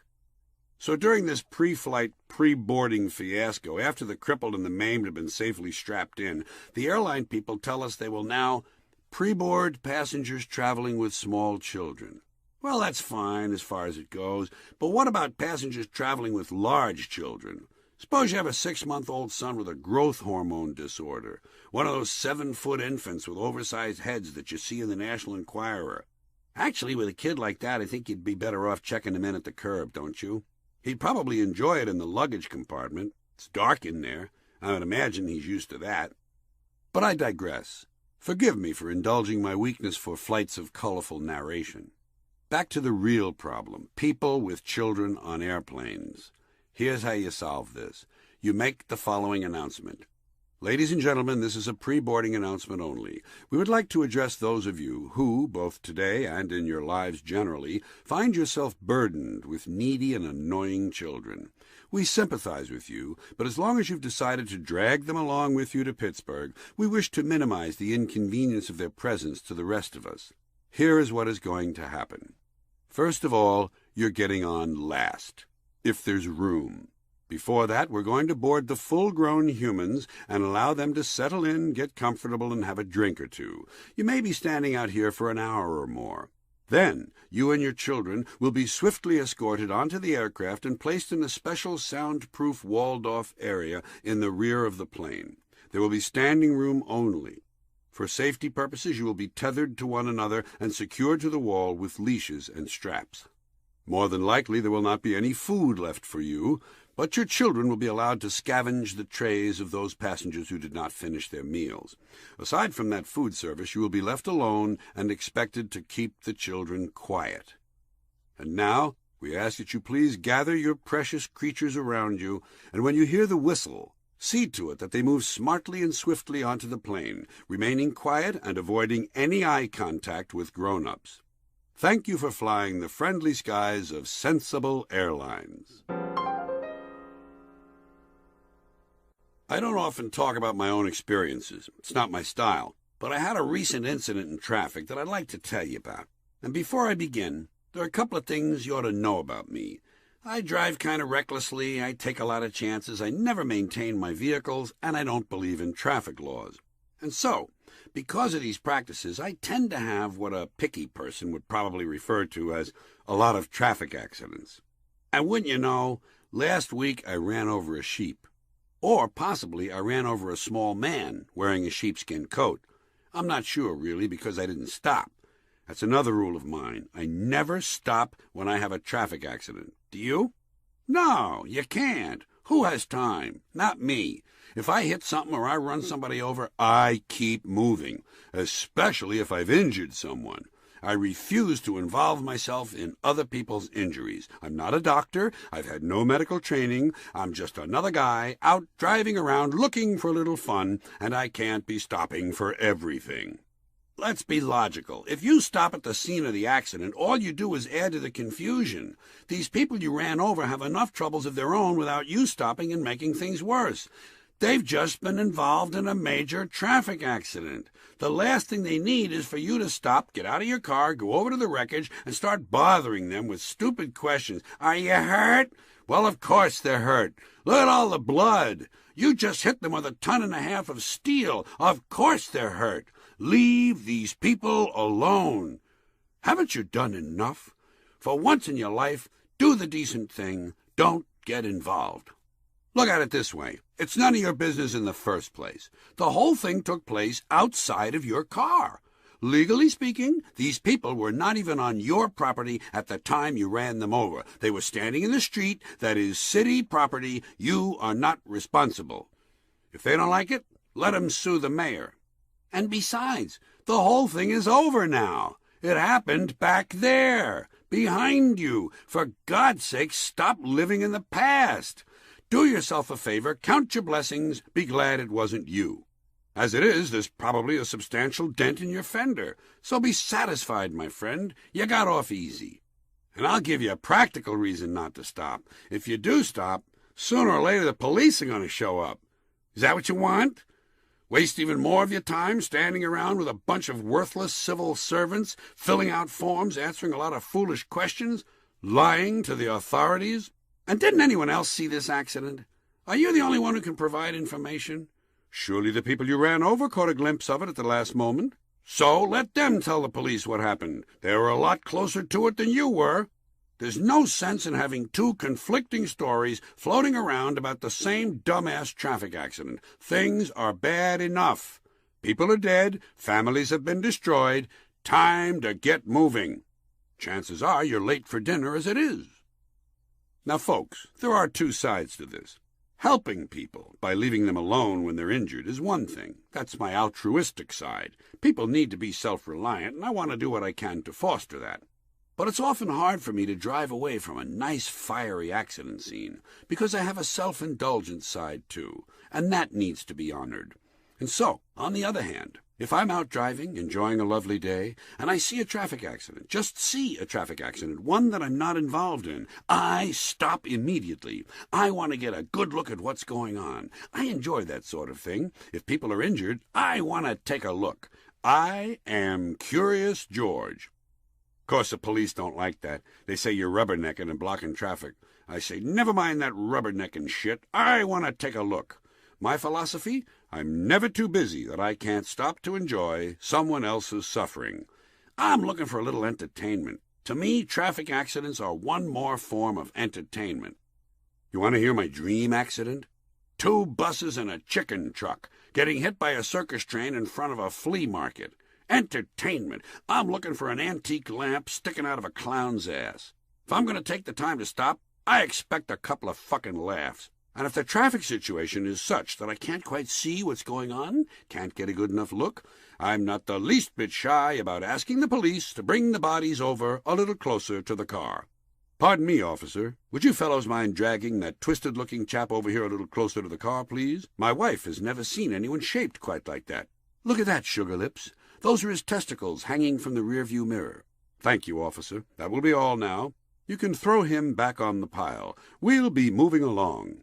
And off we go, out onto the highway, looking for a little fun. Perhaps a flatbed truck filled with human cadavers will explode in front of a Star Trek reunion. One can only dream and hope.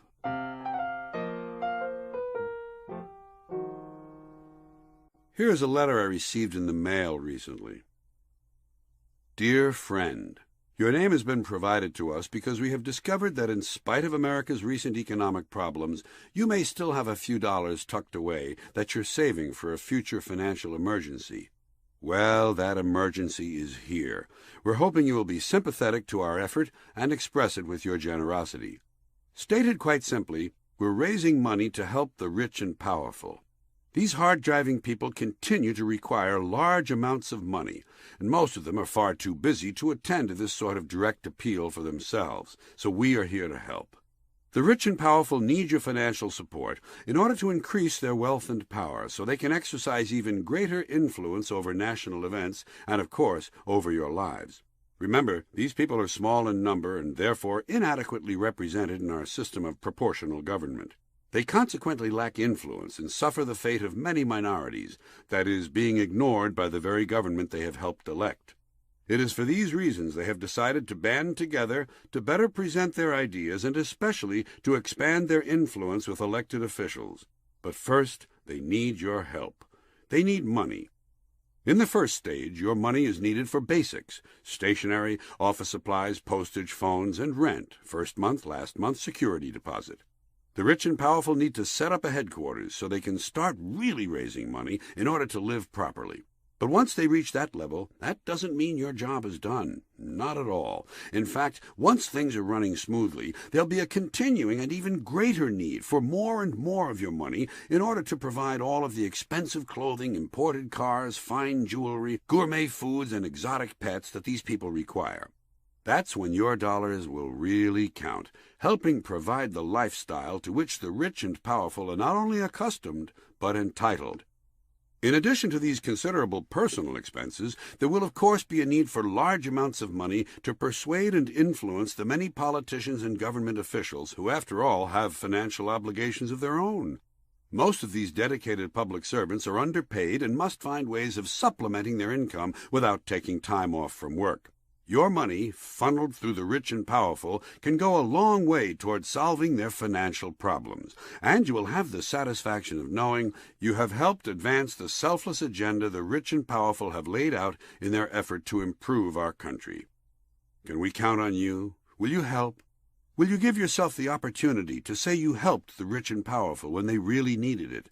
Do it now. Do it for yourself, and do it for your children. Sit down and write out a check for a substantial amount. even more than you can afford.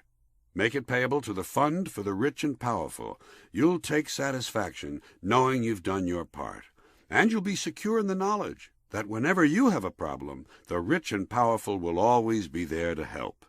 Sincerely, Esterbrook Winslow, somewhere offshore. P.S. Your canceled check is your receipt. Bob calling. Bob dials a number. Hello? Hi, is this Don? Yeah? Hi, Don, this is Bob. Oh, hi, Bob. Hi. Well, I guess I'll let you go now. Bye. Okay, bye. Bob dials again. Hello? Hi, is this Carl? Yes? This is Bob. Oh, hi, Bob. Hi. Well, you're probably a busy guy. I'll let you go. Bye. Bye. Bob dials again. Hello? Hello, Tom? Yes? Who's this? Bob. Hi, Bob. What's going on? Not much. How about you? Same old, same old. Great. Well, I gotta go. I got a bunch of calls to make. Okay. Bye. Bob opens his phone book and makes a list of more people he wants to bond with. His phone rings. Hello? Hi, is this Bob? Yes. This is Steve. Oh, hi, Steve. How are you? Well, that's the reason I'm calling. Oh? Yes, I'm doing fine. So I thought I'd let you know that and maybe save you a call. Well, that's mighty thoughtful of you. Thanks. That's okay. Well, that's it. I guess we'll talk tomorrow. You got a deal. Bye. Bye.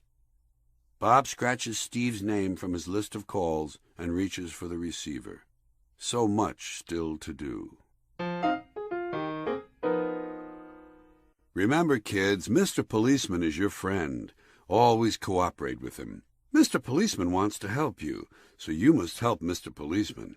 Don't forget, if you refuse to cooperate, Mr. Policeman will beat you to death, especially if you're not white.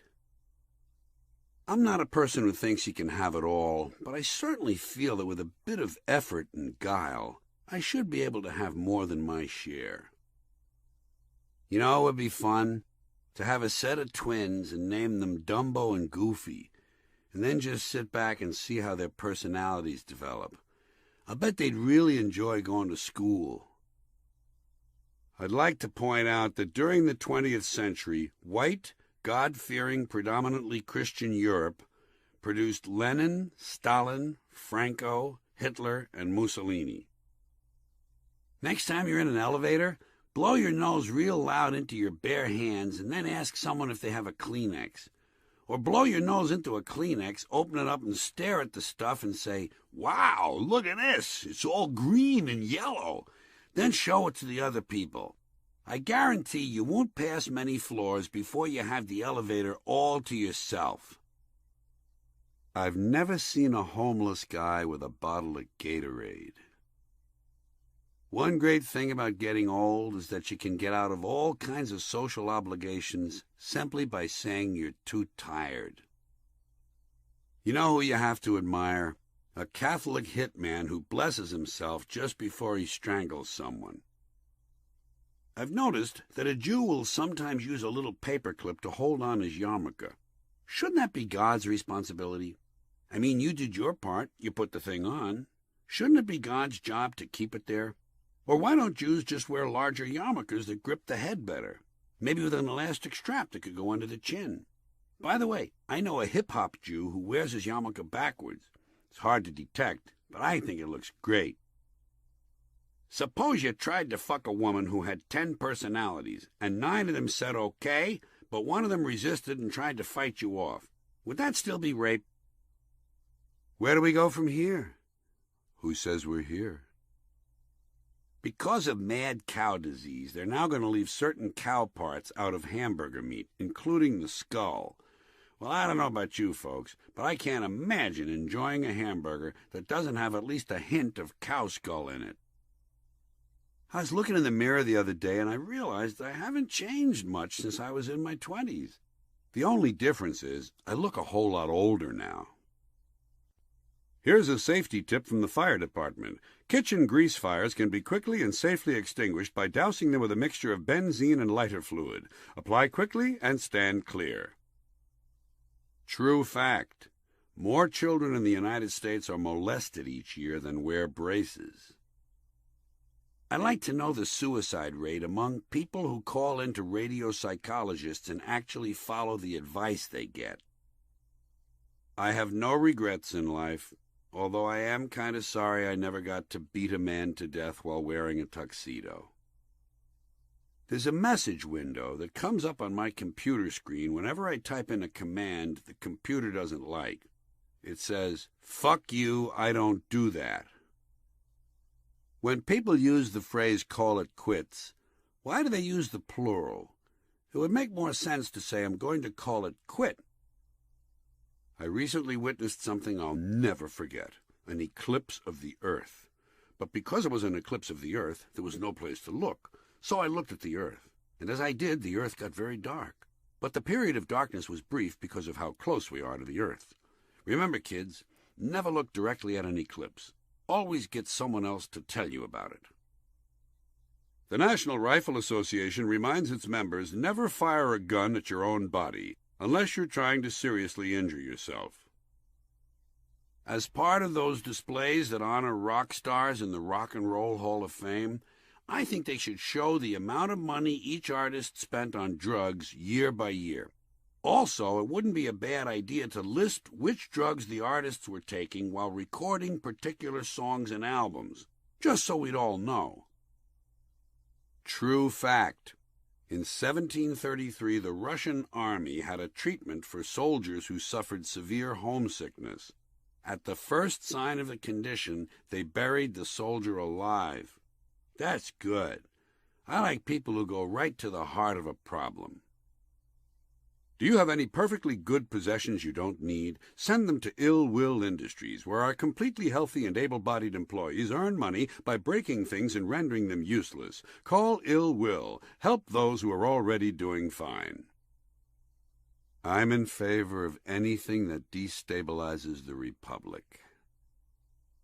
Regarding the Menendez brothers, my opinion is that you can rarely get two kids to agree to kill their parents unless the parents really deserve it. True fact. Purina now has a cat food made especially for cats who live indoors. Indoor cat food for indoor cats. Meanwhile, I'm sure you're aware that some human beings have no food at all. The worst thing about email is that you can't interrupt the other person. You have to read the whole fucking thing and then email them back, pointing out all their mistakes and faulty assumptions. It's frustrating and it's time-consuming. God bless phone calls. I cannot understand a grown man whose name is Fuzzy and who actually allows people to call him that. Do these guys really introduce themselves that way? "Hi, I'm Fuzzy." If some guy said that to me, I'd say to him, "Well, you don't look very fuzzy to me." If you vote once, you're considered a good citizen. If you vote twice, you face 4 years in jail. In this country, alcohol is hardly ever seen as a drug problem. Instead, we think of it as more of a driving problem. Life is simple. Your happiness will be based completely on luck and genetics. Everything comes down to luck and genetics. And when you think about it, even your genetics is luck. Seems as though I never get to do the foxtrot anymore. What's going on with these people who tell you to have a safe trip? I would never tell a person that, because if they died, it would really feel creepy. If I had been in charge of reorganizing the government's security agencies into a Homeland Defense Organization, I would have divided the responsibilities into 2 agencies. The Bureau of What the Fuck Was That? And the Department of What the Fuck Are We Gonna Do Now? Don't you get tired of this simple-minded Laura Bush nonsense about children reading, or reading to children, or teaching children to read, or reading to children about teaching, or whatever the fuck it is? What is it with these Bush women? His mother, the big silver douchebag, was into the same sort of nonsense. These women should not be encouraging children to read. They should be encouraging children to question what they read. Content is far more important than the mere act of sitting with your mother and dragging your eyes across text. By the way, I noticed that apparently the idea of teaching children to read didn't work when Barbara tried it on George. Not all the political manipulation of language is done by the big bad politicians. A lot of it comes from people who think of themselves as good and virtuous. The politically active, activists, as opposed, I guess, to pacifists, who should not be confused with pacifists, who are, after all, quite often activists. Let's start with faith-based, which was chosen by right-wing holy people to replace the word religious in political contexts. In other words, they've conceded that religion has a bad name. I guess they figured people worry about religious fanatics, but no one's ever heard of a faith-based fanatic. And by the way, none of the Bush religious fanatics will admit this, but the destruction of the World Trade Center was a faith-based initiative. A fundamentalist Muslim faith-based initiative. Different faith, but hey, we're all about diversity here. The use of faith-based is just one more way the Bush administration found to bypass the Constitution. They knew Americans would never approve of government-promoted religious initiatives, but faith-based? Hey, what's the problem? The term faith-based is nothing more than an attempt to slip religion past you when you're not thinking, which is the way religion has always slipped past you. It deprives you of choice. Choice being another word the political speech manipulators find extremely useful.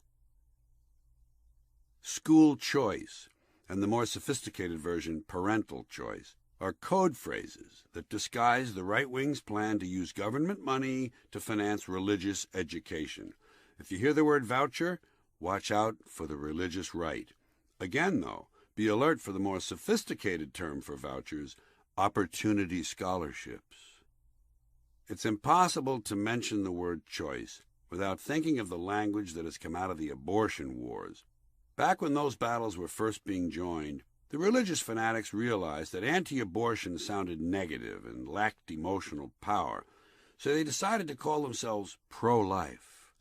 Pro-life not only made them appear virtuous, it had the additional advantage of suggesting their opponents were anti-life, and therefore pro-death. They also came up with a lovely variation designed to get you all warm inside, pro-family. Well, the left wing didn't want to be seen as either anti-life or pro-death, and they knew pro-abortion wasn't what they needed, so they decided on pro-choice. That completed the name game and gave the world the now classic struggle, pro-choice versus pro-life. The interesting part is that the words life and choice are not even opposites. But there they are, hanging out together, bigger than life. And by the way, during this period of name-choosing, thanks to one more touch of left-wing magic, thousands of abortionists' offices were slowly and mysteriously turning into family planning clinics. And on the subject of those places, I think the left really ought to do something about this needlessly emotional phrase, back-alley abortions. We don't want to go back to the days of back-alley abortions. Please. It's over-descriptive. How many abortions ever took place in back alleys? Or, okay, in places where the entrance was through a back alley. Long before Roe versus Wade, when I was a young man, every abortion I ever paid for took place in an ordinary doctor's office in a medical building. We came in through the front door and took the elevator, the three of us. Of course, as we were leaving, the elevator carried a lighter load. Then there's the fetus-unborn child argument. Even leaving aside personal feelings, the semantics of this alone are kind of fun to unravel. To my way of thinking, whatever it is, if it's unborn, it's not a child. A child has already been born. That's what makes it a child. A fetus is not a child because it hasn't been born yet. That's why it's called a fetus. You can call it an unborn fetus if you want. It's redundant. But you can't call it an unborn child because, not to belabor this, to be a child, it has to be born. Remember? The word unborn may sound wonderful to certain people, but it doesn't tell you anything. You could say a Volkswagen is unborn, but what would it mean? The fanatics have another name for fetuses. They call them the preborn. Now we're getting creative. If you accept preborn, I think you'd have to say that at the moment of birth, we go instantly from being preborn to being pre-dead. Makes sense, doesn't it? Technically, we're all pre-dead. Although, if you think about it even harder, the word pre-dead probably would best be reserved for describing stillborn babies, the postborn pre-dead. By the way, I think the reason conservatives want all these babies to be born is that they simply like the idea of birth. That's why so many of them have been born again. They can't get enough of it. Here's some more left-wing nonsense, this time from the environmentalists, the folks who gave us the rainforest. Save the rainforest. They decided to call it that because they needed to raise money, and they knew no one would give them money to save a jungle. Save the jungle doesn't sound right. Same with swamp. Save the swamp. Not gonna work. Swamp became wetland. Nicer words, sounds more fragile. Save the wetlands. Send money. But I think the environmentalists still have their work cut out for them when it comes to global warming and the greenhouse effect. As I see it, these terms are far too pleasant for people to get all worked up about. For one thing, global is too all-embracing for Americans. It's not selfish enough. Isn't globalization that thing that's been stealing our jobs? Global doesn't make it. And warming is such a nice word. Who wouldn't want a little warming? Similarly, greenhouse effect will never do. A greenhouse is full of plants and flowers, full of life and growth. Green equals life. House equals shelter. The greenhouse effect sounds like something that gives you life and shelter and growth.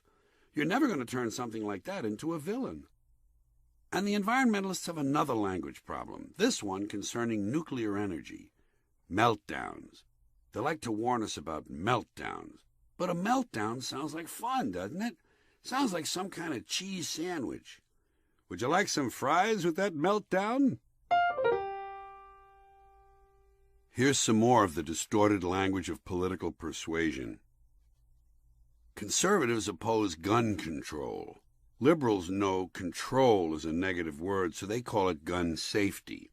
That's about what you'd expect, but it's hard to find words to describe the following distortion. Some of the pro-gun people are referring to gun control as victim disarmament.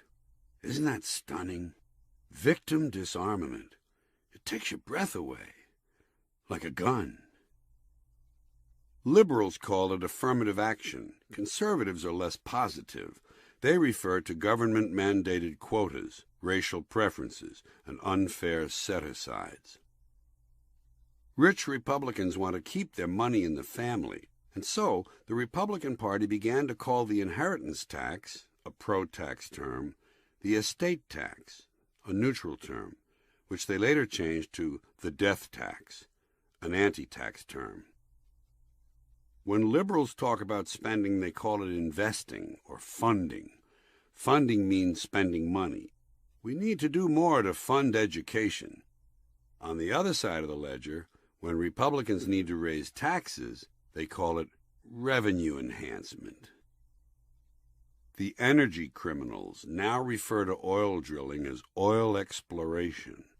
Instead of Mobil and Exxon, they'd rather you picture Lewis and Clark. When the original Enron story was developing, Bush's people referred to the crimes as violations. They said a review might be necessary, but not an investigation. So I guess if the other guys do it, it's a crime that should be investigated. But if your guys do it, it's a violation that should be reviewed.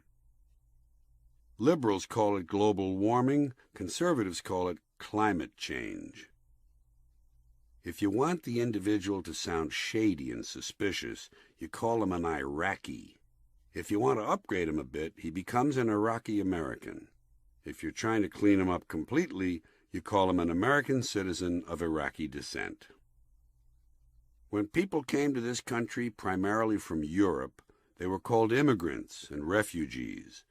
As they began arriving from Latin America and the Caribbean, we started calling them aliens. Some of them are here illegally. Those in this country who sympathize with that group don't call them illegal aliens. They refer to them as undocumented workers or guest workers. Sometimes they're identified by the purely descriptive term, the newly arrived. Most favored nation trade status was considered too positive a term for China, so it was decided instead to call it normal trade relations. Aside from the language, there's no difference between the two policies. The Nazis referred to the extermination of the Jews as special action. In their version, the Jews were not killed. They were resettled, evacuated, or transferred, and the dead were referred to as the no longer relevant. In Palestine, Arabs refer to the areas Jews have taken over as occupied territories. Jews call them disputed areas. The Israelis call their assassinations of Palestinian leaders focused thwartings, pinpoint elimination, and preventive measures. At one time in Iraq, Saddam Hussein called the hostages he was holding his guests. Countries we used to call rogue nations are now referred to as nations of concern, so we can talk to them without insulting them outright. But as a result of bad behavior, North Korea has been downgraded from a state of concern to a rogue state. Likewise, failed nations are now called messy states. Underdeveloped countries have also been upgraded. They're now developing nations. And finally, during the election that defeated Manuel Noriega in Panama, there were groups of thugs that wandered around beating and killing people and looting stores. They called themselves dignity battalions. If you enjoyed my earlier description of my new system for wishing people a nice day, perhaps you'll be interested in the following equally innovative method I employ in similar situations. The difference is that this attempt to relieve the tedium of short exchanges involves the replies I give as opposed to the good wishes I offer. As an example, when someone asks me how I am, I try to make my answer as specific as possible. I'm not the type to toss off a casual, "I'm fine." I take care to express my exact condition, and thanks to my creative flair, I can choose from a number of options. If I'm in a self-protective mood, a simple guardedly well often does the job. I find also tentatively keen doesn't give too much away. Of course, if there's the least bit of doubt, I simply rely on my old standby, the ever-cautious, "I'm fairly well, comparatively speaking." That works nicely, especially if I feel I genuinely have something to hide. If I wish to be a little more open, "I'm semi-dandy, thank you for inquiring," is effective and has the added advantage of acknowledging the other person's contribution to the exchange. By the way, should it be one of today's trendy kids, I'm quick to drop a hip and with it moderately neato, in order to show that I'm really a cool guy and not just some old fuddy-duddy. Once again, with moderately neato, I reveal only a limited bit of information.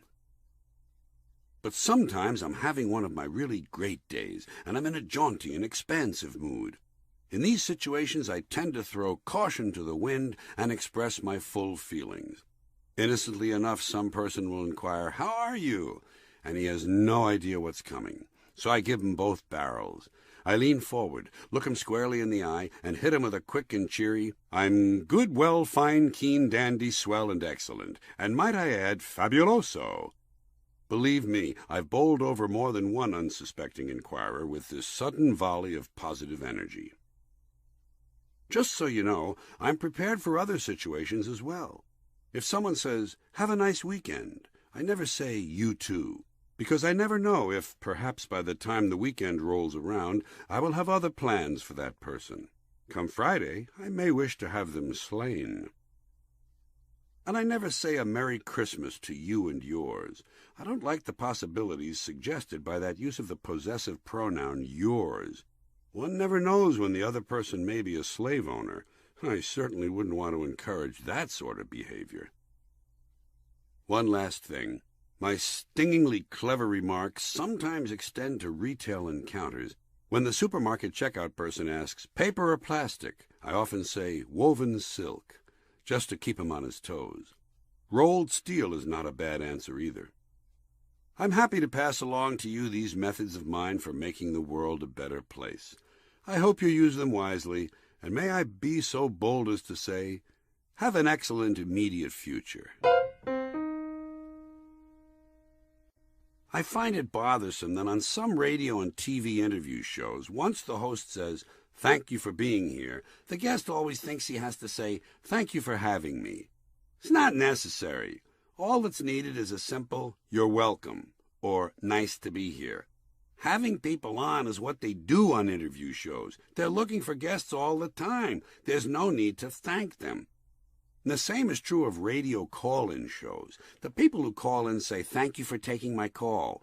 Why do they bother? Think about it. Taking calls is what these shows do. They're call-in shows. They take calls. That's their function. Why thank them for doing what they can't avoid? It bothers me that people even think they need to say these things. It's all very insincere.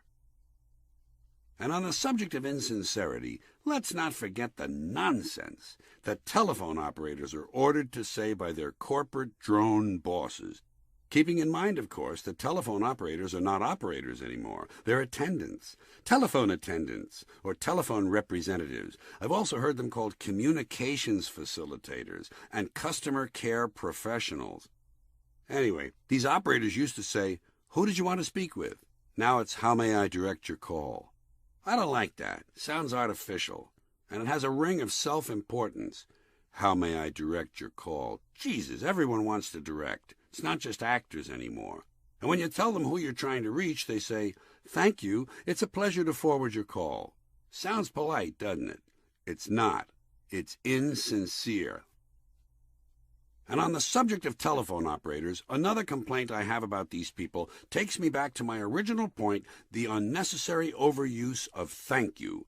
These days, I think there are far too many thank yous being thrown around on the telephone. Thank you for this, thank you for that, thank you for something else. I find myself being thanked for everything I do, and then some. I recently called a friend who was staying at the Marriott. He was staying at the Marriott. I called him there, at the Marriott. I intentionally dialed the number of the Marriott, because that's where I expected him to be. The connection went through. Guess what the operator said? Right. "Thank you for calling the Marriott." Well, what did she think I was going to do? Call the Hyatt? He was staying at the Marriott. Wouldn't do me much good to call the Hyatt. We all know what they're going to say. "Thank you for calling the Hyatt." They even thank you for doing things you can't avoid. Did you ever have an operator say, "Thank you for calling the operator"? I've had that happen. Well, who did she think I was going to call? The night watchman? Chairman of the board? Jesus! Thank you, thank you, thank you. It's annoying. One time at a hotel, I wanted to get my car. Naturally, I needed to call valet parking. I noticed a little plastic card next to my telephone. It said press 9 for valet parking. I was about to press 9, but then I noticed I didn't have to press 9 because right there on the phone, one of the speed dial buttons had a little picture of a car next to it, and it said valet parking. So I pushed that button. The one that said valet parking, the one with the picture of the car. Somebody answered. You know what he said? Right. "Thank you for calling valet parking." Well, fuck. Didn't he know that if a guest wants to retrieve his car, he more or less has to call valet parking? That's where the cars are. And doesn't he know the designers of hotel telephones have gone to a great deal of trouble to make it easy for people to get their cars? I had simply taken advantage of their skills. I had called valet parking by pressing a single button, a button marked with a little picture of a car. And I can assure you, folks, if I had thought for even a split second that valet parking didn't have my car, for instance, if I'd thought the bartender had it, I would have called the cocktail lounge. I would have pressed the little button with the picture of the martini next to it, which, of course, would have given the bartender a chance to say, "Thank you for calling the cocktail lounge." One further complaint. These days, if I call a hotel from the outside, the telephone operators waste an awful lot of my time. "Hello, thank you for calling the Lincoln Plaza Hotel Resort and Conference Center. My name is Tanisha. Have a nice day, and how may I direct your call?" And I say, "I'll have to get back to you. I forgot why I called." Sometimes, just to scare the operator, I'll sob. It's too late. He died. Thank you, thank you, thank you. It's too much. Occasionally, a recording will thank me. Thank you for using AT&T. How can this be? Isn't gratitude a personal feeling? Recording devices don't have personal feelings. Do they? No, but I do. And I feel this showy hyper-politeness must be stopped. Thank you for listening this far. Wouldn't it be interesting if the only way you could die was that suddenly your head blew up? If there were no other causes of death, everyone died the same way? Sooner or later, without warning, your head simply exploded. You know what I think? I think people would get used to it. I believe people can learn to take anything in stride if they think it's unavoidable. Picture a bunch of guys singing Happy Birthday. Happy birthday to you. Happy birthday to you. Happy birthday, dear Charlie. Boom! And Charlie's head blows up. But all the candles go out, so it's actually a form of good luck. And everyone applauds. Of course, there'd be an occasional downside. God, another head? That's 2 this week. I just had this suit cleaned. But we'd learn to deal with it. Let's say you were sitting in a restaurant with your girlfriend, and the waiter was reciting the specials. Tonight we have the marinated bat nipples on a bed of lightly sautéed panda assholes. Boom! The waiter's head explodes. I'll bet you wouldn't miss a beat. Honey, did he say bat nipples or cat nipples? We better get another waiter. And some fresh salsa. I'm not eating this stuff. He was holding it when he blew. So anyway, I'm allergic to bat nipples. I think I might go with the free-range penguin dick. Or the deep dish moose balls. How about you? Wait, hold still. There's a little piece of eyebrow on your cheek. There, I got it. By the way, honey, what wine goes with brain? When I watch news tapes on TV of the Intifada from Palestine, and I see the Arab kids throwing stones at Israeli tanks, I always have fun watching for the kids who are left-handed, because left-handers have a kind of natural curveball. It's really interesting. I can't wait till Major League Baseball comes to the Middle East. Incidentally, I also noticed that Arab kids usually throw in a high arc, whereas the Catholic kids in Northern Ireland throw more of a line drive. Either way is all right with me, as long as they're accurate. Kids are great. Hi, I'm Bud, president and head doctor of Bud's Medical Center. Come on into Bud's. This weekend we're having a special on head injuries. Any sort of head injury you got, from a black eye to a completely caved-in skull, just $1.50 this weekend at Bud's Medical Center. We'll also give a free estimate to anyone who's bleeding. So if you're sick, injured, diseased, hurt, maimed, disfigured, or just plain don't feel good, come on into Bud's Medical Center. Bud's, where all the sick people go. Wouldn't it be weird if they just buried you alive when you got to be 65? If that was the deal for everyone? Right after your 65th birthday party, they came and got you and dumped you in a big pit with a bunch of other people your age and threw in all your birthday presents and buried you all alive. Wouldn't that be weird? Jesus, I'm glad they don't do that. That would be weird. But sooner or later, we'll have to do something like that. We'll have to. We can't take care of old people as it is. And there are going to be millions more of them. Good early medical care is a mixed blessing. It leads to too many old people. What are you going to do with them? No one wants to take care of them. Their children put them in homes. Even the people whose job it is to take care of them in the homes don't give a shit. They abuse them. No one cares. It's my belief that sooner or later we're going to have to start killing old people before they become a burden. One good thing, though, we'll save a lot of money on Social Security, and maybe the country won't go broke. There's always a bright side. The custom of observing a moment of silence before an athletic event to honor dead people strikes me as meaningless and arbitrary, because if you'll notice, only certain people get this special treatment. It's highly selective. Therefore, I've decided that someday, when the time comes that every single person in the world who dies receives a moment of silence, I will begin paying attention. Until then, count me out. It's ridiculous. Here's what I mean. Let's say you live in Cleveland and you decide to go to the Browns game. There you are in the football stadium with a hot dog and a beer, ready to enjoy the action, and a somber-sounding public address announcer interrupts the festivities, intoning darkly, "Now, ladies and gentlemen, we ask that you remove your hats and join us in observing a moment of silence for the 43 unattractive, mentally retarded, overweight Bolivian dance instructors who lost their lives this morning in a roller coaster accident at an amusement park near La Paz." Apparently, they all stood up on a sharp turn and went flying off, willy-nilly, into the cool, crisp morning La Paz air, and, being heavier than air, crashed through the roof of the fun house, landing on several clowns, killing them all and crushing their red noses beyond recognition. Snickering is heard in the crowd. The American announcer continues. "And ladies and gentlemen, lest you think this amusing, lest you think this a time for laughter, I ask you please, to put yourself in the place of a bereaved Bolivian who may be seated near you this afternoon. Try reversing places. Imagine yourself visiting Bolivia and taking in a soccer game.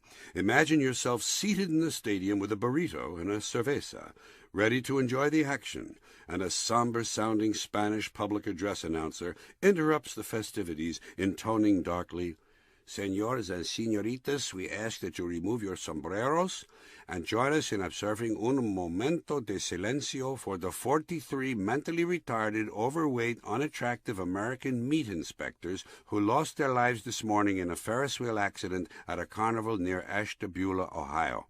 The Spanish announcer continues. Apparently the huge wheel flew out of control, spinning madly, flinging the poor meat inspectors off willy-nilly into the hot, humid Midwestern air.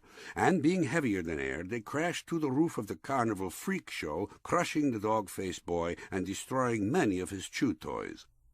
And let's say as you sit there in La Paz listening to this, you find yourself seated next to some Bolivian smartass who's giggling and poking his friend in the ribs. May I suggest you'd be highly pissed at this lack of respect for Americans? And might I add, rightly so. And so, ladies and gentlemen, considering the many grieving Bolivians who may be seated among you today, and trying to keep in check that normal human impulse to laugh heartily when another person dies, let us try again, really hard this time, to observe a moment of silence for the 43 unattractive, mentally retarded, overweight Bolivian dance instructors who went flying willy-nilly off the roller coaster in La Paz, not to mention the poor unsuspecting clowns who at that time were innocently filling their water pistols. You can see the problem either announcer would face. The fans would simply not be able to get into it. But I understand that. I can empathize with the fans because, frankly, I don't know what to do during a moment of silence either. Do you? What are you supposed to do? What do they expect? Do they want us to pray? They don't say that. If they want me to pray, they should ask. I'll pray, but at least have the courtesy to make a formal request. But no, they offer no guidance, no instruction at all. I honestly don't know what to do. Sometimes I resort to evil thoughts. I wish my seatmates ill fortune in days to come. I fantasize about sitting naked in front of the Lincoln Memorial and becoming sexually aroused. I picture thousands of penguins being hacked to death by boatloads of graduate students. More often, though, I wind up bored silly, searching for something to occupy my thoughts. One time I inventoried the pimples on the neck of the man in front of me, hoping to find one with a hair growing through it so I could quietly pluck it out during the confusion of halftime. On a happier occasion, I once found myself staring at the huge but perfectly formed breasts of the woman to my left, her fleshy mounds rising and falling softly in the late October sun, and my thoughts turned tenderly romantic. Holy shit, look at the fucking knobs on her. Great fucking knobs. I think I'm going to go to the refreshment stand, buy myself a weenie, and hide it in my pants. Then, during halftime, I'm going to whip out the weenie and force her to watch while I eat the bun and stuff the weenie up my... Nah. She's probably one of them uptight chicks who think I'm weird. She doesn't know the problem is I'm shy. Those are my thoughts, and I can't help it. During a moment of silence, my imagination runs away with me. I don't know what to do. And why is it silence they're looking for? What good is silence? The ones being remembered are already dead. They're not going to wake up now. Why not a moment of screaming? Wouldn't that be more appropriate for dead people? Wouldn't you like to hear 60,000 fans screaming? Ah! It sure would put me in the mood for football. And one more criticism. Why honor only the dead? Why this favoritism? Why not the injured as well? There are always more injured than there are dead in any decent tragedy. What about them? And what about those who aren't dead or injured but are simply treated and released? How about, if not silence, at least a moment of muffled conversation for those who were treated and released? It's an honorable condition.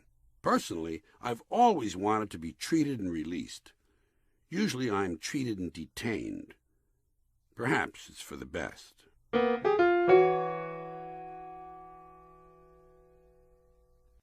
Concerning this whole terrorism thing, there are some misnomers at large. One of them is domestic terrorism. When they talk about domestic terrorism, they often cite the Oklahoma City bombing. But that wasn't terrorism. Terrorism involves a series of acts intended to put a civilian population in a state of panic, fear, and uncertainty in order to achieve some political goal. Oklahoma City wasn't terrorism. It was payback, revenge. Timothy McVeigh wanted to punish the federal government for what it did at Waco and Ruby Ridge.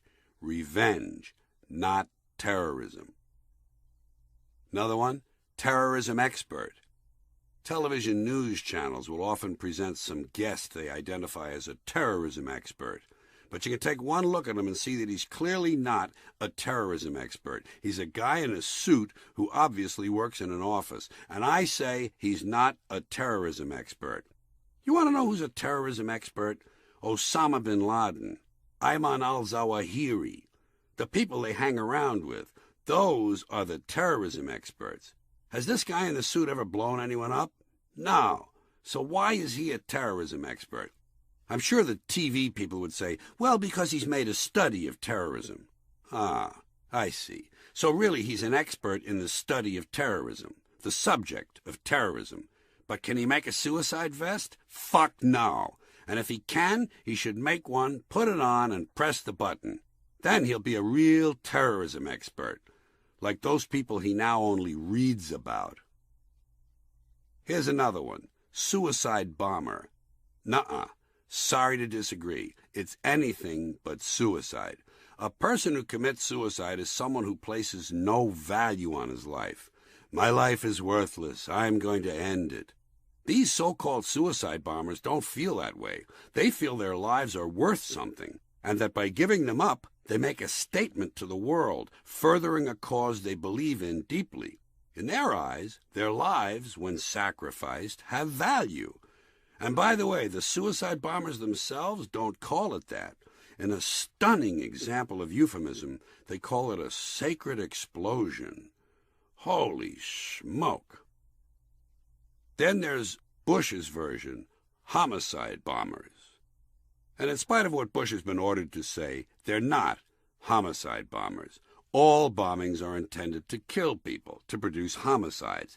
Anyone who packs a bomb with nails and bits of steel and sets it off in a public place is hoping to commit homicide. This is true of any bomb. Whether you drop it out of an airplane or leave it on a doorstep, you're hoping to kill people. That's the purpose, killing people. In the case of these so-called suicide bombs, what's different is that the people setting them off are intentionally ending their own lives in the process.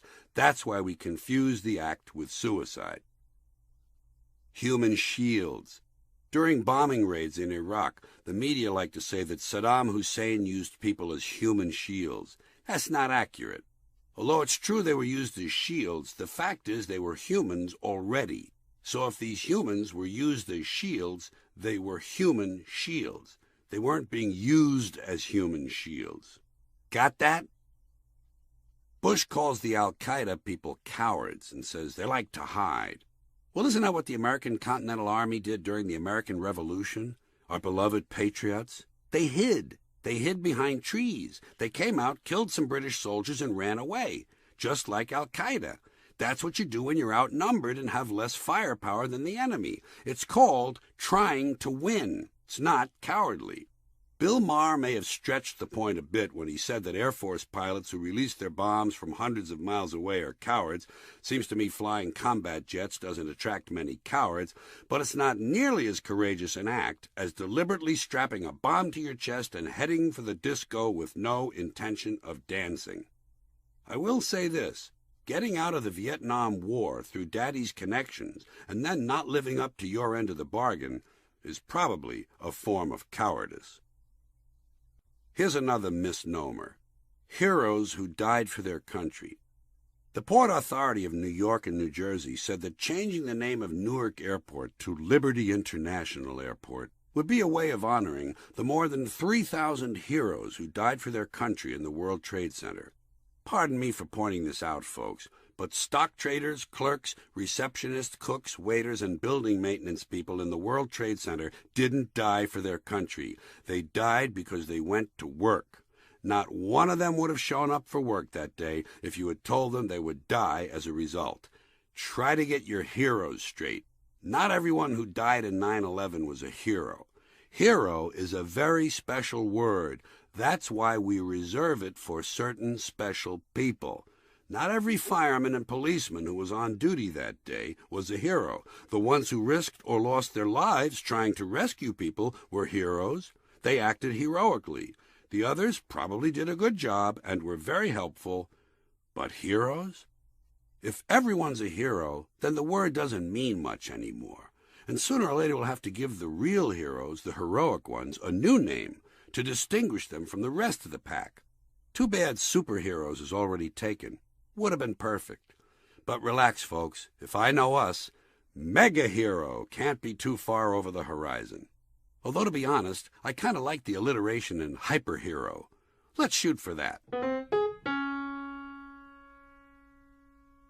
These anti-war demonstrators are really unimpressive people. They're against war? How groundbreaking. What a courageous stand. Listen, angry asshole, pick something difficult, like religion. Why don't you get out in the street and start marching around against religion, something that's really harmful to mankind? War is simply nature's way of doing things, of keeping down the count. Religion is the problem. Get rid of religion, and you've done the planet a favor. So how about getting out there next weekend and marching around with a sign that says, "Ho, ho, ho, religion must go"? Come on, protesters, show some balls. I can't understand what it is people like about John Wayne movies. I think they suck. I find him inauthentic. Sometimes when I'm clicking around the channels, looking for the least objectionable program, I come across a movie scene in progress. It's in black and white, it's clearly a Western, and it looks old enough that it could actually be fun to watch. I see guys like John Ireland, Barton McLean, Ward Bond, Anthony Quinn, Charles Bronson, Dan Duryea, Thomas Mitchell, Lee Van Cleef, and Brian Donlevy shooting each other, drinking, and playing cards, and I get this great nostalgic feeling. Then John Wayne rides up, and I have to reach for the remote. It's a fucking shame. He spoils war movies in the same way. By the way, I feel the same about Jimmy Stewart. These people should not have been allowed to spoil so many perfectly good movies. Good afternoon, folks. This is Pedro Fleming. Welcome to Don't Ask the Doctor, America's only medical advice program based on questions that are not pertinent to the field of medicine. Here is our medical expert, Dr. Ned Gittles. How are you today, Doctor? Not bad, Pedro, considering all the sick people I see. How about you? Well, I have a malignant tumor inside my nose. Don't ignore that. Take some pills. Do you have any pills at home? Sure, lots of different kinds. Good, take some of them. That's my advice. And good advice it is. Well, let's get started. Here's a question from Elaine Trickler in Frog Balls, Tennessee. She writes, "Doctor, my car seems to hesitate a little when I accelerate from a red light, and I'm afraid it will stall. What should I do?" Don't ask me. That's right. Don't ask the doctor. How would he know? That's obviously a question for a mechanic. Righty-ho. For having her question used on Don't Ask the Doctor, Elaine Trickler will receive a free rectal thermometer by RectoSwell, the last word in rectal thermometers. See the new RectoSwell line of monogrammed thermometers at leading rectal equipment dealers in your area. Try Orifice Max or Brown's Personal Items for inside the rectum. RectoSwell is a good one, Pedro. Sometimes I use mine when I'm cooking a turkey. Great idea, Doctor.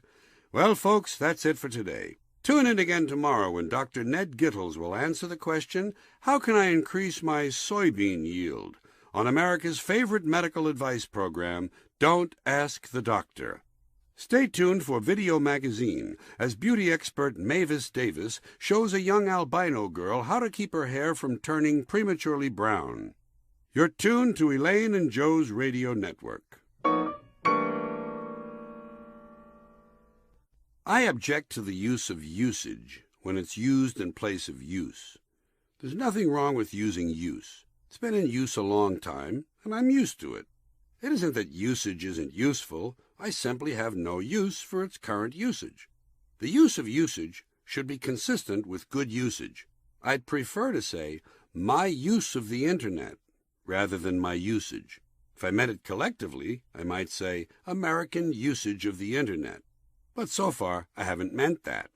And as I'm using space on usage, I'll use some more on utilize.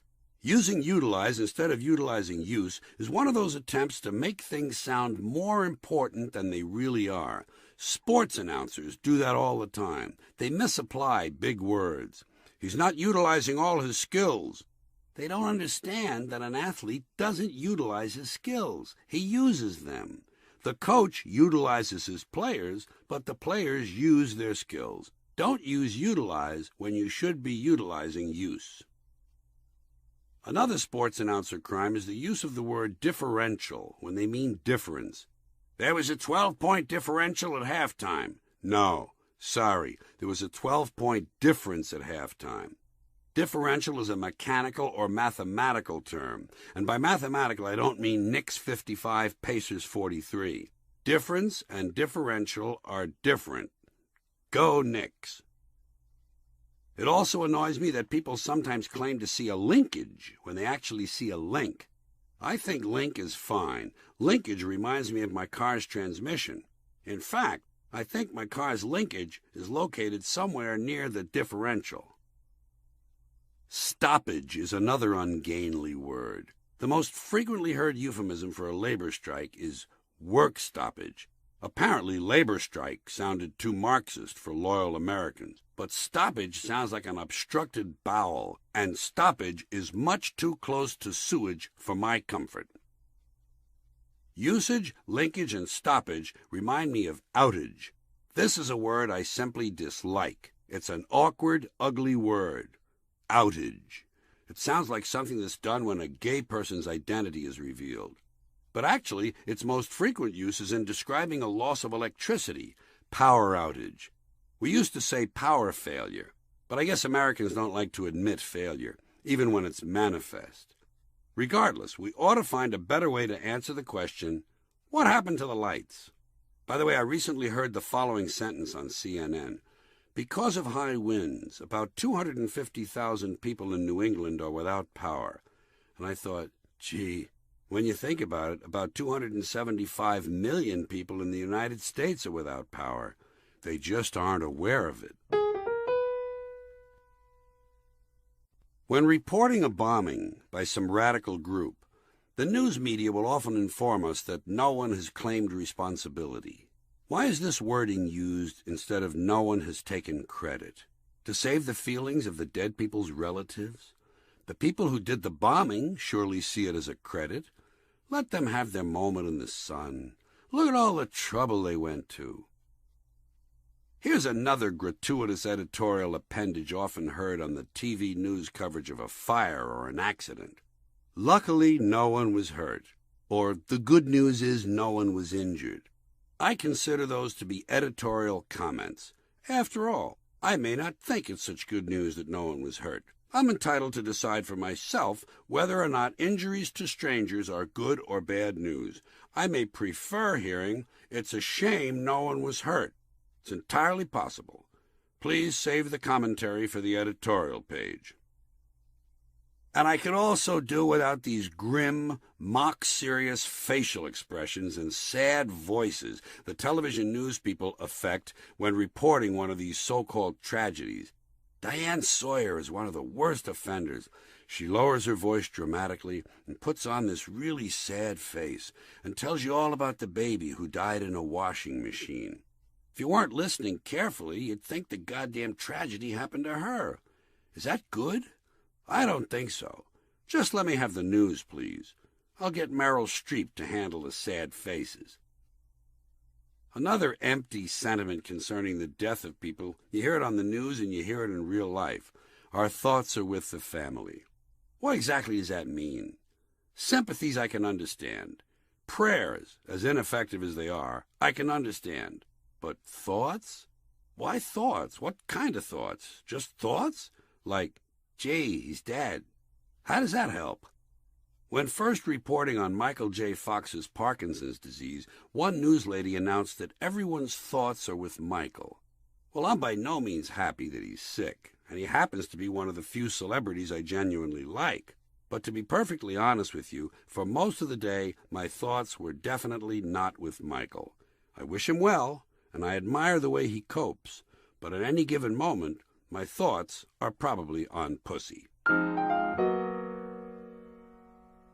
The satellite service I get has this great channel, Explicit TV.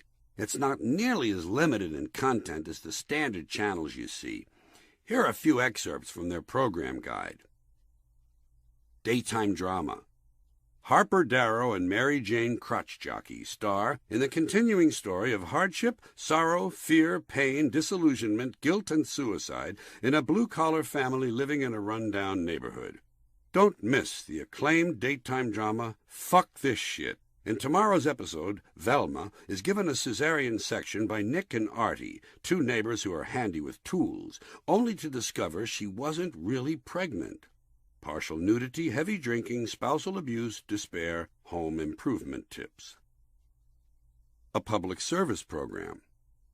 Every evening at 7:30, citizens and consumers get a chance to sound off and air their complaints.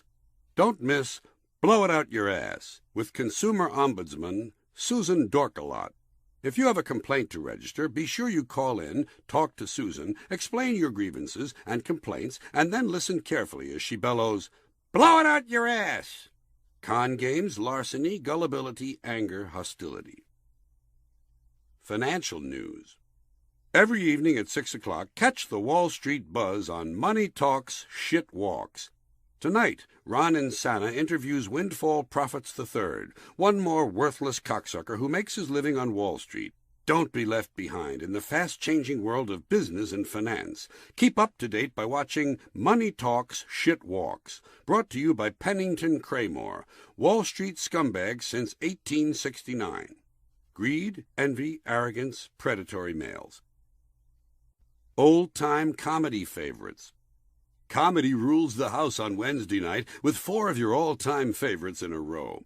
First, on Mork and Mindy, Mork is caught performing cunnilingus on a gumball machine. The fun begins and the gumballs fly when Mindy tries to work Mork's tongue loose, gets sexually aroused, and has her first quintuple orgasm. Gum chewing, moaning, Lord's name taken in vain. Then, on All in the Family, Archie Bunker kills a nigger, blames it on a spick and 2 chinks, and hires a yid lawyer to bribe the judge. Don't miss the laughs as 2 guineas beat the shit out of Archie just for the fun of it. Meanwhile, police arrest Michael for pimping out Gloria to Louise Jefferson for a mixed-race dyke gangbang in the back of George's dry cleaners. Racism, bigotry, vaginal bruising. After that, on I Love Lucy, Ricky pays Ethel $20 for a quick hand job in the broom closet, but things really get hilarious when Fred is caught placing a kosher knockwurst in Lucy's asshole. Things get worse when Ricky's nightclub show is canceled as 12 members of the band come down with anal warts and have to play standing up. Nudity, sex, sphincter jokes, bogus Latin music. Our quartet of madcap sitcoms continues with Leave It to Beaver, as Beaver and Wally fall out of a maple tree while masturbating each other. Imagine everyone's surprise when they land smack on top of a flustered June Cleaver who is giving Eddie Haskell a blowjob under the tree. Pee-pee jokes. Frontier nostalgia. Next week, back-to-back on Nostalgia Theater, you'll see two of America's favorite episodes of Little House on the Prairie. First, the 1975 Christmas show, A Douchebag for Clara. Little Clara comes of age and asks Santa for her own douchebag.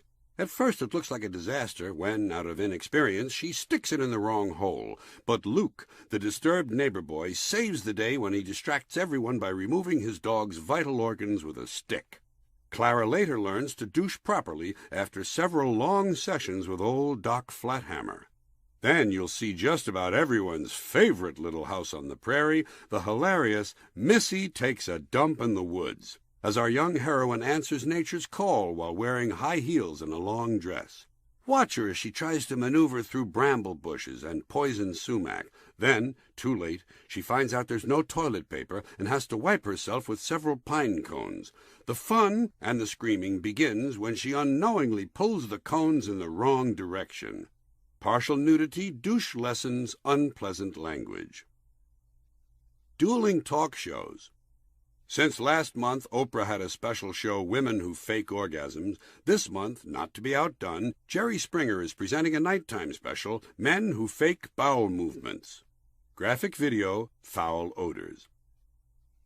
In a special program, Dr. Phil welcomes famed psychic medium John Edwards to the show, and they try to contact dead whores. Then, in a special pre-taped segment, Dr. Phil cures a woman's fear of flying by throwing her out of an airplane. Limited intellects. Even more talk. Two fascinating glimpses into the medical world as Montel Williams investigates doctors who intentionally give patients the sif, and Maury Povich interviews twins who eat each other's feces. Indigestion. Award-winning documentary maker Ken Burns continues his penetrating look at America's history as he takes on a three-part study, The Great Cabbage Fart Panic of 1860. The disaster, which lasted an entire summer, took the lives of 3,500 people, mostly from lung diseases. The special sound effects heard required the services of over 300 Milwaukee men who were fed only beer and cabbage for 7 weeks. 14 stuntmen died during the recreations. Then, Friday at midnight, don't miss Willie Nelson's pay-per-view concert, Wankin' with Willie. Willie kicks off the festivities in great fashion as he gets right into one of his all-time bestsellers, Too Drunk to Jerk Off. Then he introduces his guest star, Loretta Lynn, who sings her big hit, Your Love Ran Down My Leg and Now You're Gone. Willie then joins her on stage, and they warble a pair of romantic love songs, Kiss Me, I'm Coming, and You Blew My Mind, Now Blow Me.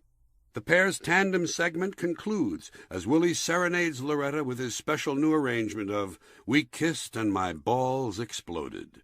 Willie then takes the solo spotlight again with his familiar country lament, I Should Have Fucked Old What's-Her-Name.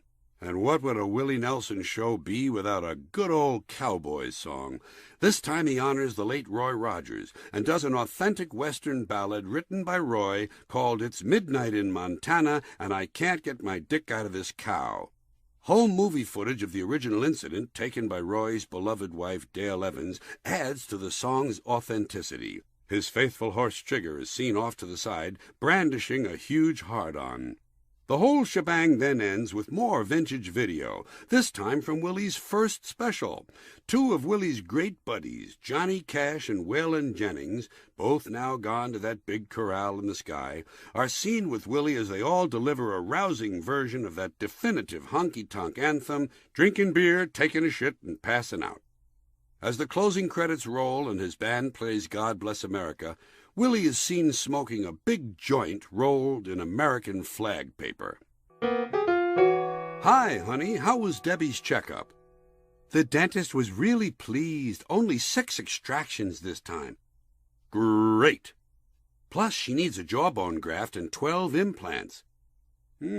Must be that new gel toothpaste we've been using. Yes, patented new Chopper Sheen. Removes unwanted pulp, enamel, and bone. Chopper Sheen, now in refreshing mint.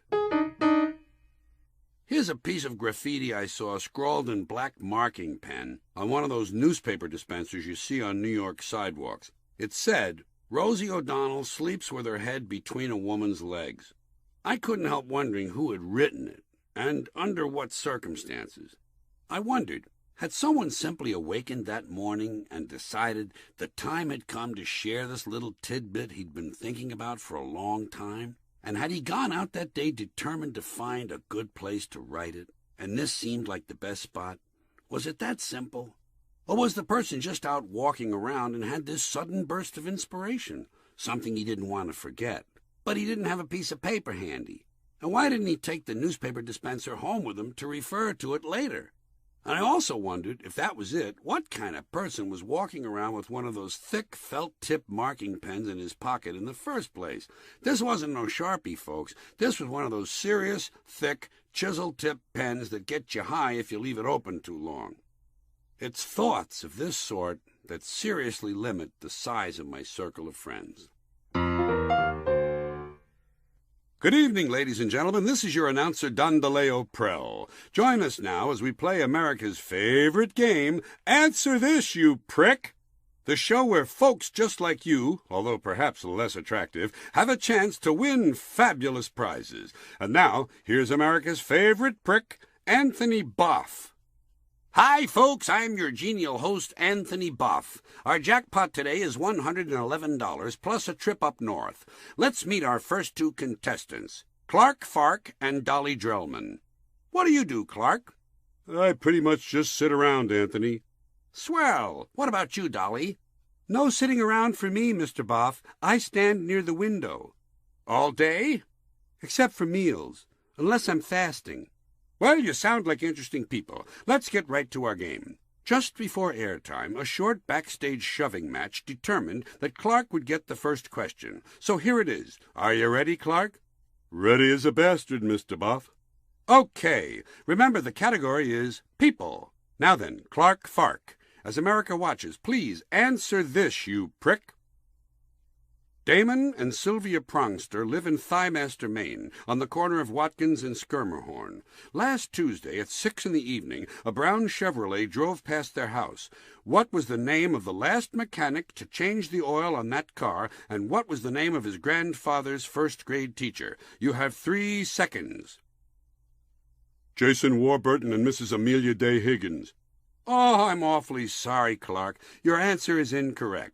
The correct answer is Dudley Manouche and Clara Wheatley. Well, I just took a wild guess. I knew that answer. Not fucking likely, Dolly. I agree, Mr. Boff. I think she's full of shit. Clark, I'm awfully sorry you did such a poor job. I see your family in our audience, and they look ashamed. But you do win a roll of quarters and the home version of teacher-approved Answer This, You Prick. Play it with your kids, and we'll add $1 to our jackpot, bringing the total to $112. It's too late for us to get to Dolly Drellman, but that's just too bad for her. Don't forget to join us again in June or May to play Answer This, You Prick, when one of our main questions will be, who was the first person to strangle someone he had known for more than 6 years? Good night, everybody. Guests on Answer This, You Prick receive a framed picture of Henry Kissinger and stay at the luxurious Hotel for the Malformed in downtown Watsonville. Watsonville, the last place you want to be. Bless me, Father, for I have sinned. Yesterday I killed my 3rd priest in a month. The first time it scared me. The second time I had no feelings at all. The third time I actually began to like it. I'm not really a priest, son. I'm just cleaning the confessional.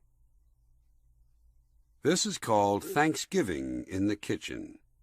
You look great in that dress, Marion. Really sexy. I was thinking if God forbid something ever happened to Joe and Estelle, I'd sure like to spend some time with you. I feel the same way about you, Bart. Really? Look, maybe we wouldn't have to wait for something to happen to Joe and Estelle. What do you think? This one is called Walk, Don't Walk. I heard Phil Hanley died. What happened? It's the strangest thing. He was walking down Fifth Avenue on his way to Times Square. He took a right at 42nd Street and headed over to Broadway. He was just strolling along, minding his own business, when suddenly a big chunk of concrete fell on him and crushed him to death. Jesus, what a way to go. I know. I would have taken a right at 50th Street, gone over to Broadway, and then headed down to Times Square. Uncle Lochinvar, although a moral vegetarian who only ate meat if the animal had died in its sleep, once punched out his twin daughters because they wouldn't lend him 15 cents. He could speak 7 languages, but unfortunately he was disliked in all those countries. His hobby was visiting cemeteries in poor areas and guessing which people had had the worst lives. He fell in love with a fish dentist named Chiquita, and a week later she died from using infected toilet paper while watching a TV show called Progress in Medicine. Inconsolable, Lochinvar, after composing his own epitaph, "Believe me, I wasn't a schmuck," died as part of a group enema suicide pact. Uncle Sherlock was a proctologist's mate in the Navy who fought in Korea and the Philippines. Unfortunately, it was just last year, and he was jailed in both countries. He was the only man ever brought before the World Court for unpaid parking tickets. His personal checks did not depict nature scenes. They showed animal euthanasia and the Allied firebombing of Dresden. During a bungee jump, he fell in love with a Dutch courtroom artist, and they were married in a windmill the next day during a relative calm. They drifted apart when he realized that all she wanted to do was sit for hours and listen to skiing on the radio. Later, he moved to Milan and was killed when a riot broke out at the La Scala candy counter during the second act of Rigoletto. Uncle Dagwood was a fun guy. He once claimed the most difficult thing he ever did was to take a shit in a phone booth without removing his overcoat. He met his wife, Spatula, at a UFO convention where she was conducting a basketball clinic for abductees. The instant they met, Dagwood knew she was his kind of woman. She had peach preserves in her hair and brown gravy caked on her neck. Spatula worked for years as an unregistered nurse and eventually ran off with an ironmonger. She and her new lover, Rolf, died in a blimp fire over Newfoundland, and Dagwood was killed in a Barcalounger having rough sex with a Norwegian fisherman. Uncle Lucifer was my most interesting uncle. He was an elk hunter, but he wouldn't kill the elk. Instead, he would chase it down, knock it to the ground, and suck all the gristle out of its neck through a Donald Duck straw. He was fun to be with. He could eat a whole bowl of alphabet soup and then vomit up the vowels and consonants separately. His hobby was attending reunions of groups he never belonged to and pretending to be people who were long dead. Till the end of his days, Lucifer remained bitter that when he was a boy there had been no seedless red grapes. He died in an Indiana furniture outlet when he was torn to pieces by a pack of Cape hunting dogs. Child care tip. Never use a hammer to smooth out the lumps on a newborn baby's head. Instead, wrap a soft, clean cloth around a 10-inch length of wood and pound each lump repeatedly until the larger ones are gone and the area is smooth. Follow up by rubbing vigorously with a wire brush. Remember, never use a hammer on a child of any age, especially an infant. A news report. The death of Humpty Dumpty. From the nursery newsroom, this is Keith Blanchgetter. A mystery on the West Side today with the apparent death of the beloved Humpty Dumpty. We begin our Action Central News Team coverage tonight with Joni Wong at the scene of the tragedy. Thank you, Dan. Well, it's true. Humpty Dumpty is dead. The cause of death was apparently a great fall from this wall behind me. Joni, what's the scene like out there right now? Well, as you can see, police have taped off the area and are treating it as a crime scene, and no one seems to know why. According to one eyewitness, all the king's horses and all the king's men tried to put Humpty Dumpty back together again, but were unable to do so. We have with us now one of those king's men. What is your name, sir? Dooley, Kevin Dooley. And you're one of the king's men? That's right.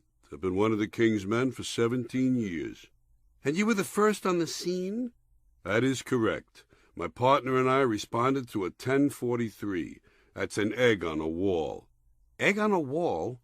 Right. It's a routine call. We get them all the time. Usually by the time we arrive, the egg is gone. Or else we arrive and the egg is intoxicated and we have to remove him. And what was different this time?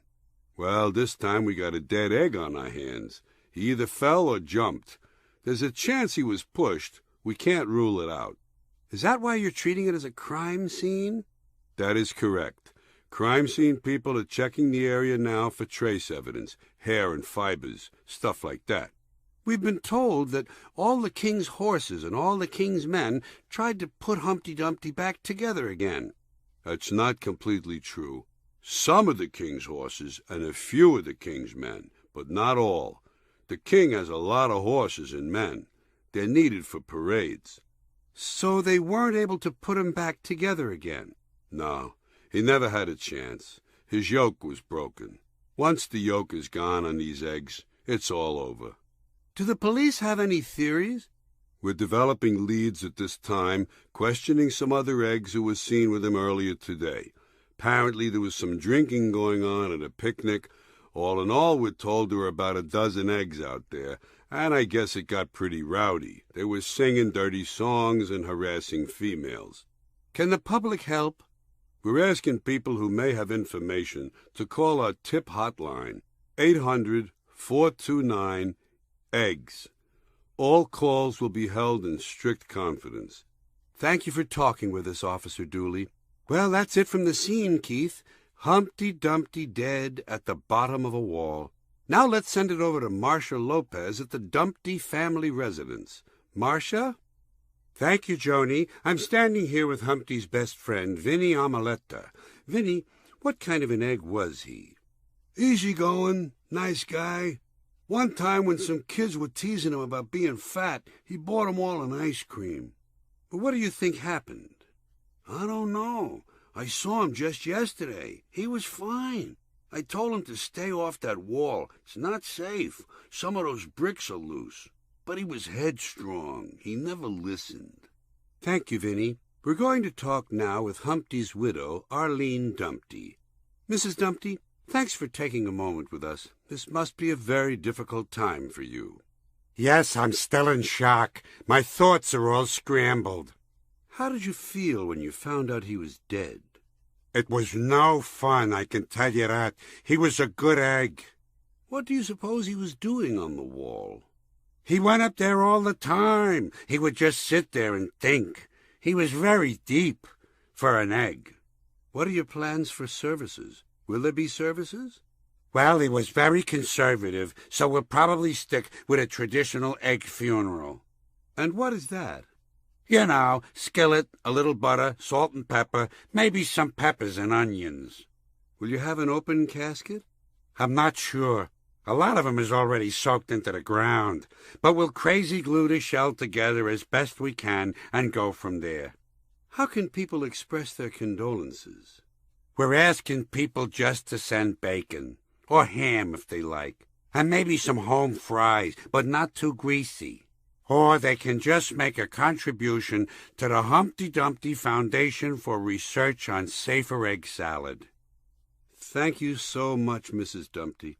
No sweat. My pleasure, honey. I'm sure he's smiling down on us from wherever it is eggs go. Although he was an agnostic. He would have liked that. Well, that's it. Humpty Dumpty is dead, and no one knows why. A story we'll undoubtedly hear more about.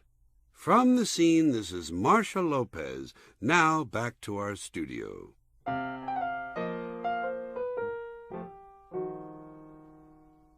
Here's a good way to provide some entertainment for your 4-year-old when you tuck him in at night, and at the same time, stimulate his imagination. I came up to say good night and tuck you in, Timmy. You had a big day, so make sure you get a good night's sleep. And don't forget to watch out for the boogeyman. Remember what Daddy told you about the boogeyman, how he kills little boys? What do you think, Timmy? Is the boogeyman here in your room, hiding somewhere? Is he in the closet? Is he going to jump out and kill you when I leave the room? He might. You never know. Maybe he's under the bed. He likes to hide there, too. He might claw his way through the mattress and kill you. Don't let him kill you, Timmy. You know what he does? He sticks a sharp metal tube up your nose and sucks the fluid out of your brain. It really hurts a lot. I'm going to turn out the lights now and leave you alone in the dark, all by yourself. And I don't want to hear a peep out of you. If I hear any noise coming out of this room, I'm going to come up here and beat you. Try to get a good night's sleep. By the way, Mommy saw a monster walking up and down the hall last night. The monster had a piece of paper in his hand with your name on it. Night-night. Here's a surefire way to stimulate the economy and increase productivity at the same time. From now on, when someone asks what time it is, it costs $1. That would stimulate the economy. Then, if they don't want to pay, they have to go find out for themselves. That would increase productivity. Some of my ideas may not be perfect, but they're always worth considering. The best thing about visiting a hospital is that you see a lot of people who are much sicker than you, and it kind of makes you feel good. True fact. I read that there's a rich couple in the Hamptons on Long Island who have palm trees on their property, and in the winter they fly the trees to Florida to get them out of the cold weather. I can't help wondering how they treat their servants. You know how sometimes you have a song going through your head over and over all day long, maybe even 2 or 3 days, and it's driving you crazy because you can't get it out of your mind? Well, I know how to fix that. It's extreme, but it works every time. You kill yourself. You know, they're always talking about what separates the men from the boys. Well, I'm going to tell you what separates the men from the boys. The sodomy laws. Regarding a wild goose chase, why are these wild geese supposed to be so hard to find? They're right up there in the sky. I see them flying over in big flocks all the time in the spring and the fall. They don't seem to be hiding, so why do we make such a big deal out of this? Live every day as if it's your last, and eventually it will be. You'll be fully prepared. I hope I meet Bob Dole someday. I plan to grab his bad right arm and shake it like crazy. By the way, I'm glad he didn't get to be president. I prefer a guy who can push the nuclear button with either hand. The feminists have this thing, take our daughters to work day. Why don't the men have take our sons to the cat house night? At the beginning of the Iraq War, I saw a red, white, and blue bumper sticker that said, "United we stand." What is that supposed to mean? During the Revolutionary War, it referred to the American colonies. What does it mean now? That we should all think alike and there should be no dissenting opinions? As far as I'm concerned, united we're fucked. O.J. Simpson has already received the ultimate punishment. For the rest of his life, he has to associate with golfers. I don't believe in road rage. I prefer the gentle rebuke. If I don't like the way someone is driving, I pull up alongside the other car and say, "I hope your children turn out poorly." Only one time have I lost my cool. That was the time I said to a woman, "I hope you get a blister on your cunt." But I said it with a smile. True fact. A headline said, "Peacekeeper killed in safe haven." Good. That'll show 'em. I think a lot of gay men stay in the closet because they're interested in fashion. I wonder if a person who comes out of a coma feels refreshed and well-rested. One day it dawned on me that Hitler had a mom and dad. The phrase, Hitler's mom and dad, has an odd ring to it, doesn't it? It's kind of like when CNN used to talk about the city of Tikrit in Iraq being Saddam Hussein's hometown. The two ideas don't seem to go together. You know what's great about being in your 60s? Your children are in their 40s, so you don't have to worry about child molesters anymore. Unless, of course, one of your 40-year-old children is a child molester. I drove past a school with a sign that said, "We're drug-free and gun-free." Later that day, I drove past another school that didn't have a sign like that. What am I supposed to infer from this about the second school? Reasons for giving up hope.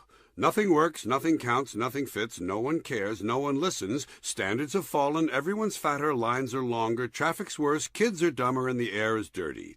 I'll be back with more reasons for giving up hope. In the meantime, try to come up with a few of your own. Here's a thought. If you have a perfectly DNA-matched identical twin, technically it's possible to go fuck yourself. Sometimes you hear people say, "What kind of a message does that send to our children?" And I think, what messages are these people talking about? When I was a kid, I never got any messages. Maybe an aunt would send me a birthday card or something, or once in a while my mother would get a Western Union telegram. But at our house, that was about it. Good news for senior citizens. Death is near. During one of those patriotic orgies of self-congratulation that followed the first Gulf War, as General Schwarzkopf was bragging about dropping fire on women and babies, a protester interrupted his speech. The man who had killed a few 100,000 civilians continued to speak. The protester was charged with disturbing the peace. In New York State, there's a town called Eastchester. It's in a county called Westchester. I think we need some new Christmas carols with a more modern approach. Of course, I wouldn't abandon the religious theme completely. How about, "Holy Christ, the Christmas tree's on fire"? Or, "Jesus, can you believe it's Christmas again?" This ought to get the ball rolling. I'm hoping you people will take it from here. True fact. In 2002, in the U.S. Supreme Court, the surviving heirs of the famous film comedy trio were awarded the intellectual rights to the Three Stooges. I don't know about you, but years ago, when Evel Knievel was jumping across the Snake River on his motorcycle, I was rooting for the river. In the news from Israel, I keep hearing about the cycle of violence. It reminded me that when I was a kid, I had one of them too. After school, I used to peddle it around the neighborhood, hitting other kids over the head with a big steel pipe. They always say the vice president is just a heartbeat away from the presidency. Don't they mean the lack of a heartbeat? I always feel good when I visit a sickroom supply store and see all the things I don't need. The last thing a young girl needs is a hands-on father. I really feel good. I wish I felt even more like this. Dear Mom, how are you? I am fine. I tried to donate my liver to science, but they wouldn't take it. Next time I'm going to add some sautéed onions and a light sauce. I'll let you know how it goes. Love, Neil. An anonymous quote. There's nothing wrong with a man who enjoys a good blowjob. I read an article that cautioned people against shaken baby syndrome.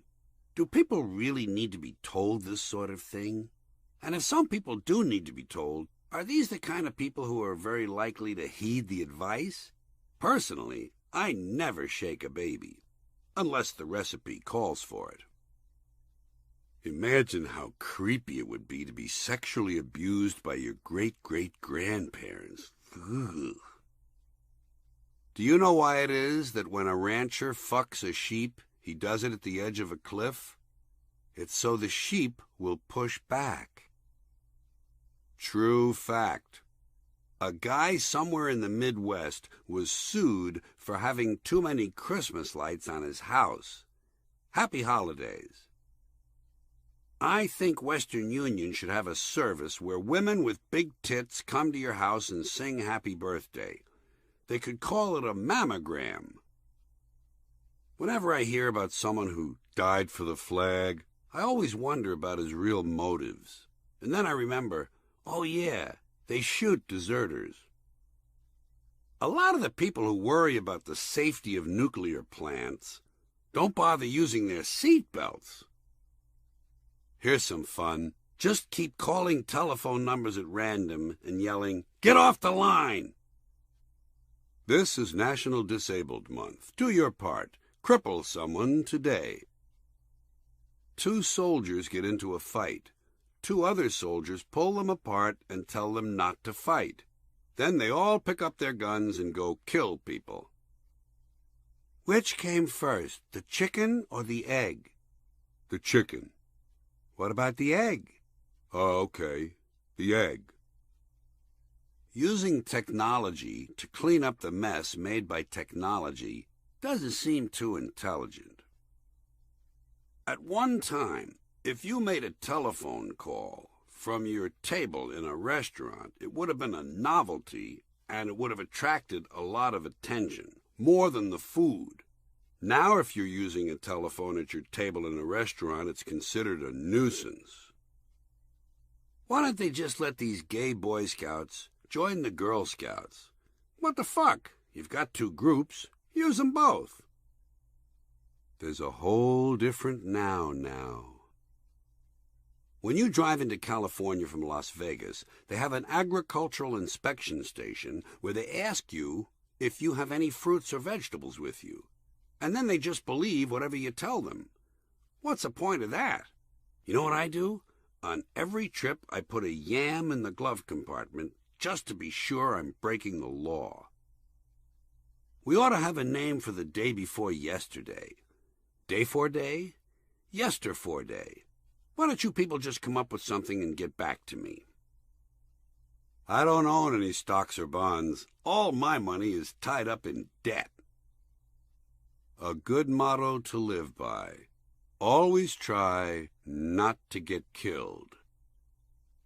If Marilyn Monroe were alive today, she'd be in her late 70s, and I'll bet there would still be guys lining up for a chance to fuck her. Why not join the army? Join up and die. How do you expect to keep America free if you won't die? I'm dead. I died in Vietnam. I'm dead, and all my old army buddies are dead. Can you say that? No. What's wrong with you? Perhaps you've noticed we no longer have old people in this country. They're all gone now, replaced by senior citizens. Somehow we wound up with millions of these unfortunate creatures known as golden agers or mature adults. These are cold, lifeless, antiseptic terms, typically American, all ways of sidestepping the fear of aging. And it's not difficult to understand the fear of aging. It's natural, and it's universal. No one wants to get old. No one wants to die. But we do. We die.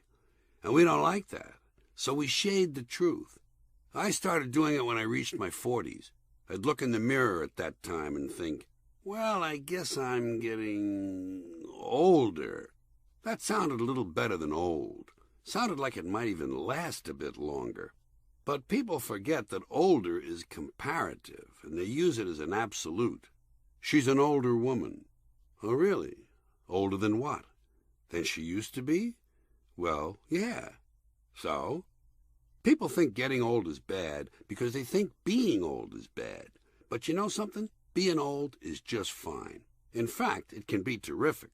And anyway, it's one of those things you don't get to choose. It's not optional. But that insufferable group among us known as baby boomers, ages 42 through 59 as of 2005, are beginning to get old, and they're having trouble dealing with that. Remember, these baby boomers are the ones who gave us this soft, politically correct language in the first place.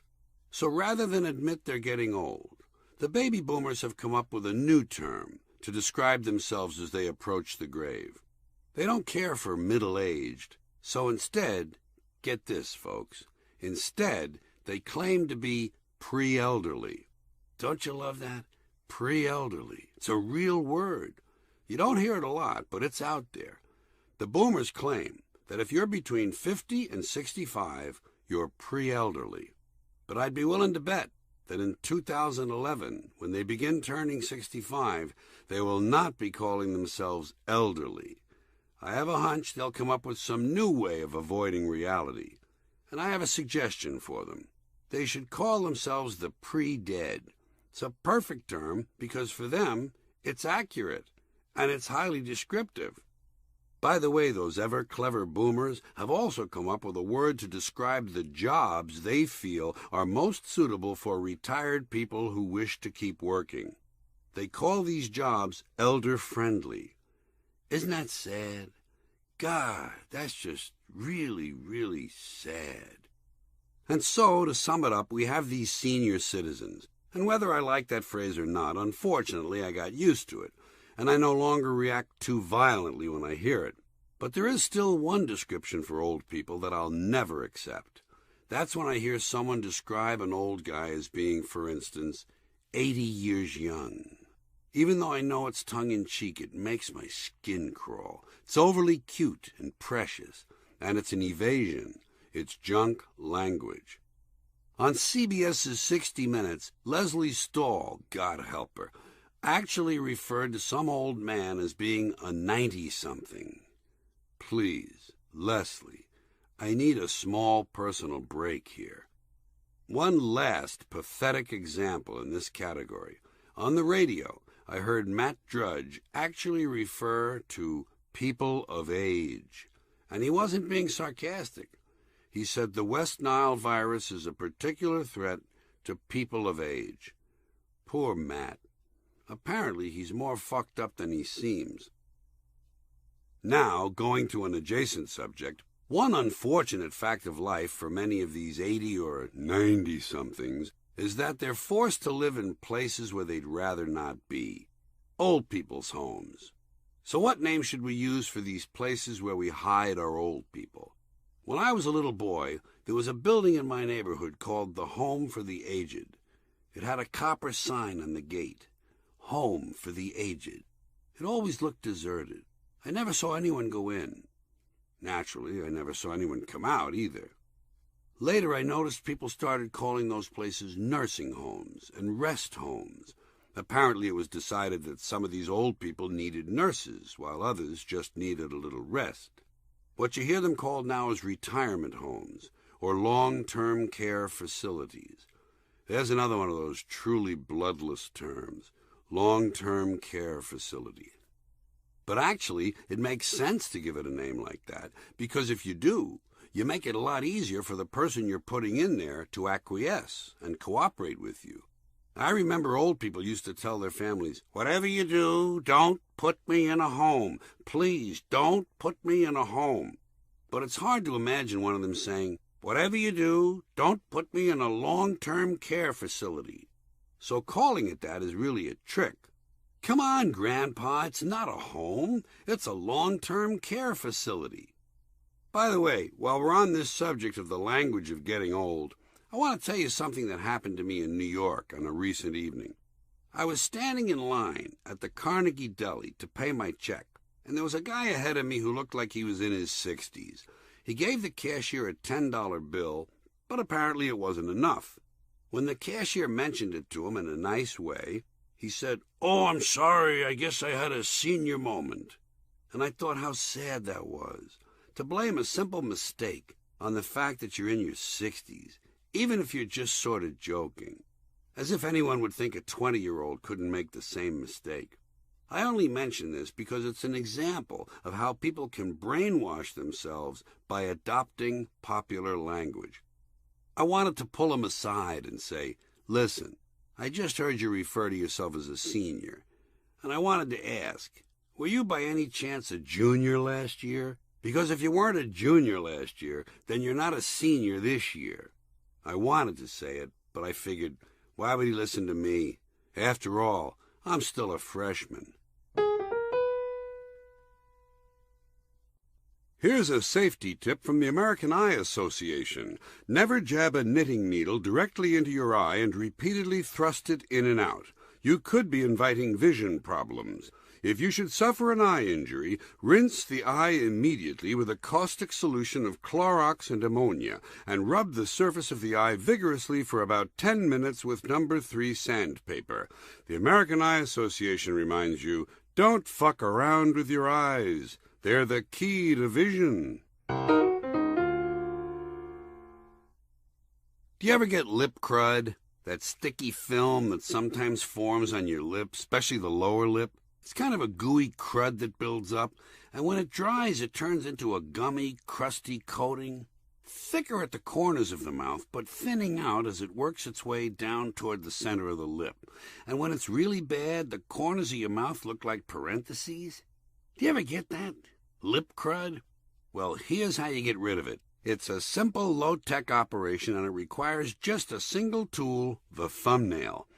That's all you need. You scrape the crud off with your thumbnail. You just scrape it on down, and you keep on scraping. Don't worry about those people watching from the bus stop. If they knew anything, they wouldn't be riding the bus. You scrape it on down, you scrape it on down, and finally, when it's all off, you take it and roll it up into a little ball, and then you save that son of a bitch. That's my practice, folks. I save it. Personally, I'm a lip crud buff. In fact, I save everything I remove from my body. Don't you?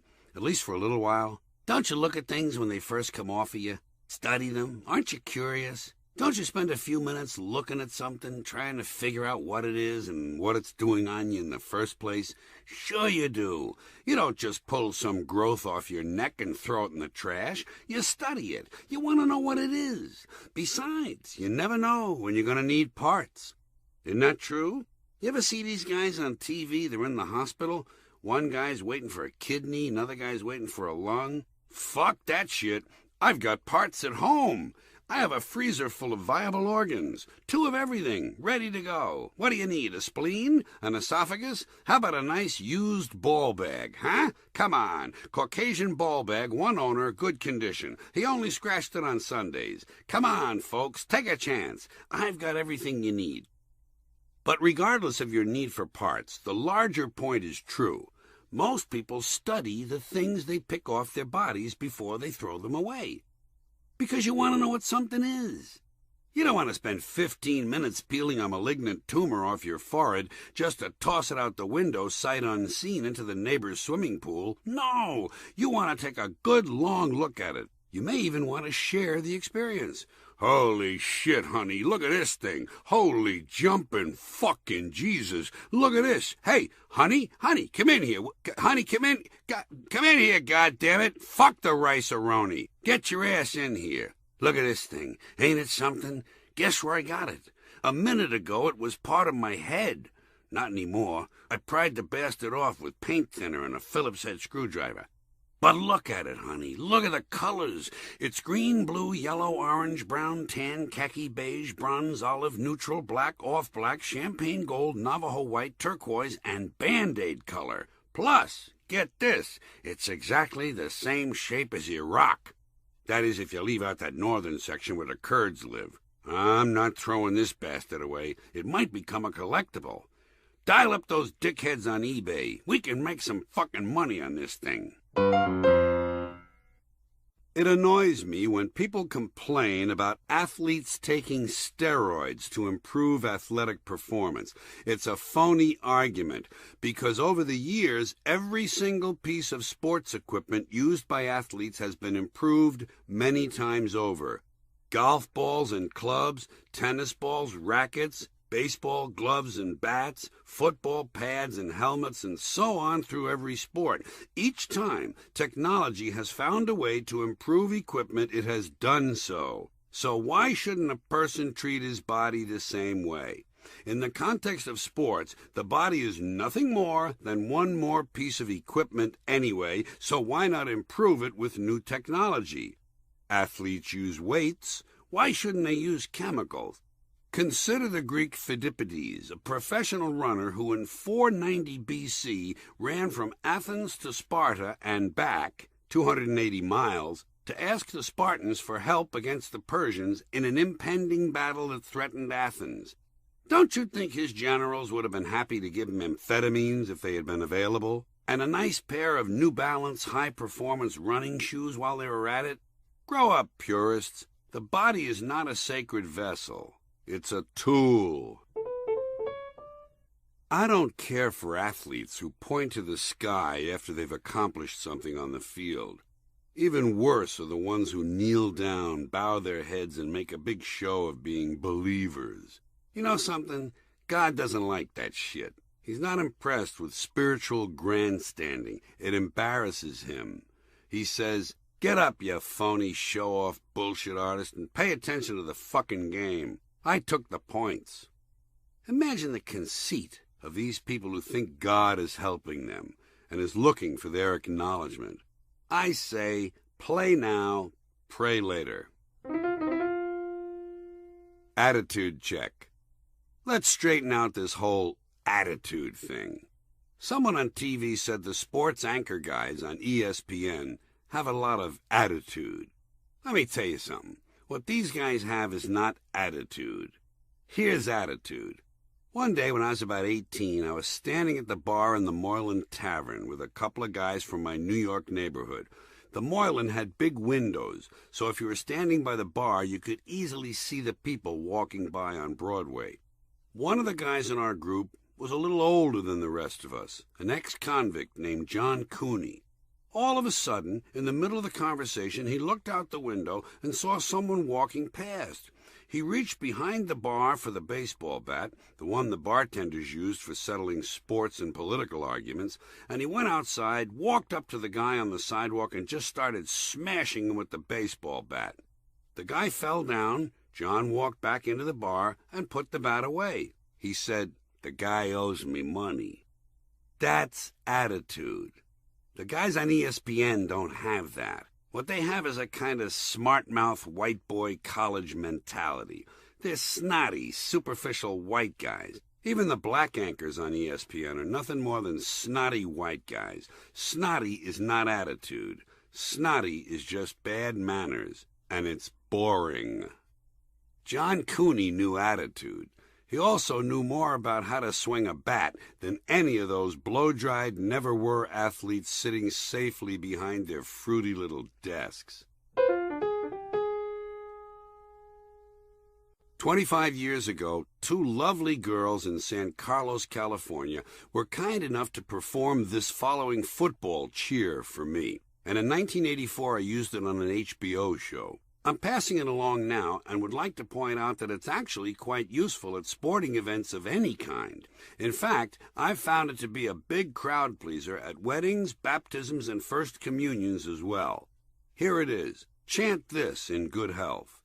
Rat shit, bat shit, dirty old twat. 69 assholes tied in a knot. Hooray! Lizard shit, fuck! Let's go over that again, this time with a few comments. Rat shit, bat shit. How nice to begin with a reference to nature. Dirty old twat. A perfectly normal sports reference as far as I'm concerned. 69 assholes tied in a knot. No, I don't know what that means either. Hooray! There's the cheer part. Lizard shit. Back to nature once again. Fuck! And we end on an uplifting note. Now, here's the happy postscript. About 10 years later, I met a guy named Michael who gave me the second verse to the cheer. I hope those San Carlos girls will hear this and accept it as my way of saying thanks. Eat, bite, fuck, suck, nibble, gobble, chew. Finger fuck, hair pie, dick, cunt, screw. Hooray! Bat fuck, blow me. Let's go over that again. Eat, bite, fuck, suck. Once again, off to an excellent start. Nibble, gobble, chew. I notice verbs are more prominent this time. Finger fuck, hair pie, dick, cunt, screw. More good sports references. Hooray! Can't have a cheer without it. Bat fuck. Truly an interesting thought. Blow me. Once again, ending on an uplifting note. Cheers. Never buy two different garments of the same type at the same time, such as two sports shirts. Inevitably, you will like one better than the other, and you will choose to wear it every time. The second one will always remain second choice, and it will stay in the closet coming out only occasionally when you hold it in front of you at arm's length and decide not to wear it. Here's how you handle this problem.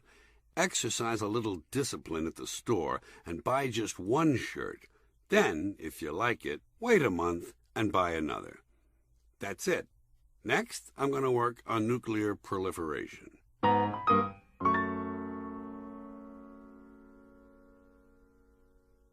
Another area of speech that could benefit from a bit more realism would be those announcements that are made just before a boxing match. Ladies and gentlemen, the main event of the evening, 12 rounds of heavyweight boxing. In this corner from Cornhole, Mississippi, weighing 200 pounds and wearing soiled white trunks, an utter and complete loser who is wanted in 6 states for crimes against the animal kingdom. Considered a complete scumbag by his family, he once fucked his sister at a church picnic and forced her to walk home alone. Also, on at least 4 occasions, he has taken out his dick at the circus and waved it at the trapeze lady. Here is Henry Gonzalez. In the other corner, wearing a pair of lame, out-of-style zebra-skin shorts that he found on the street, from Sweatband, Arkansas, an unattractive and disturbed young man who by court order is not permitted to be alone for more than 2 minutes at a time. In and out of 16 mental institutions over the years, he is a dangerous sociopath who once killed a nun for blocking his view. He has been legally barred from more than 1,500 bars in the New York City area alone, and recently, while visiting a supermarket, he forced a fat woman to blow him in the meat section. Here is Matty Murphy. The fighters move out to the center of the ring to have the boxing rules recited to them. All right, boys, you know the rules. No biting, scratching, clawing, or tripping. No yanking dicks. No grabbing the other guy's testicles and snapping them up and down. No using a small screwdriver to punch holes in the other guy's neck during clinches. And if you're going to call the other guy's mother a diseased $2 whore, please, in the interest of accuracy, use her full name. When taking leave of one another, we often say, "Be well." Perhaps we should be more precise and a bit more practical. Reasonably, we can't expect everyone to be healthy all the time. Good wishes should be more realistic. I hope you remain reasonably healthy during the next 18 months or so, and if you have a stroke, I hope it only paralyzes you on one side, leaving you free to take phone calls. I think people would appreciate such thoughtfulness and precision. We Americans love our prepositional phrases. Out of sight, off the charts, in the groove, on the ball, up the creek, down the tubes, in the dumper, out the yin-yang, off the wall, round the bend, below the belt, under the weather, and of course, under the table. But rather than under the table, let us begin on the table. That's a phrase you hear a lot in the news, especially from Washington. In negotiations of any kind, certain things are said to be on the table, implying, of course, that other things are off the table. And sometimes, regardless of what's on the table, a settlement is reached under the table. The table seems important. If a person is highly qualified, we say he brings a lot to the table. Unfortunately, those who bring a lot to the table often have too much on their plates. Still, they're guaranteed a seat at the table because they think outside the box, which puts them ahead of the curve. Now, if the negotiators agree on what's on the table, then they're on the same page. Personally, I don't like people on my page. If someone says to me, "We're on the same page," I say, "Do me a favor, please, turn the page. I'd rather not be on that page. In fact, I'd rather be in a completely different book." But that's beside the point. I've wandered off the track. Returning to negotiations, if the sides are getting close, we're told they're in the ballpark. This often comes from people in the know, speaking off the record. And in Washington, many in the know are also in the loop, because after all, they work inside the Beltway. Now, there are other government people outside the Beltway who nonetheless remain in the know and in the loop. They function in foreign countries, and we say they're on the ground. If they're CIA, they're under the radar and paid off the books. Much of what they learn is picked up on the street. But they don't always need to be on the street, because a lot of information comes in over the transom. Putting aside government for the moment, I wonder if you're aware that a completely different group of people has recently emerged in America. They're not on the ground, and they're not on the street. You know where they are? They're in the house. Apparently, they never went out. And there must be a lot of them, because you hear it all the time. He's in the house. And if I may broach a delicate subject here, some of these people who are in the house are also in the closet.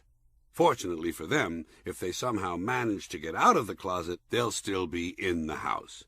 That is, they will be until they've left the building. How often these days we hear that someone has left the building?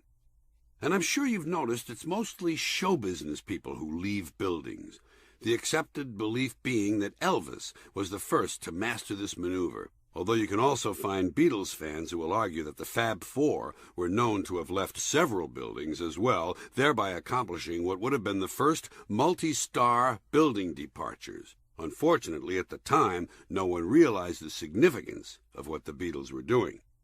Now, there are no doubt those among you who are seething, because has left the building is not a prepositional phrase. I grant that, but you'd have to agree that nonetheless it fits here very nicely. Because, after all, only people who are in the house can leave the building. But alas, it's impossible to leave the building if you're still in the closet. In fact, you can't even get to the front door. However, let's say everything breaks your way and somehow you manage to leave the building. Guess where you'll be? Right, back on the street with the CIA. So you better be on your toes, because the CIA will get on your case and they'll be in your face. Who knows, they might even go upside your head. I'm sorry, folks. This is really getting off the wall, so let's return to where this whole thing began, under the table, where those shady deals are made. And isn't it interesting that under the table is similar to under the counter, where illegal products are sold? Under the counter, as opposed, of course, to over the counter, which describes a drug that does not require a prescription. But when you think about it, even drugs that require a prescription are sold over the counter. I mean, the pharmacist doesn't somehow give them to you underneath the counter. You don't get them by going around behind the counter. What happens is you stand at the counter, pay the man, and he hands them to you across the counter. Or he sets them down on the counter, and you pick them up off the counter. Or if you want, you can completely eliminate the counter by having the drugs delivered to your home. Provided, of course, that at the time you're in the house. Well, folks, it turns out that one of the phrases I used at the beginning of this piece was more appropriate than I suspected at the time. It's clear to me now that in the dumper is exactly where this piece has wound up. So that's it. I'm out the door. Here are some interesting sex facts from Thailand, accurate as of 15 years ago. And I apologize for the dated quality of this information, but I find it fascinating, and since it's accurate, I wish to include it here. In 1990 alone, 5 million sex tourists, mostly affluent men from Japan, spent $4.5 billion on sex in Thailand. The country at that time had 800,000 child prostitutes under the age of 16, prostitution being the major occupation for children between 10 and 16. The girls earn 20 to 80 cents a week, and their recruitment begins at 6 years of age. Additionally, at that time, there were 200,000 Thai prostitutes working in Europe. In 1993, there were 600,000 Thais infected with AIDS, with 1,200 new cases occurring every day. I have only one question to ask. Doesn't anyone in Asia jerk off anymore? By the way, I can't get newer statistics because apparently everyone in Thailand is too busy getting undressed. Putting the cat out. It was nearly 11:30 and I had just put the cat out. But it hadn't been easy. He had burned more fiercely than I anticipated. The poor thing had caught fire earlier in the evening, when, in an effort to test his reflexes, I had thrown his favorite toy mouse into the fireplace, and instinctively he raced in after it. Whoom, you might say. At first I let him burn a while, just to teach him a lesson, and to peel off a couple of layers of the mud, mange, and matted hair which seemed lately, sadly, to have robbed him of a step or two. But I must admit I was also quite fascinated by the many spectacular colors he began to glow with. Colors, no doubt, owed in part to the countless hours he spent killing time in the toxic dump next door. It was quite a show. In fact, I saw several pyrotechnic effects I dare say have not been witnessed since the Grucci home exploded during the bicentennial. Then, as the feline conflagration began to burn itself out, and I could see the clear, stark outline of his hairless body, he began to emit a dense cloud of smoke, along with some other gaseous substance, which I can only describe as cat steam. Acting quickly, I covered him with several cheap sweaters that no longer fit, and pounded him gently, although not without anger, for just over an hour, or until the smoke died down and he stopped his by then bothersome screeching. At that point, energized, apparently by a sudden burst of pain and fear, he leapt several feet into the air, went stiff and spread-eagled, and began to spin violently, giving off an ominous low-frequency hum, and circling the ceiling fan in an elliptical orbit.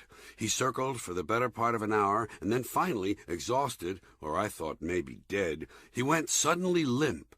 His orbit decayed, and he smashed into an 18th-century brake front, landing heavily on the floor. For 3 days he lay motionless. When finally he awoke, I opened a can of bits of kidney and fed him by hand. I can tell you this, although he looked quite unusual and he smelled god-awful, I was glad I could be there for him when he needed me. Saving the little things we remove from our bodies comes from our natural curiosity. We all have it. We're curious about ourselves, we're curious about our bodies, so we're curious about all the little parts that we clip, snip, pluck, pull, or pick off of ourselves. Toenail clippings are a good example. I'll set the scene for you. You're sitting on the bed at home one night, and something really shitty comes on TV, like a regularly scheduled primetime network program. And you think, well, I'm not going to watch Raymond Blows the Milkman. I'm going to clip my fucking toenails. So you start to clip your toenails, and every time you clip one of them, the little clipped part flies several feet away. You notice that? These little things fly all over the bed. So when you're finished clipping, you have to gather them all back into a little pile. You can't leave them all over the bed. They make little dents in your legs. You don't need that. You have to gather them back into a pile, and you ever notice this? The bigger the pile gets, the more pride you have in the pile. Look at this, honey, the biggest pile of toenail clippings we've had in this house since the day the Big Bopper died. Get the fucking camcorder, call the Museum of Natural History, tell them we have a good idea for one of those diorama things. And then you search the bed for the largest clipping of all, the biggest one you can find, usually from the big toe. And you bend it for a while, don't you? Yes, you do. You bend it, you squeeze it, you play with it. You have to. Why? Because you can. Because it's still lively and viable. It just came off of your body. There's still moisture in it. It's almost alive. And sometimes I save my toenail clippings overnight. Do you ever do that? You put it in an ashtray and try to save them till the morning? It's no use. They're no good in the morning. They're too dry. You can't bend them. I say fuck 'em. Throw 'em away. Who needs unbendable toenails? Not me. I'm not that sick. I don't need parts that badly. No, sir. Little things, folks. Little things you pick off your body, and your curiosity about them, especially if it's something you can't really see before you pick it off. For instance, you know how sometimes you're picking your ass? You know what I mean, just standing out in the driveway, idly picking your ass. And as you're picking and probing, you come across something that seems to be a small object. And let's be real here, folks. After you manage to pull it free, don't you smell it? Just a little bit? Sure you do. You have to. It's only natural. And you get excited. Honey, come here. Look. You want a couple of hits off of this thing while it's still fresh? Remind me something, baby. Did we eat at Fatburger this week? We did. Well, I don't remember ordering anything that smelled like this. I believe this is a shit burger. You know, tastes like a burger, smells like shit. Actually, it smells more like Ethel Merman. Call that Andrew Lloyd Webber fellow. Tell him we have a great idea for one of those fine shows he's always putting on Broadway. Then, give me the scrapbook, baby. This son of a bitch is going right next to that Lithuanian toe jam we found at the Olympics. It's an exciting moment the whole family can enjoy. The birthday party. 2 bachelors at a neighborhood bar. Tomorrow's my 40th birthday. I gotta go get candles and pick up my cake. You buying your own birthday cake? No, I ain't buying my own birthday cake. My mother's buying it. I'm just picking it up. She's giving me a surprise party, but she don't feel good, so she can't pick up the cake. It's a surprise party and you're picking up the cake? I ain't gonna look at it, okay? It's already wrapped. I'm just gonna pick it up. But how can it be a surprise party if you're picking up the cake and you know the party is coming? I don't know when it's coming, do I? Could be 8 in the morning. Could be midnight. 8 in the morning? How can you have a birthday party at 8 in the morning? Who the fuck is gonna come? The milkman? Don't laugh. My mother would do it. One year on my birthday, I got drunk and didn't come home. She threw the party without me. What'd she sing? Happy birthday to him? You're a fucking riot, you know that? How many candles you gonna get? Well, we already got 16 from my kid's birthday last year, and 24 is how many come in a box. I'm 40, so I only gotta get 1 box.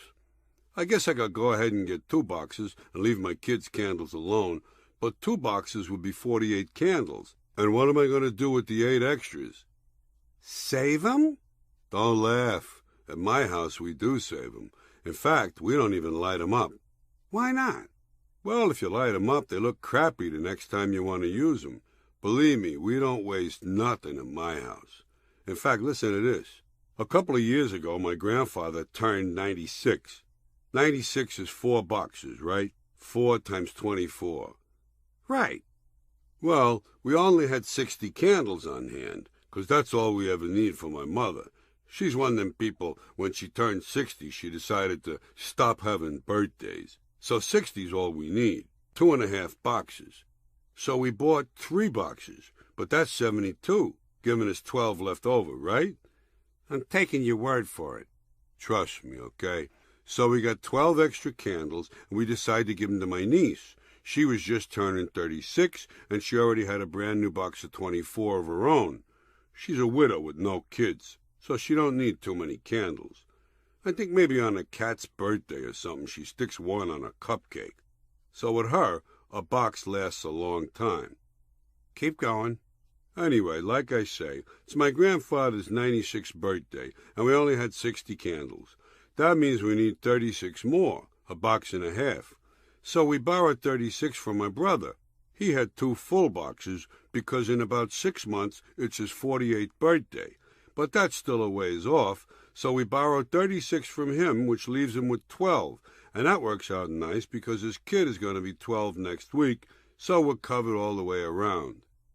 You got an interesting family. Anyways, we put the 96 candles on my grandfather's cake and we start to light them up, okay?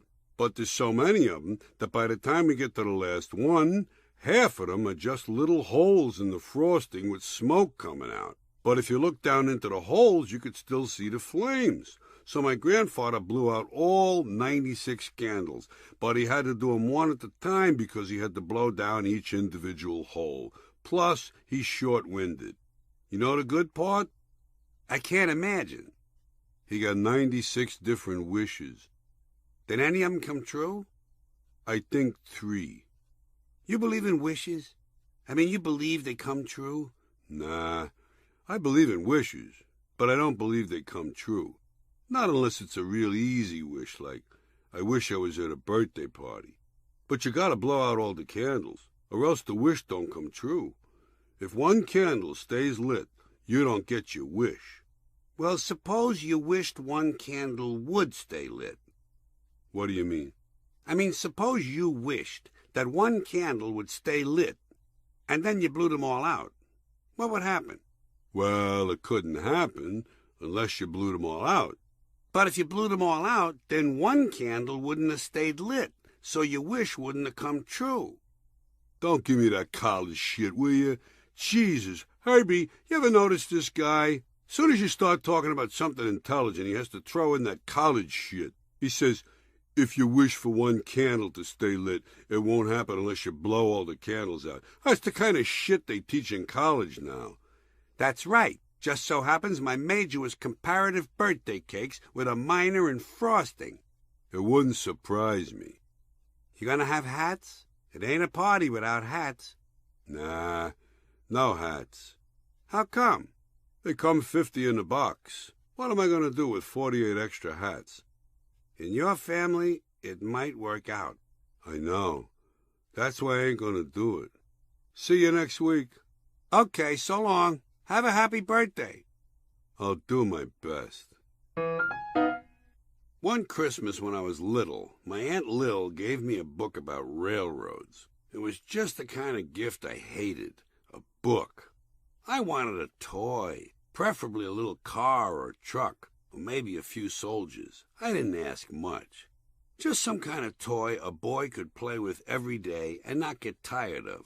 No, a boring fucking book about railroads with pictures of fucking trains. My mother forced me to tell Aunt Lil that I really liked the book. She made me lie and say thank you and all that other drivel shit parents are constantly trying to push into your head. She didn't want to hurt Lil's feelings. Actually, she didn't want to look bad in Lil's eyes. Well, I made the mistake, common in childhood, of listening to my mother and following her advice. I thanked Lil. Guess the result. Right. Every Christmas and every birthday from then on, I got a fucking boring book from my fucking boring Aunt fucking boring Lil. First buses, then airplanes, then trucks, then cars, and on through the years until she ran out of conveyances and had to switch to buildings. I weep when I think of all the soldiers I could have had, probably a battalion or two. Ah, well, I realize the problem now. I was too young to have learned the following sentence. Hey, Lil, take your fucking railroad book and stick it up your ass and get me some goddamn soldiers. That would have nipped the whole thing in the bud. Does anybody really listen to that shitty music they play on the radio, FM radio music? What's it called? Adult contemporary? Classic rock? Urban rhythm and blues? You know what the official business name for that shit is? Corporate standardized programming. Just what an art form needs. Corporate standardized programming. Derived from scientific surveys conducted by soulless businessmen. Here's how bad it is. One nationwide chain that owns over 1,000 radio stations conducts weekly telephone polls asking listeners their opinions on 25 to 30 song hooks they play over the phone. Hooks that the radio people have already selected. Hooks are the short, repeated parts of pop songs that people remember easily. Depending on these polls, the radio chain decides which songs to place on their station's playlists. Weeks later, they record the hooks of all the songs they're currently playing on their stations across the country, label them by title and artist, and sell that information to record companies to help create more of the same bad music. They also sell the information to competing radio stations that want to play what the big chain is playing. All of this is done to prevent the possibility of original thinking somehow creeping into the system. Let me tell you something.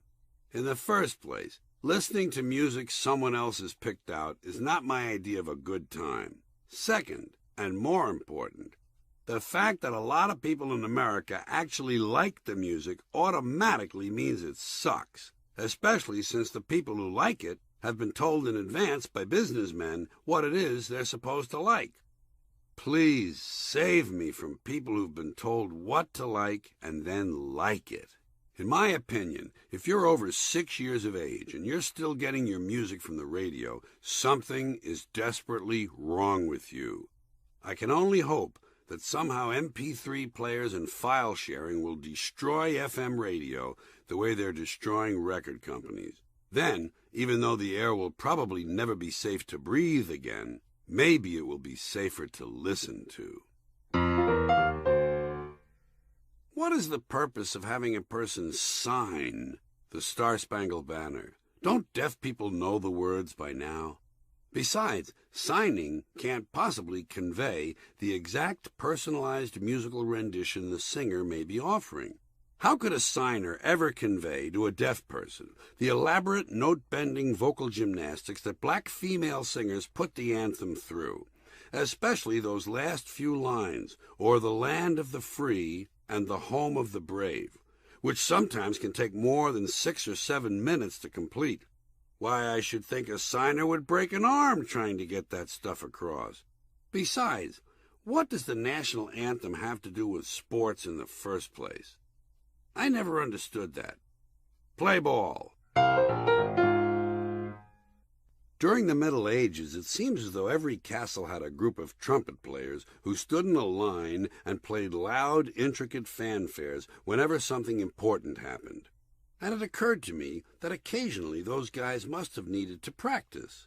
You know, fanfare practice, 3 o'clock near the moat. It could be any number of reasons. New guys in the group, new fanfares, the brand new trumpets came in.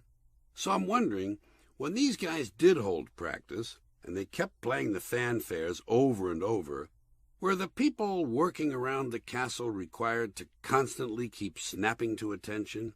Did maybe some of them do it anyway, out of force of habit? Or did everyone pretty much ignore the fanfare since they knew it was really only practice? And if so, at a time like that, when everyone had been lulled into a false sense of security, what if the king decided to walk across the yard to visit his sister in the dungeon, and they blew a fanfare for him? Half the people would probably just keep on working. Would that piss him off, or would he understand? And what about coming to attention practice? Seems like fanfare practice would be a perfect time to hold it. You know, kill 2 birds. Fuck it. These are the sort of thoughts that hold me back in life. Here's why I'm opposed to singing. Singing strikes me as an indicator of limited language skills. My feeling is that if someone has a valid thought, deserving of expression, but somehow that thought can't be communicated without the assistance of a banjo or a tambourine, then maybe it's a thought the rest of us don't need to hear. People will argue singing has more to do with expressing emotion than it does with expressing thought. Well, fine, but from my point of view, when it comes to expressing emotion, singing is not nearly as effective a tool as screaming. Let's face it, if you want to express emotion, screaming is where it's at. And to be fair, the more I think about it, the more I realize that singing itself is nothing more than a modified form of screaming. It's actually just carefully organized, socially acceptable screaming. And folks, I think we have enough screaming in the world as it is. Now, dancing, on the other hand, I can understand. Dancing is a highly developed form of jumping around. And there's certainly nothing wrong with jumping around. Jumping around is fine in my book. In fact, I feel it's essential. So please, feel free to jump around all you want. But if you fall and break a leg, don't come screaming to me. Write a song. Have you noticed that whenever someone at a large gathering tries to get the attention of the crowd on a public address system, they always yell into the microphone, "Attention! Attention, please! Ladies and gentlemen, your attention, please!" Don't these people understand that the whole purpose of a voice-amplifying system is to amplify the voice? I think the idea is that when you speak into it, it makes your voice sound louder. Maybe I'm way off on this, but it seems to me that if there's a device that makes your voice sound louder, there's probably no reason to yell into it. I don't know, maybe I'm just wrong on this. I'm willing to listen, but hold it down, will you?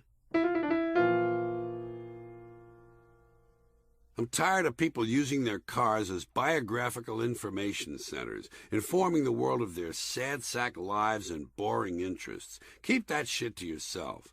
I don't want to know what college you went to, who you intend to vote for, or what your plan is for world peace. I don't care if you visited the Grand Canyon, Mount Rushmore, or the birthplace of Wink Martindale, and I'm not interested in what radio station you listen to or what bands you like.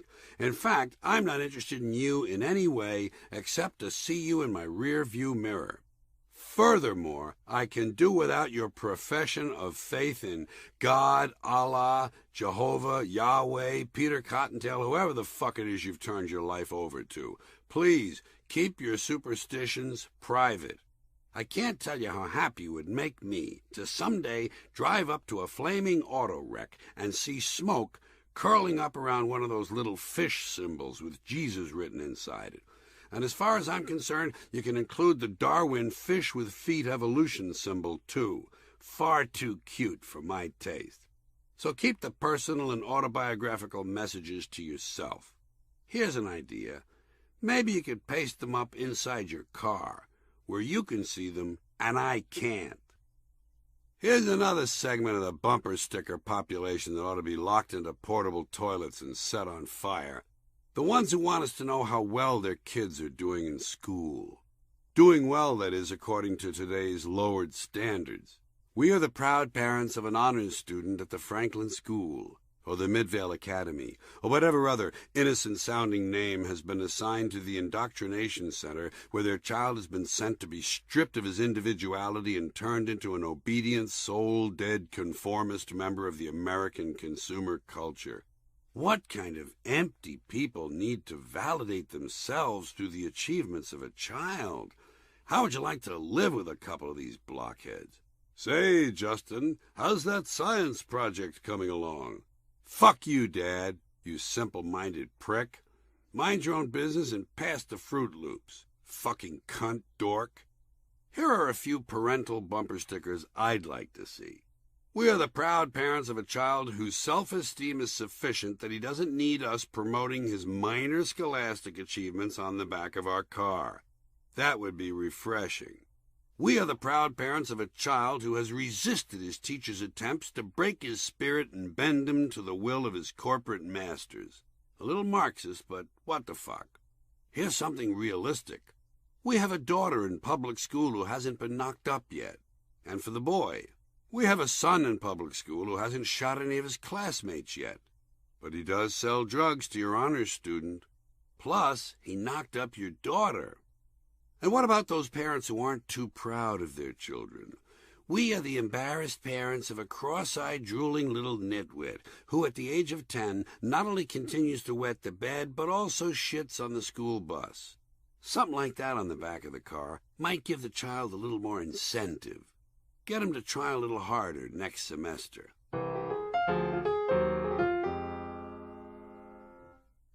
Here's another item you can't see while it's still on your body. A scab on the top of your head.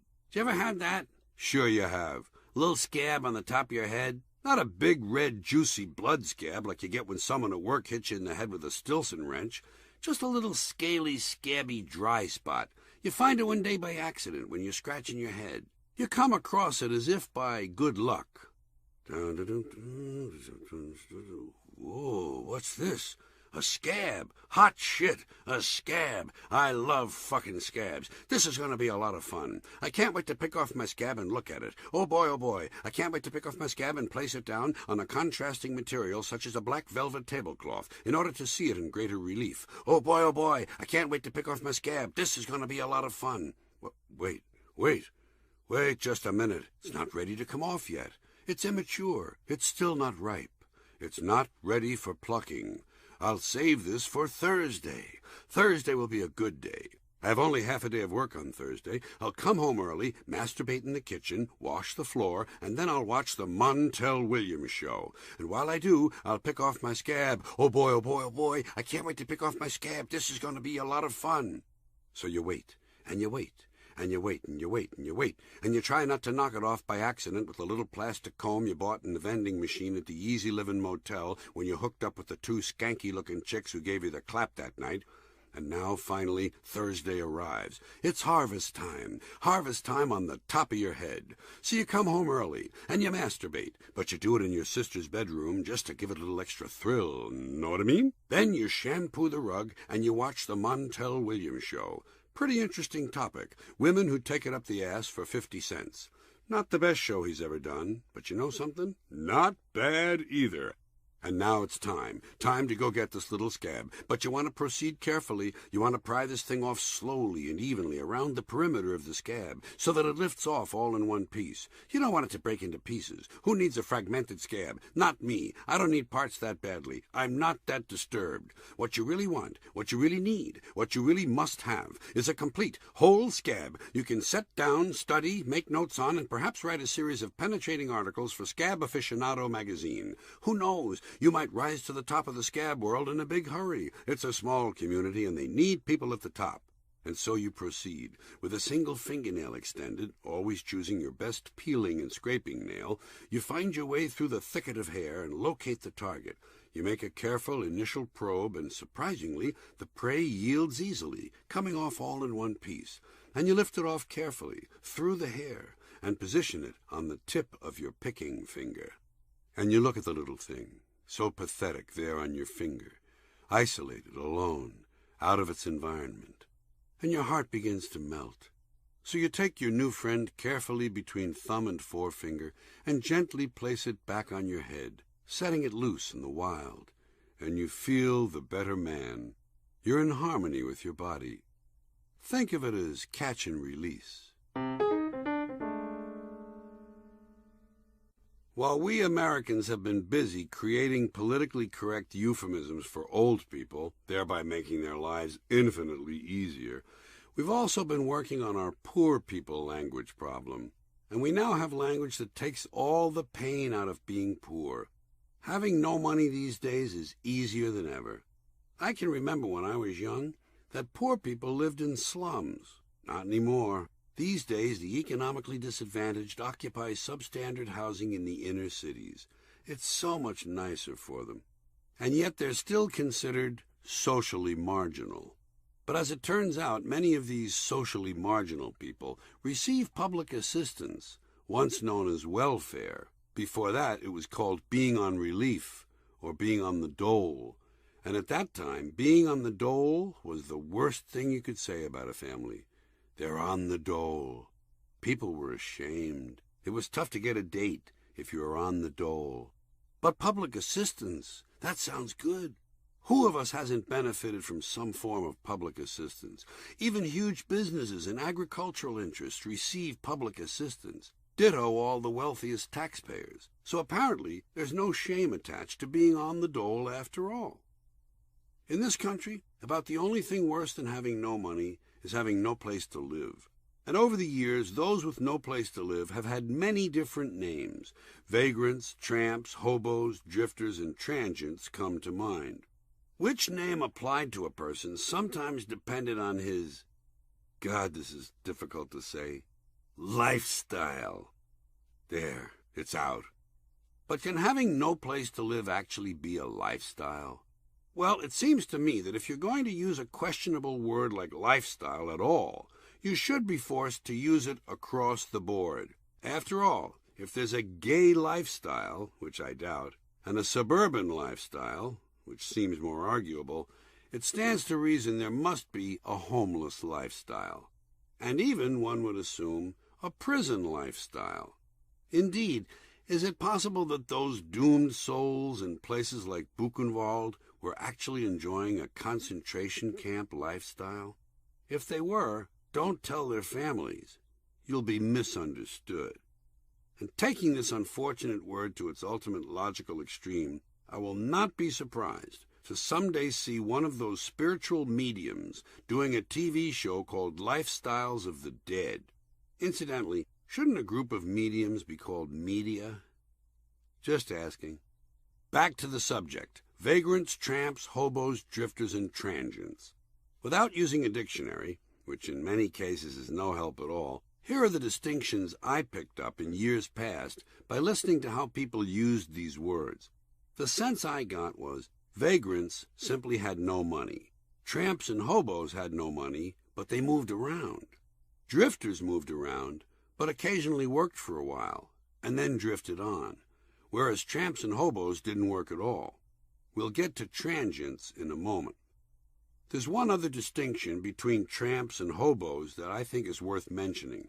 The word tramp might also have been used to describe the young woman your son brought home.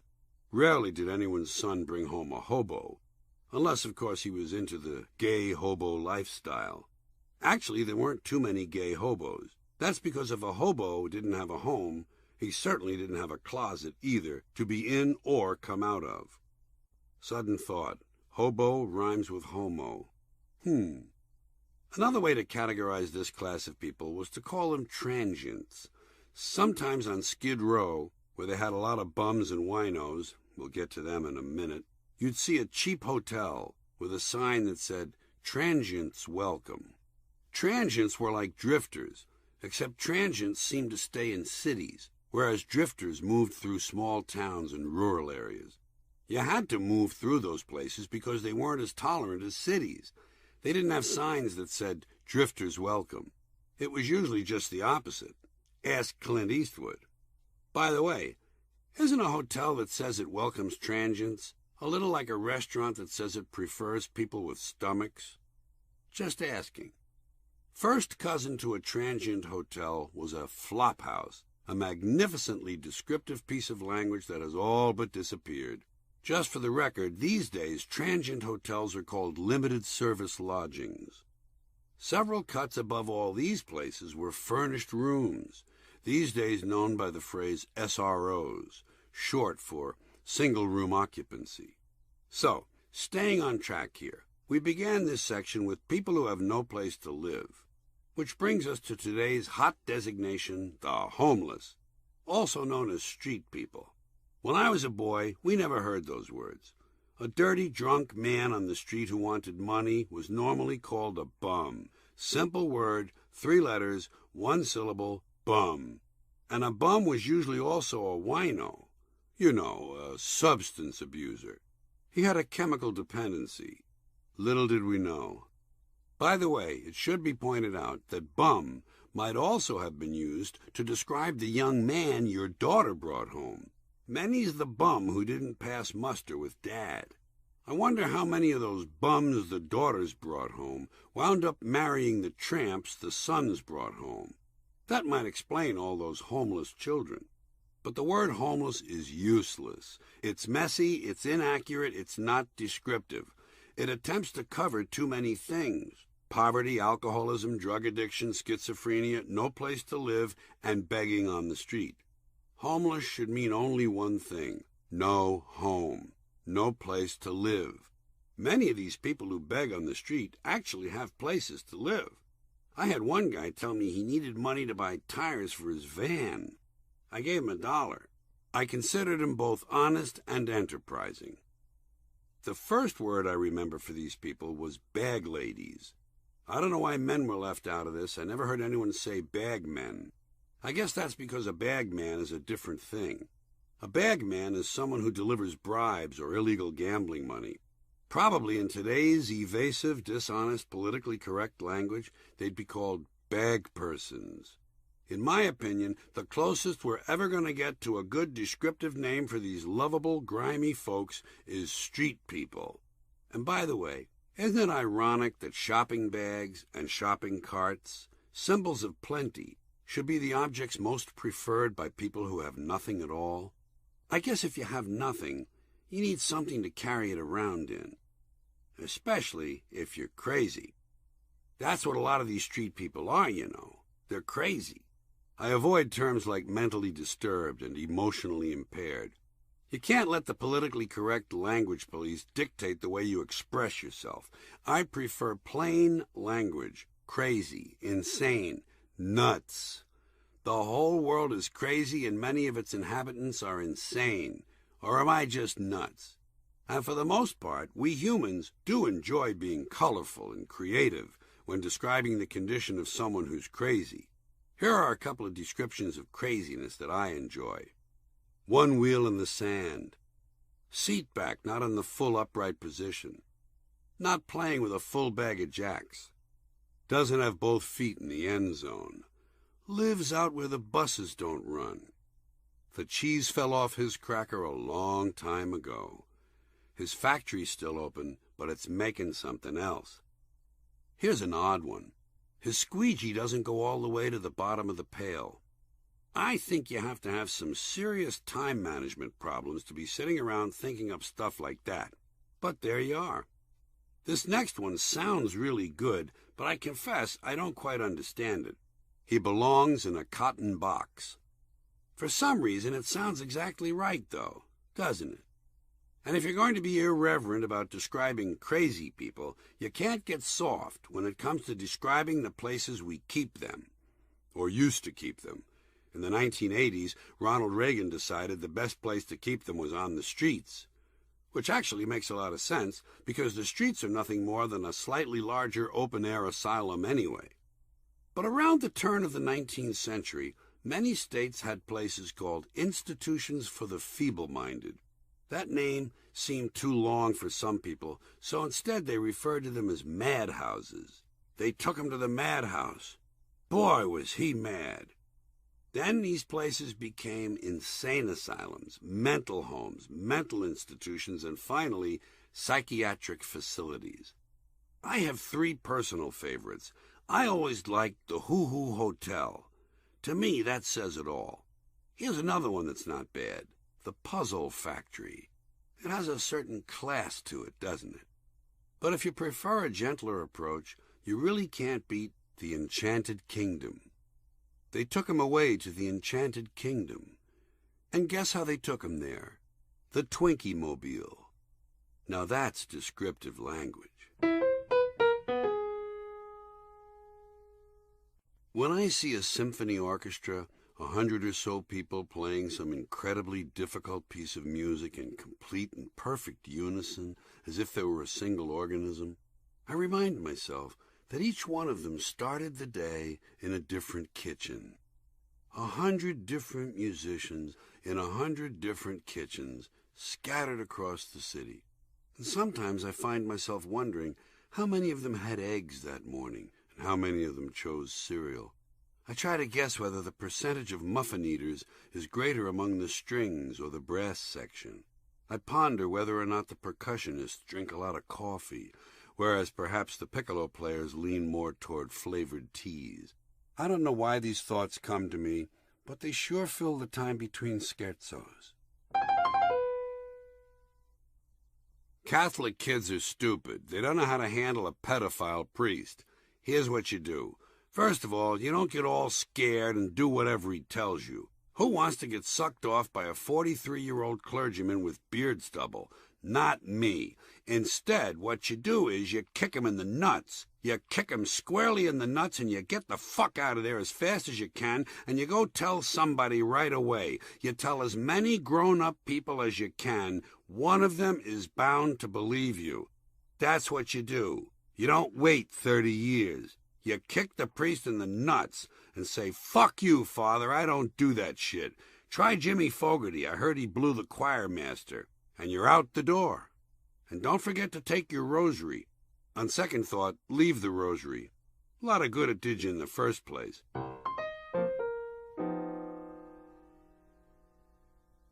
Three short stories. The Velvet Hat. She wore a velvet hat. She walked down the steps slowly, as if each one were a significant achievement. Her arm, bent severely at the elbow, pinned her purse closely to her side. The surface of the last few steps was cracked and uneven, and so she extended her tiny arm to grip the railing. At that moment, a man ran up and jammed an entire box of peppermints into her mouth. Not Martha Stewart. Vinny had just squeezed off 3 really vicious, warm, partially liquid farts, and was now trying with all his might to suck down from the back of his nose a huge gob of hardened snot that felt as big as a human embryo. Ignoring the dog shit encrusted under his fingernails from several weeks earlier, he reached deep into his throat, pulled loose some partially digested food, swallowed it again, and continued to make hamburger patties for the kids. Garnish. The man in the tweed hat stood by a tree, rolling a half-dried snot between his thumb and forefinger. Moments later, the snot now completely dry, he strolled casually past a sidewalk cafe and gently flicked it into a young lady's lemonade. Why do you always Finish your sentences? Yeah. It's something that's been bothering you for a long time? Yeah. Well, it's a habit that started in grade school. When the teacher called on another kid, sometimes the kid would start to answer and then get stuck, so I would supply the rest of the answer. And this habit has stayed with you Ever since that time. But there must be something you can do about it? The only thing I could do about it would be to find some person who might be willing to Finish your sentences? Yeah, if I could just find someone to finish my sentences. It would put a little balance in your life? Right. But why does it have to be someone else? Why couldn't it be The same person? Why couldn't the same person whose sentences I finish be the same person who finishes your sentences? I don't know. Let's ask this man over here. What can I do for you fellows? The American Retail Association reminds you that next Sunday is a Person I Know Day. It's a lot like Mother's Day or Father's Day, but instead of honoring your parents, you take the time to honor some other person you know. It can be anyone at all. Mailman, delivery boy, gas station attendant, drugstore clerk, even that interesting fellow who stands on the corner all day displaying his penis. Any person you know is eligible. In fact, every person you know is eligible. So why not honor them all? Go out today and buy gifts for all the people you know. It's the perfect way of showing your love and saying, "Hi, I'm sure glad I know you." And when you think about it, you'll probably be in store for some nice gifts yourself on a Person I Know Day. In fact, the more people you know, the more gifts you'll receive. So go for a long walk today and introduce yourself to every person you see. Just walk up and say, "Don't I know you? If not, I'd sure like to." Then give them your address and tell them to send you a gift. You'll make lots and lots of new friends. And you'll be helping the economy. I've never seen anyone cleaning a church. I've seen many things, but never a cleaning crew working in a church, vacuuming, mopping, dusting the statues, and scrubbing the altar. You know why? I figured it out. Churches don't need to be cleaned. God does it. It's one of those miracles. That's how they know it's a church in the first place. Here's how it works. After a church has been built, the owners wait 6 months and then look inside. If it's clean, they know it's a church. So they get ready for the grand opening. And from that day on, they never have to clean it. No matter what kind of crud, grime, or muck the sinners track in, the place remains spotless. But just between you and me, a little Windex on the stained glass wouldn't hurt once in a while. It would help bring out all those bright, pretty colors they use to show the torture and bleeding of the saints. Hi, I'm Our Lady of the TV. I'm here to say hello and to make sure everyone prays real hard for peace. Also, the last time I was here, I forgot my sunglasses. Has anyone seen my sunglasses? A stagehand hands her the glasses. Thank you. Hold my purse, please, would you? She hands him her purse and puts on the sunglasses. I know that many of you lead a pointless existence. You have dead-end jobs, bad marriages, and children who hate you because you've ruined their lives. I also know you look to symbols like me to provide solace and hope. Well, here's the deal. I have no solace to offer, and frankly, there is no hope. I'm just an illusion that means nothing. So work it out for yourselves. If you ask me, you're not trying hard enough. Thank you. I'll be back in a few years. And please, stop bothering my son with stupid requests like winning the lottery. To the stagehand, give me the purse. Letter to a friend. Dear Trevor, the reason I'm writing is because I've lost your address and have no way of getting in touch with you. For that reason, chances are you won't receive this, in which case you should not feel obligated to reply. If, however, this letter does reach you and you wish to answer, please enclose your current address so I'll know where to send this. By the way, you can ignore the return address on this envelope, as I'm moving next week, and although I don't yet have my new address, I'll be sending it along as soon as I hear from you. Should you have any trouble locating me, please be assured I will contact you as soon as I have my new phone, so by all means give me a call and let me have your number. If it turns out that I'm unable to reach you, please don't hesitate to get in touch, as I always mention it to my friends whenever neither of us hears from the other. Should you encounter any trouble reaching me, please let me know and I will get back to you at once. Then again, if you are unable to reach me, perhaps it would be better not to get in touch, because I will most likely be trying to get a hold of you. And of course, if I do reach you, please let me know immediately. Conversely, if I don't reach you, you will probably hear from me right away. Well, evening is rolling around, and as they say in Portugal, it's time to say goodbye. I hope you receive this before you mail your letter. It's so good to communicate this way. Sincerely, Spurla Vaughan. P.S. Should this letter be lost in transit, please disregard. True fact. I saw a guy on the street wearing a T-shirt that said Couples for Christ, but he was alone. And I wondered, what would Jesus think? What's the difference between a drop and a droplet? After all, if you divide a drop into smaller parts, all you get is smaller drops. Big or little, a drop is a drop. Same thing with a crumb.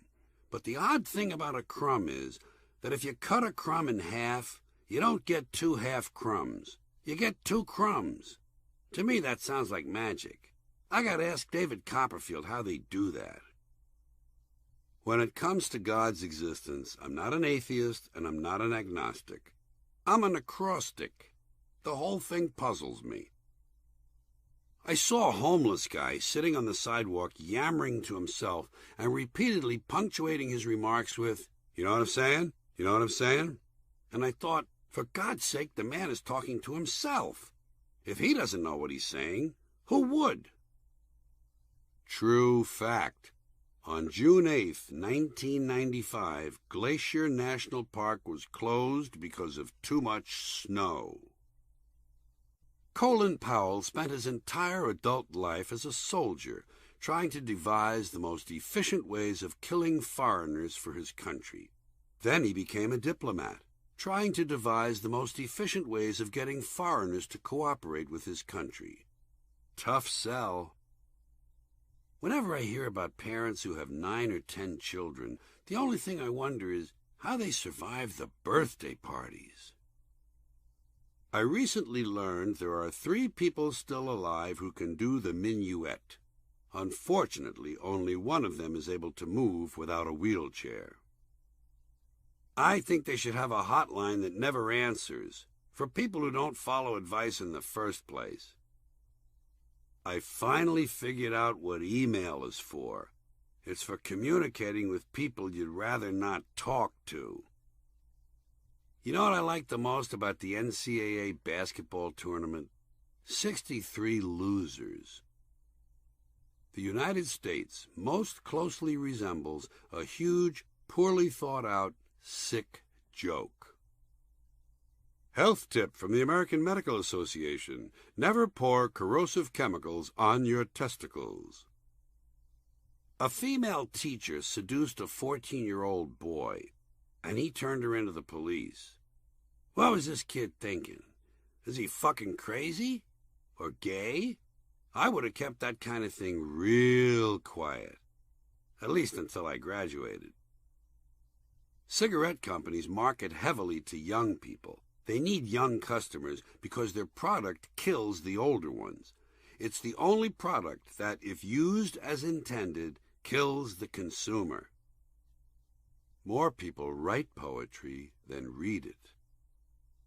I wish the ecology people would save one species that would make a dramatic comeback and then wipe us out. True fact. There is actually an erotic wrestler. When I'm in someone's house and I see something I want that's small and easy to conceal, I steal it. It's my belief that property belongs to the person who wants it most. Whatever became of alpha-carotene? I wonder what kind of masturbation fantasies Stephen King has. I also wonder if anyone has ever masturbated while fantasizing about having sex with a live chicken. Usually I wonder about these things while I'm masturbating. Isaiah said, "They shall beat their swords into plowshares and their spears into pruning hooks." Let me ask you something. When was the last time you heard of someone who made a fortune selling plowshares and pruning hooks? You're probably thinking to yourselves right now, I wonder what he thinks I'm thinking right now. Or you may be thinking, I wonder when he's going to say, you're probably thinking to yourselves right now, I wonder what he thinks I'm thinking right now.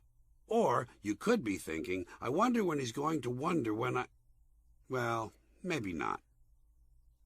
Hey guys, did you ever get your balls caught in the toaster when it was turned all the way up to dark brown, and your wife was trying to rub butter on your balls, and your pit bull was in the kitchen and he really loves butter? Ugh, it's an awful feeling. When I'm writing, I always like to have the TV playing in the background. I usually try to find a program that's interesting enough to leave on, but stupid enough to ignore. I think sometimes the word overseas is pluralized unnecessarily. The way I look at it, New York to London is oversea. After all, there's only one sea in between them. This statement is untrue. Regarding astrology, an obstetrician or a maternity nurse who weighs between 100 and 200 pounds actually exerts a greater gravitational force on a baby at the time of its birth than do any of the distant planets that are said to influence a person's personality and destiny. Why aren't these bulky, proximate objects factored into the astrological charts that are so carefully laid out? There are caregivers and there are caretakers, and yet the two words are not opposites. Why is this? Whenever I hear that someone lives in a gated community, I think of places like Auschwitz. True fact, there is actually such an organization as the Paralyzed Veterans of America, and I wonder, who answers the phone? Until you're a certain age, you don't have anything to put behind you. That's what life seems to be, a process of doing things that eventually you just want to put behind you. There are now murderous turf wars going on in which people are being brutally killed over the right to sell a substance called ecstasy. You know something you don't see anymore? The sacking of a city. Rome and Constantinople were good examples. Next time we win a war, we ought to sack the capital of the country we defeat. U.S. troops sack Baghdad. Wouldn't that be good? I guess we do our sacking in subtler ways, through the business community. I think they ought to have really fast escalators that you have to jump on and off. And if you get hurt, too bad. When I notice a little dead fly on the windowsill, one that wasn't there the day before, I always wonder how he died. I wonder if he had a stroke, or maybe a little fly heart attack. Then I think that maybe he's just pretending to be dead so I won't swat him. So I swat him. Here's a tip from the Power and Light Company on saving energy. If you have elderly people living with you, cut back on their heat and light. Old people often exaggerate how cold they feel. I was thinking the other day that one kid who's really going to have emotional problems when she grows up is that JonBenet Ramsey. You know, because of all the media attention, her parents being under suspicion, the speculations about sexual abuse. Jesus, that kind of thing would fuck any kid up. And then I remembered, hey, she was the one who got killed. And I thought, it's a good thing she's dead. At least she won't have to suffer. Tell Pierre I said hello. A two-man conversation. I'm going up to San Francisco this weekend. Oh, well, tell Pierre I said hello. Actually, I knew you'd say that, so I took the liberty of calling him and telling him you said hello. He said in that case to tell you he also says hello. So, hello from Pierre. And he said to add, how's it going? Oh, well, that's great. Well, tell him everything's going just fine, and don't forget to say, how are you? Well, he and I knew you would ask that, and so Pierre has authorized me to say that he's glad you're fine, but that he hasn't been feeling too well lately. Oh, well, tell him I'm sorry to hear that, and I hope it isn't serious. He says he knew you would be sorry to hear that, but he thinks it will blow over. Well, tell him, if it doesn't, I have a great doctor in San Francisco. Ginny and I met him in Hawaii when we were there last year. Pierre says he knew you had a great doctor, but he wasn't aware he was located in San Francisco. He also says he didn't know you and Ginny had gone to Hawaii. He thought it was Cancun. And he also says, how's Ginny? Tell him Ginny is dead. Well, I'm sure he didn't know, but I'm going to go out on a limb here and say that he's real sorry to hear about that, and I'm willing to bet anything he offers his condolences. And most likely he'll also say that if there's anything he can do, anything, please don't hesitate to ask. Excuse me, Hank, I'd love to keep talking, but I have to go buy underwear. Oh, well, Pierre says there's a sale at the Gap. Get fucked, Hank. I don't know why people got all excited about that guy Jeffrey Dahmer. Because he broke a few laws? So what? There's nothing wrong with killing 12 people, having sex with their corpses, masturbating on them, eating their flesh, and then saving the heads in the refrigerator. What's wrong with that? Nothing. So far, nobody has been able to explain to me what it was Jeffrey Dahmer did that was so wrong. First of all, let's remember, wrong is a relative term. Who's to say what's wrong? Who are we to judge? Put yourself in the other man's shoes. Who among you, under certain circumstances, might not kill 12 people, have sex with their corpses, masturbate on them, eat their flesh, and then save the heads in the refrigerator? Not one of you, I suspect, so cut the guy a little slack. Always remember, there but for the grace of God go I. Here are some things you should not say if you encounter a comedian. First, if you're with another person at the time, don't say to your friend, "You better watch out, he'll put you in one of his skits." We don't like that. It's not funny. And by the way, we don't do skits. Second, if you meet him while you're at your job, do not say, "You ought to work here, you'd get a lot of material." It's not true. Just because you work with a bunch of simpletons doesn't mean it translates into comedy. Third, if you work at a store and we're shopping there, and some small mix-up occurs that needs to be sorted out, don't say to a coworker, "He's going to put this in one of his routines." He's not. One more thing we don't like. When you tell us something that you think is funny, and then you say, "You can use that if you want," we don't want to use it. Believe me. I stopped behind a small beat-up camper at a red light, and I noticed 3 bumper stickers. Dare to resist drugs and violence, there's no excuse for domestic abuse, and stop senior abuse. And I thought, I'm really glad I don't live with those folks. I'd bet anything they were on their way to the hospital emergency room or perhaps intensive psychiatric counseling.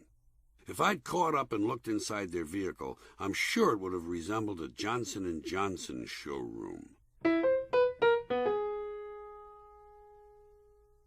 Tune in tonight for a full-length movie on America's favorite new date show, Dinner, Movie, and a Hump. Tonight your hosts, Dagwood Parkhaven and Candace Nooch, cook up a delicious whale chowder and breast of hyena on a bed of diced badger as they present an award-winning film about an amnesia victim, Who the Fuck Am I? Starring Esther Sylvester, Kermit McDermott, Chi-Chi Amici, and Skeeter Van Meter, and introducing Keith Bunghole as the queer. After the movie and the food, Dagwood and Candace will tear off a lengthy piece of ass on the kitchen table, taking turns being on top and demonstrating several interesting new sexual positions, including the Baghdad twirl and the Bosnian dick knot. Some of our best work with euphemisms involves the subject that makes us the most uncomfortable: death. Our most common euphemism for death is to say the person passed away or passed on. If you believe in an afterlife, you may prefer crossed over or crossed over to the other side. Whenever I hear that someone has crossed over to the other side, I always picture Fifth Avenue. Then there's the official term for dying, the doctor term. In this case, the person simply expires, like a magazine subscription. 1 month, he just doesn't show up. Unfortunately, he can't renew. Or so they say. Better check with the Hindus on that. Now, continuing. In this current age of specialization and increasing detachment, if the person in question dies in a hospital, it's called a terminal episode, although the insurance company sees it as negative patient care outcome. That one's actually kind of nice, isn't it? And if the negative patient care outcome was caused by a medical malpractice, then it's referred to as a therapeutic misadventure. Colorful term. No wonder so many doctors are leaving their practices. It's hard to get therapeutic misadventure insurance. But by far, the most creative terms we've come up with to comfort ourselves about death are the ones that describe the rituals survivors put themselves through. We owe a lot of this softened language to the funeral business, or as they prefer to be known now, the death care industry. They have completely transformed the language used to describe what happens following a death. In years past, it went like this. The old man died, so the undertaker picked up the body, brought it to the funeral home, and put it in a casket. People sent flowers and held a wake. After the funeral, they put the coffin in a hearse and drove it to the cemetery where the dead man was buried in a grave. But in these days of heightened sensitivity, the same series of events produces what sounds like a completely different experience. The senior citizen passed away, so the funeral director claimed the remains of the decedent, took them to the memorial chapel, and placed them in a burial container. Grieving survivors sent floral tributes to be displayed in the slumber room, where the grief coordinator conducted the viewing. Following the memorial service, the funeral coach transported the departed to the Garden of Remembrance, where his human remains were interred in their final resting place. Huh? What's that? Did somebody die or something?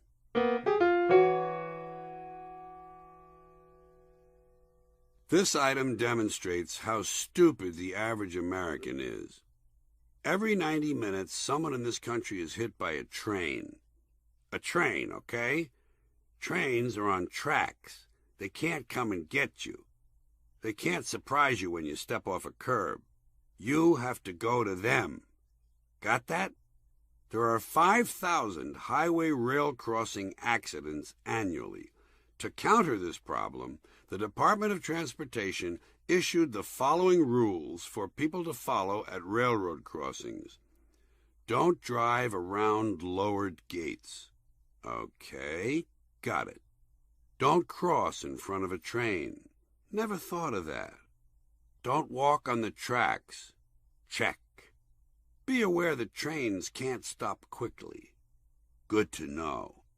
Always expect a train. This would probably be tied in with the fact that these are railroad tracks. Is that right? Correct me if I'm wrong on this. Look for more than one train. Frankly, this is one I never thought of. Maybe if I remember the others, this one will take care of itself. Here's something to think about. In the course of history's wars, many battles took place in the woods and the countryside. So sometimes I picture a soldier waking up on a spring morning, wildflowers growing around his tent, birds singing in the trees, perhaps the comforting sound of a brook trickling by in the near distance. And then a 10-pound cannonball hits him in the face. It's an interesting thought, don't you think? I wanted to be a Boy Scout, but I had all the wrong traits.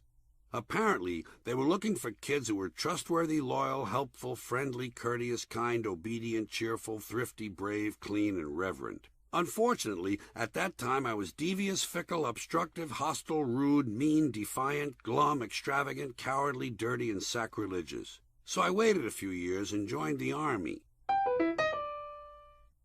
In New York State, the law says that the ingredients of hot dogs can legally include a certain amount or percentage of insect parts and rat droppings. It's permissible by law. So in New York, when you eat a hot dog, you more or less have to hope that the hot dog you're eating contains only the most nutritious parts of the insects, not just legs and antennae, and that the rats whose feces you're eating were on good, heart-healthy diets. I've been enjoying a new band from England. It's called So Long Mate. It's a 5-man heavy metal band, and the reason it's called So Long Mate is because at the end of each performance, the other 4 members of the band kill the lead singer. As a result, the music has a certain urgency to it. Also, it keeps the tours nice and short. It's basically one night, and then back they go to L.A. to hold auditions. The band plans to have an album ready in the year 2037. Hello, this is David Nipplegripper, another insufferable Hollywood movie star who wants you to help some cause or charity merely because I say so. Today, I want to tell you about little Danny Pendejo. Danny needs your help. He was born with no torso. His legs are fine, his arms are fine, and his head is okay, except for one really big caved-in part on top. But he has no torso. Won't you help by being a torso donor? Even a torso that's too big will be better than no torso at all. Thank you. This is David Nipplegripper reminding you to see my new movie, Breasts on the Moon. Another sign of America's decline. Because a few people are sensitive to peanuts and have allergies that might kill them, America's commercial airlines had to stop serving those little bags of peanuts. It wasn't sufficient that the affected people could simply refuse the peanuts when they were offered. The argument was made that the people who did eat the peanuts were putting peanut dust in the air, creating a health hazard for the victims. What a load of shit. If someone is in danger of dying from inhaling peanut dust, why aren't they dead already? Why didn't they die at a baseball game or at the circus? America has gone soft.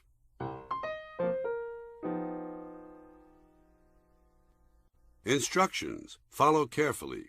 Release the handle by pulling down the strap and tightening the fasteners. Press the button and remove the safety cap. Then turn the knob to unleash the spring and wind the excess slack onto the spool. Loosen the screws on the plate lid and insert the tabs into the slots.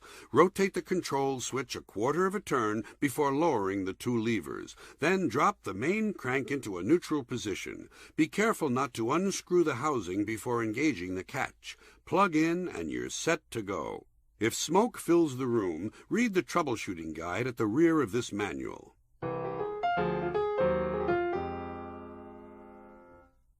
I like the good actors, the real actors, the ones who keep their lives private. Sean Penn, Harvey Keitel, Alan Arkin, Robert Duvall, Al Pacino, Jack Nicholson, Johnny Depp, Robert De Niro, Gary Oldman, William Hurt, Dustin Hoffman, Gene Hackman, Gary Sinise, Christopher Walken, Gary Busey. They keep to themselves. You don't see them appearing all the time on TV. They don't cooperate with Access Hollywood and Entertainment Tonight. They're actors, not celebrities. They keep to themselves. That's why their work is so good. Good for them. Dear Ma, even though you're dead, I wanted you to know I'm doing real well. No thanks to you, I might add.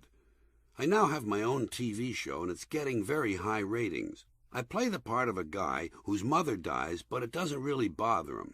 I know they don't have good reception where you are, so I'm going to send you a tape. Do you think a tape will be okay in the intense heat? Love, Dirk.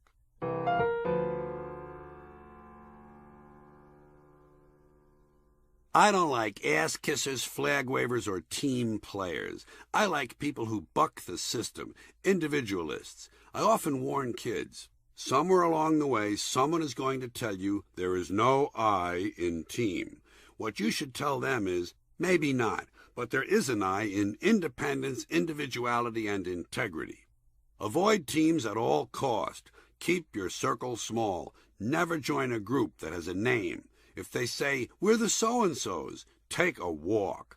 And if somehow you must join, if it's unavoidable, such as a union or a trade association, go ahead and join, but don't participate. It will be your death.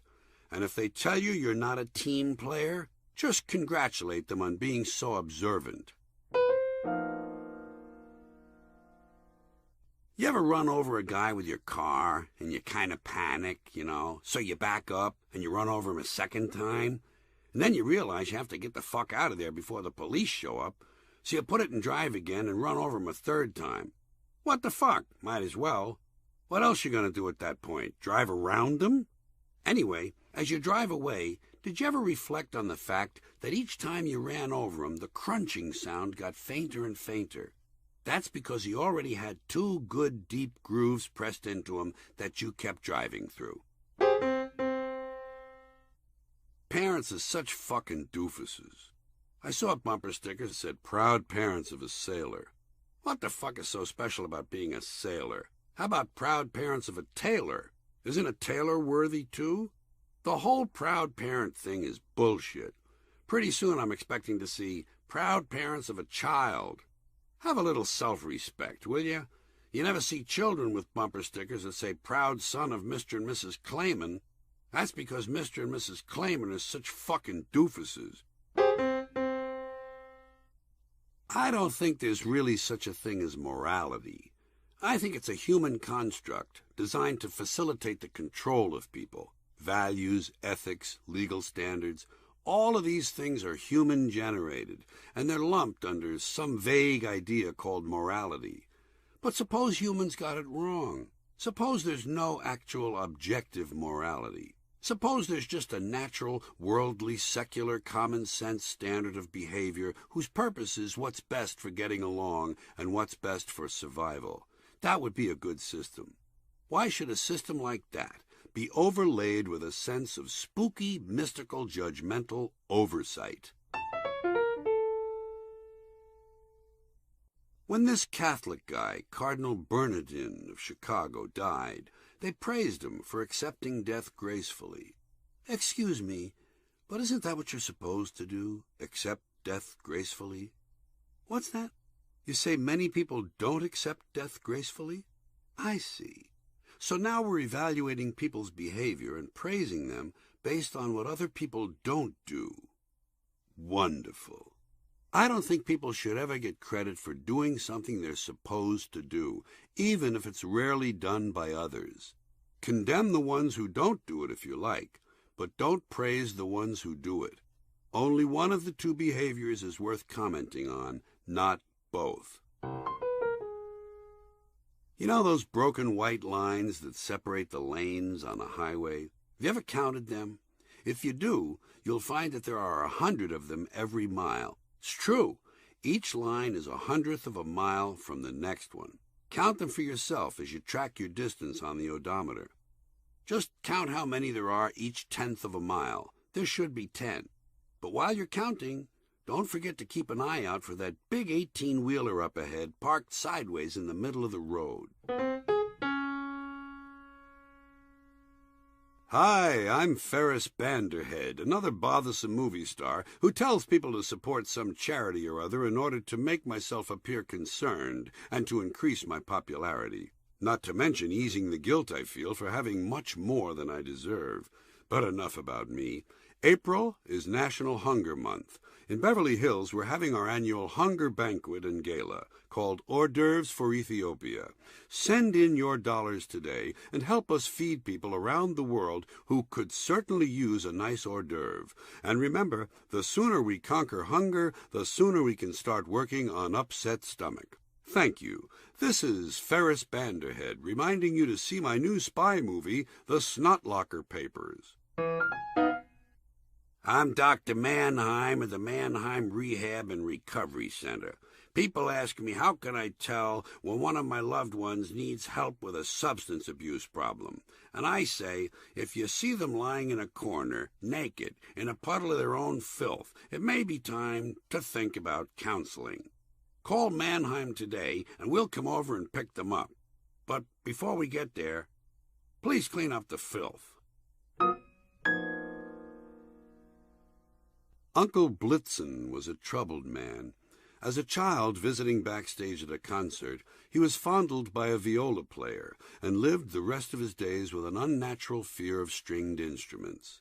He was one of the 900 people present at the Jonestown massacre, but he threw away the Kool-Aid and only pretended to be dead. When everyone stopped moving, he looted the corpses. Subsequently, he moved to Stockholm, where he became the town scumbag. Years later, he re-emerged in England as a self-proclaimed bishop, roaming the Midlands with a band of rogue altar boys, administering forced communion to lapsed Catholics. He died during Hurricane Shlomo, in front of an adult sex shop, when the store's sign blew down and he was crushed to death by a giant neon dildo. Uncle Pinocchio had 23 separate and distinct personalities. Unfortunately, all of them were unpleasant. He believed that Porky Pig cartoons represented actual events, and he once stabbed his dog with a ceremonial Japanese saber in a dispute over a lamb bone. He always wore a three-piece suit. It didn't have a vest. The jacket was just torn in half. He drifted from job to job, balloon vendor, freelance daredevil, and stoop laborer among them. He finally settled in his basement, where he lost his mind trying to invent a rectal harmonica. After that, the family kept him tied to a linden tree in the backyard, where they fed him with a slingshot. After 6 years, they released him on Mussolini's birthday, whereupon he married a passive-aggressive librarian who later beat him to death with a dictionary stand. Uncle Shadrach felt he was special because one of his testicles was shaped like a Brazil nut and the other like a cashew. He loved to run up to women screaming, "You want some mixed nuts?" He told me that in his younger days he was quite a lover and once fucked a girl so hard her freckles came off. Alas, he didn't marry well. His wife, Chlorine, looked like something that might be found in the dumpster behind a cloning center. Her PMS was so bad she had a mood swing installed in her backyard. As a child, while watching a gay pride parade, she was run over by a float full of lesbians and was eventually found dead in a military barracks, having ingested a load of bad sperm. Shadrach was electrocuted by a Radio Shack pacemaker he purchased at a thrift shop. Uncle Shemp was alarmingly unexceptional. He had no detectable lifestyle, and his only accomplishment was the fact that he was a lifelong member of the general public. He started slowly, struggled hard, and eventually clawed his way to the back of the pack. Occasionally he would show a sudden flash of mediocrity, but quickly return to his usual pattern of complete insignificance. He was a man with no memories. He didn't have amnesia. He simply had no memories. As he put it, nothing big ever really happened. As a result, he wore a medical alert bracelet saying, "Please let me die." His only pleasure was his hobby, picking through airline wreckage looking for children's toys. He died at 75 from a head injury suffered as the result of undue glee following a bowel movement. Tumor humor: guys, gals, and cancer. Women: the produce department. "I see where Ruthie Garrick went under the knife the other day. She had a tumor on her the size of a grapefruit." "Well, that's bigger than Estelle Mealy's tumor. Estelle's was the size of a large navel orange." "Yeah, but sometimes a large navel orange can be almost as big as a grapefruit." "That's true, especially one of them small Indian River grapefruits. I don't like them. Too sour." "Me either. Listen, girls, this wasn't no small Indian River-sized tumor. The doctor said this thing was almost the size of a cantaloupe. He claimed if he'd left it in any longer, it probably would have wound up as big as a cassava melon." "Earlene Miller had a tumor the size of a cassava melon." Actually, her sister claimed it was approaching honeydew proportions. Well, I don't know nothing about no tumors, but when my Aunt Ruby died, her liver was the size of a champion watermelon. I got a picture of it somewhere. Really? You know, they say that after you die, your liver keeps right on growing. Well, I'm thinking Ruby's liver had probably reached its limit. I mean, where do you go from watermelon? Beach ball? Kate, a beach ball's not a food. You want food? I'll give you food. Well, you hear this. 10 years ago, when my sister Myra had her gallbladder out, they found 20 gallstones in it. Each one of them was the size and the shape of a different type of food. A raisin, a pea, a caper, a grape, a radish, an olive, a pearl onion, a melon ball, a hazelnut, a marshmallow, a Brussels sprout, a Bing cherry, a kumquat, a gherkin, a filbert, a small whole boiled potato, a cocktail sausage, a meatball, a lima bean, and a dwarf pumpkin. They took all that out of your aunt? They sure did. Jesus, did she feel any better? She said she was hungry. Tumor humor. Guys, gals, and cancer. Men. The sports section. I see where Petey Whalen died the other day. They say he had a tumor on him the size of a beach ball. No kidding? That one under his arm? Jesus, it must have grown fast. It sure did. I can remember the day I first saw it. It was small, like a marble. Then almost overnight it looked like a golf ball. I couldn't believe it. That was the day he showed it to me. By the time I saw it, it looked like a slightly enlarged handball, maybe just approaching racquetball size. I spent about an hour with him, and as I was leaving, I glanced at it. The damn thing looked like a tennis ball. I don't mean it had fuzz on it or anything. I just mean it was the size of a tennis ball. Yeah, that's when he went to the hospital. He said on the way over in the taxi it went from a baseball to a softball, and then in the waiting room it reached the size of a small regulation volleyball. Finally, when he got into the examining room, the doctors were so alarmed at its growth they smashed it with a big frying pan, and it temporarily flattened out into an oval shape. I remember that. For about an hour it resembled a football. Yeah, then it slowly became round again, but it kept on getting bigger. Suddenly it developed big black spots all over it. The soccer ball stage. Yeah, of course by that time the situation was hopeless. Pretty soon the thing was up to the size of a basketball, and before you knew it, it had gone right past medicine ball and was heading for beach ball status. They finally had to move him out of his room and put him in the gymnasium. Appropriate. How'd he die, anyway? They tried to operate on him, but as soon as they made an incision, all the air rushed out of him. Death by deflation. Poor guy.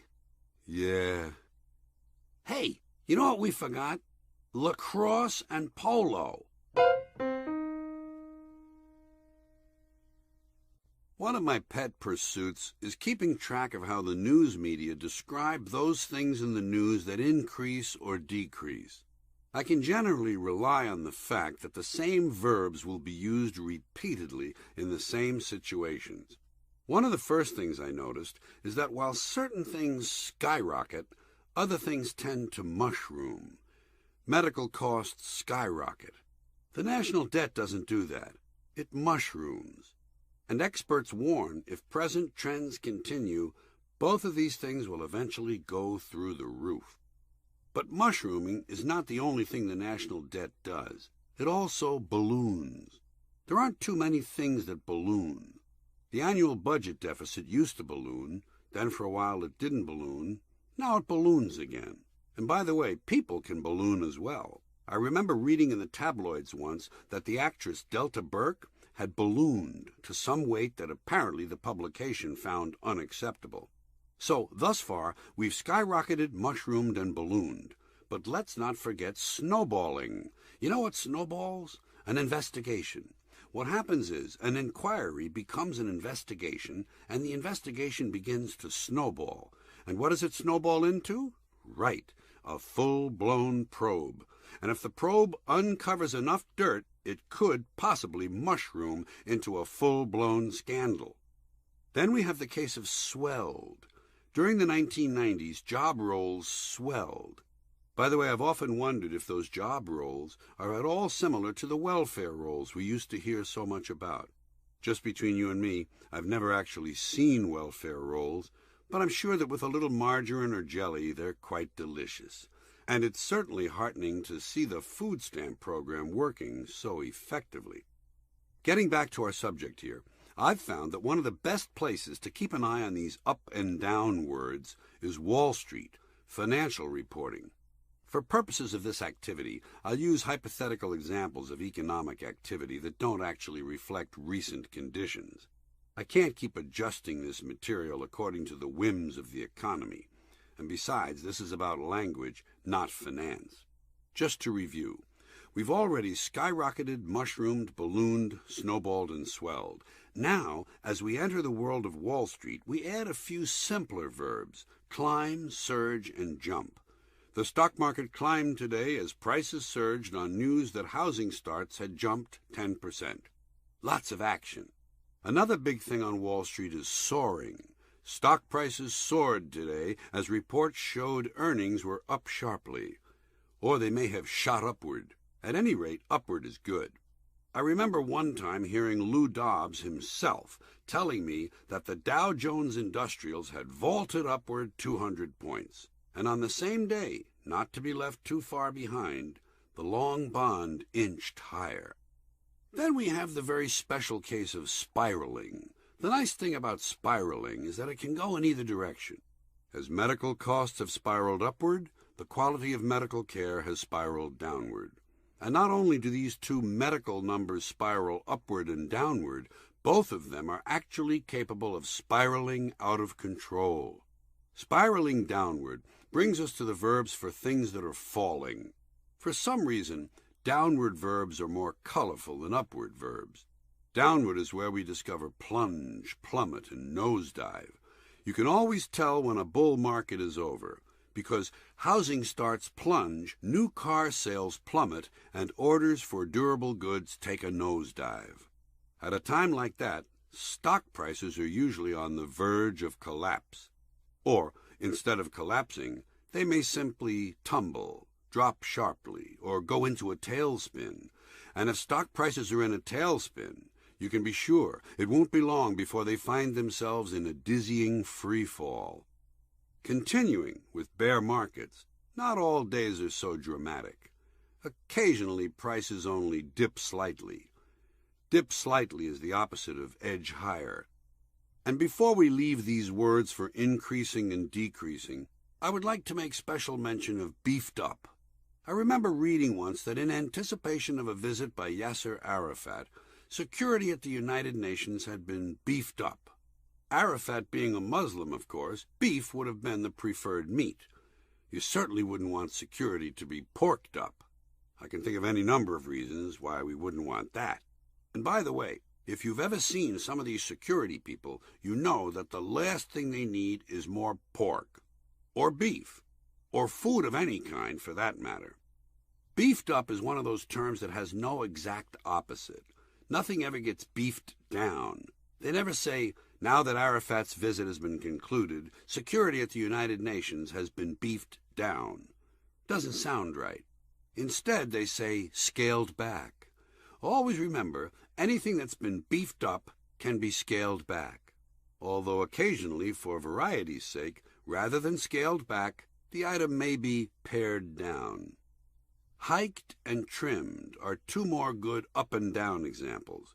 Quite often, during the same session of Congress, defense spending will be hiked, while education spending is trimmed.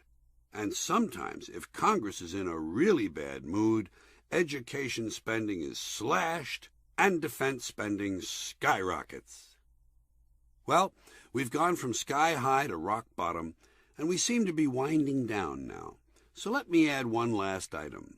I think I may have finally figured out the difference between ramping up and ratcheting up. I'm pretty sure that while ramping up takes place on a continuum, ratcheting up is more a series of increments. But I do find it interesting that, as with the beef situation, I rarely hear of ramping or ratcheting down. As for me, I'm at wit's end. As you know, people no longer have problems in this country. They have issues. This shift grows out of our increasingly desperate need to shade the truth and see things as more positive than they really are. Problems sound negative and ordinary. Issues sound important, worthy of attention. People are proud to announce them. I have issues. They feel superior to others who haven't made the switch. Poor fuck, he has problems. I have issues. To feel extra superior, they may even pair it with some other trendy upgrade. He has a drug problem. I have chemical dependency issues. As with everything in American culture, the use of the word spread indiscriminately to the point where it, of course, lost all its usefulness. During the murder case in San Francisco in 2001, in which 2 dogs mauled a woman to death, one of the neighbors said, "Everyone knew those dogs had issues with females." Commercials picked it up.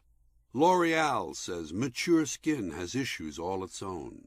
An adult diaper commercial informs me that many women have bladder control issues. So now people have all these issues. Trust issues, boundary issues, abandonment issues, personal space issues. Clearly, I have a problem with this word. But problem has lost its power, cheapened by the careless use of expressions like, "What's your problem? You got a problem with that?" No problem. And for those truly in a hurry, no prob. I needed a new word, and I refused to say issues. So, instead, I turned to that ultimate source of creative language bending, our nation's capital. I heard a prominent senator, when asked if some issue presented a problem for him, say, "Well, it's not a problem, but it is a concern." And I thought, wow, another choice for people who refuse to acknowledge problems. I adopted it immediately, but I hope concern doesn't catch on to the point where it becomes a problem. After all this trouble, I'd hate to have to deal with concern issues.